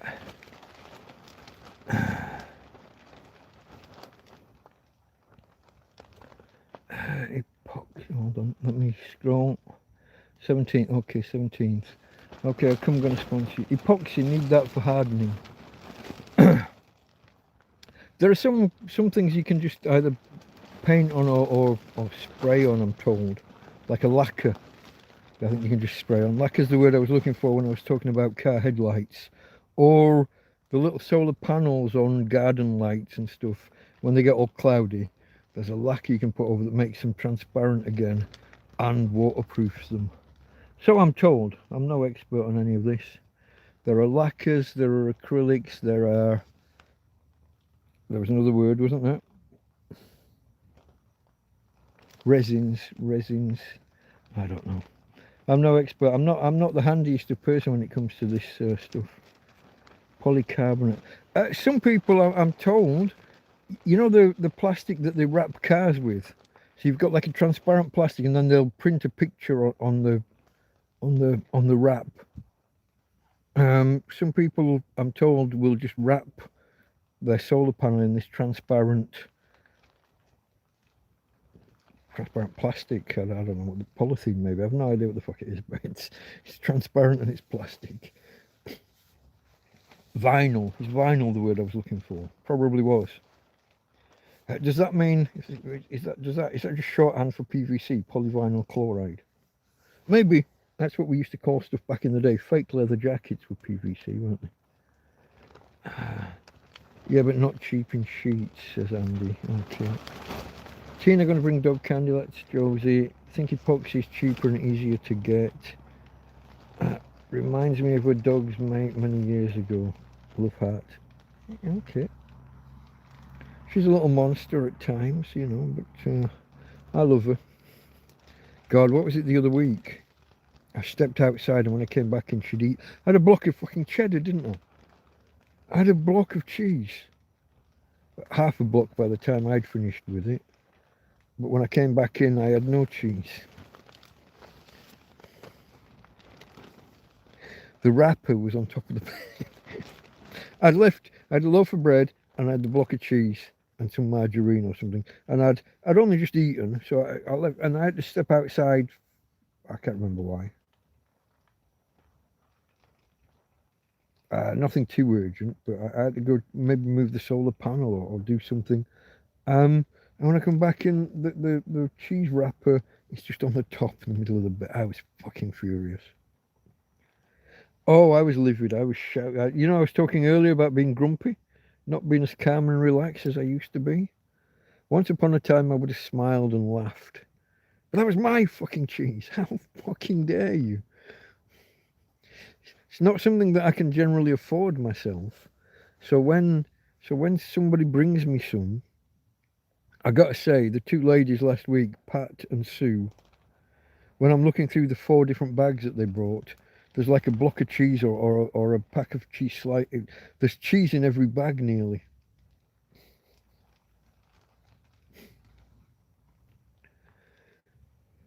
Okay, folks, I'm back anyway. I'm here. I am I'm about 2/3 of the way through this first can of beer. I've got the tripod sat under the lamp, and I haven't finished my first can yet because I had two coffees to begin with.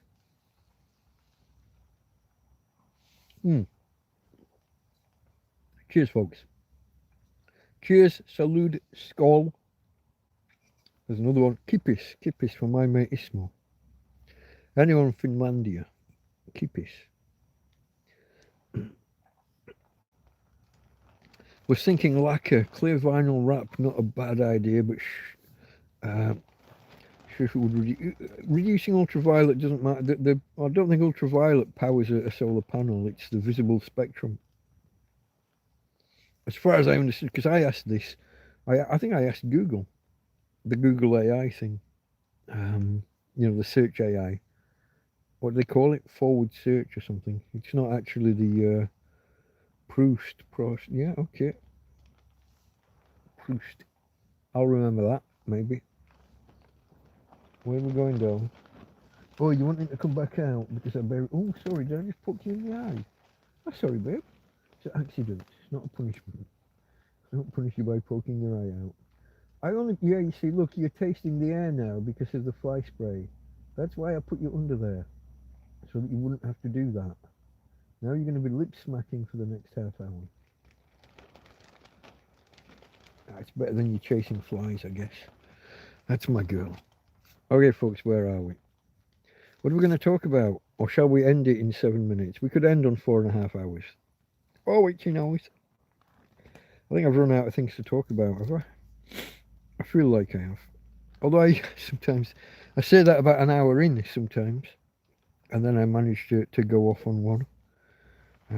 I've got to plan that tomorrow, as well as tidying this room up Monday, tidying this up so that I can do half the TrampCast Hangout from the chair, if not outside. It depends on the weather. I might do half outside, but I have to tidy up and reorganise in here a little bit.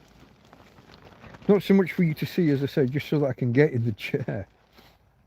I got to make space to put everything that I'm taking off the chair. It needs to go somewhere. So I got to do that. But I've also got to try and come up with some topics to talk about for 10 bloody hours.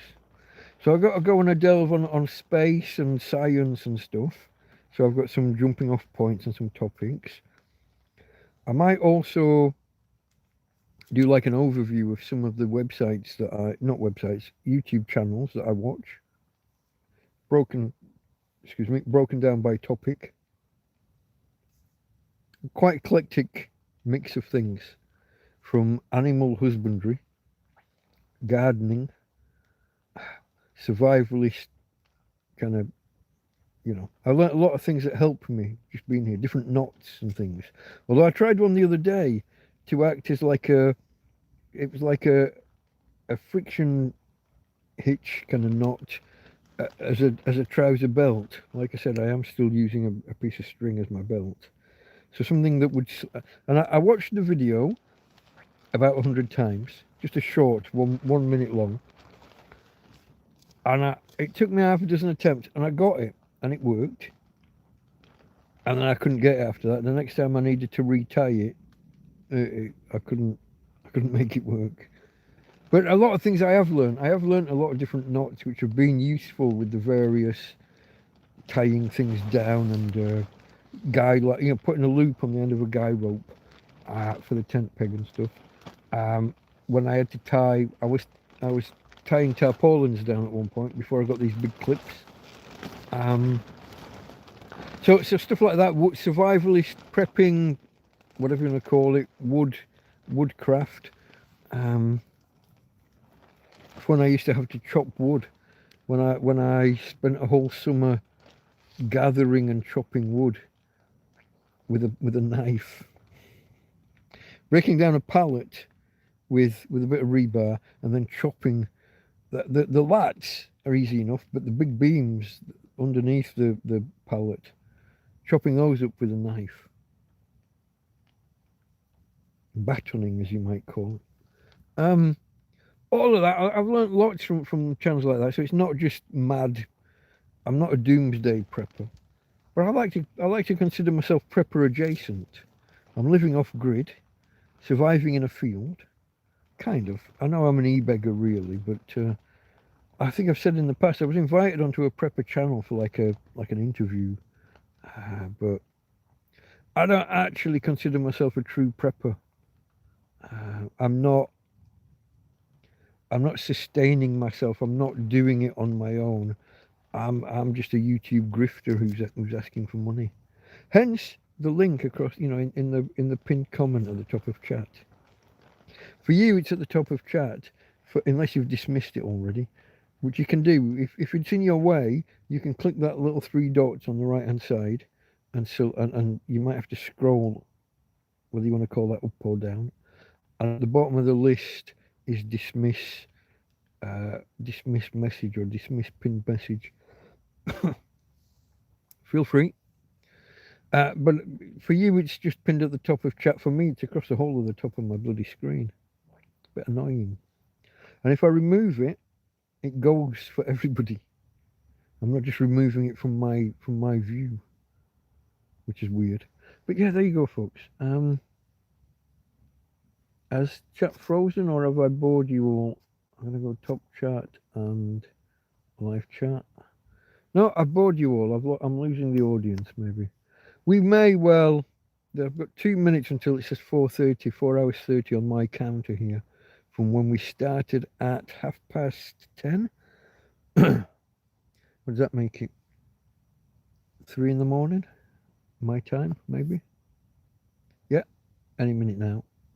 I've told you, I might be good at maths, but when it comes to doing times across days, or days, counting days across months, given 2 dates, how many days apart are they? Terrible.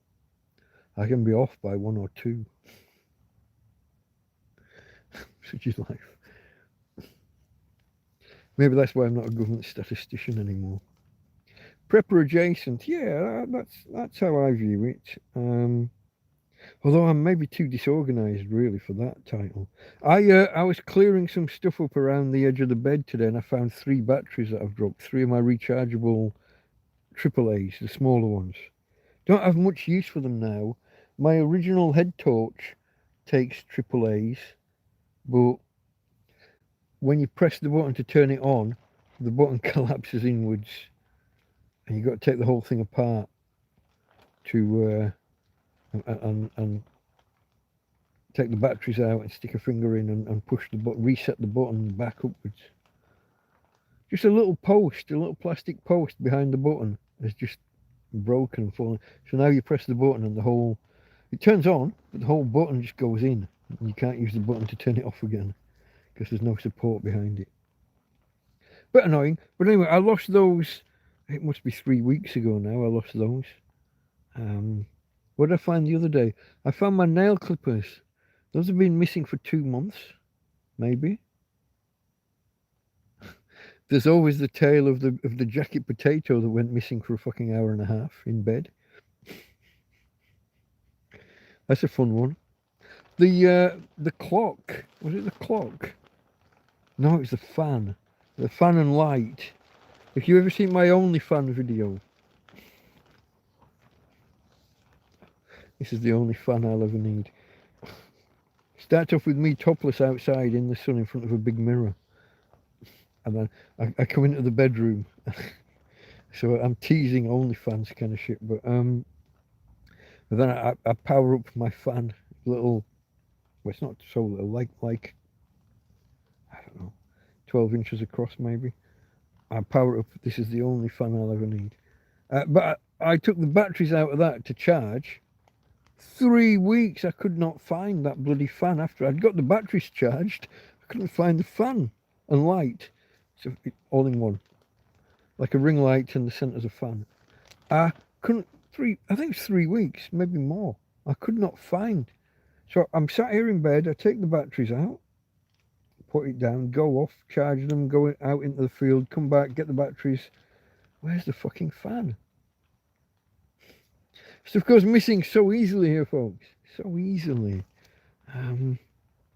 What are you going to do? Okay, folks, we are over the 4.5 hour mark. I think it would be prudent to call it quits there. I'll have a quick look at chat in case I'm missing anything. I'm doing a bit of woodwork. What, right now? I'm doing a bit of woodwork. I don't know. I think I'm going to call it quits there, folks. I'd probably struggle to fill another half hour with conversation. And any conversation I do have, I probably want to save for Tuesday. So watch out. I will do an announcement or something, or maybe I'll do a video telling everybody what time I'm going to start on Tuesday. I don't know whether to call that tomorrow or not. For me, tomorrow doesn't begin until after I've slept and I wake up. That will be Monday. You know, today doesn't begin yet. But the tomorrow, Tuesday, I'll put out a video either during Monday or early Tuesday saying when it starts and what the plan is. Maybe I'll publish like a little schedule. For the first couple of hours we'll do this, and then we'll do that, and then we'll do the other. Maybe, if I can be that organised, which is unlikely. But I do have to come up with something, don't I, to prattle on about for a few hours. 10 hours. It's more than a few. Okay, folks, I'm going to call it quits there. Thank you very much for joining me tonight and helping me pass a few hours, 4.5 hours. I think she's asleep again. She's under the covers. I can't show you her ladyship, but I can say, in the manner to which you've almost become accustomed, from Tina. And from me, Delta Mike, out. Catch you later, folks.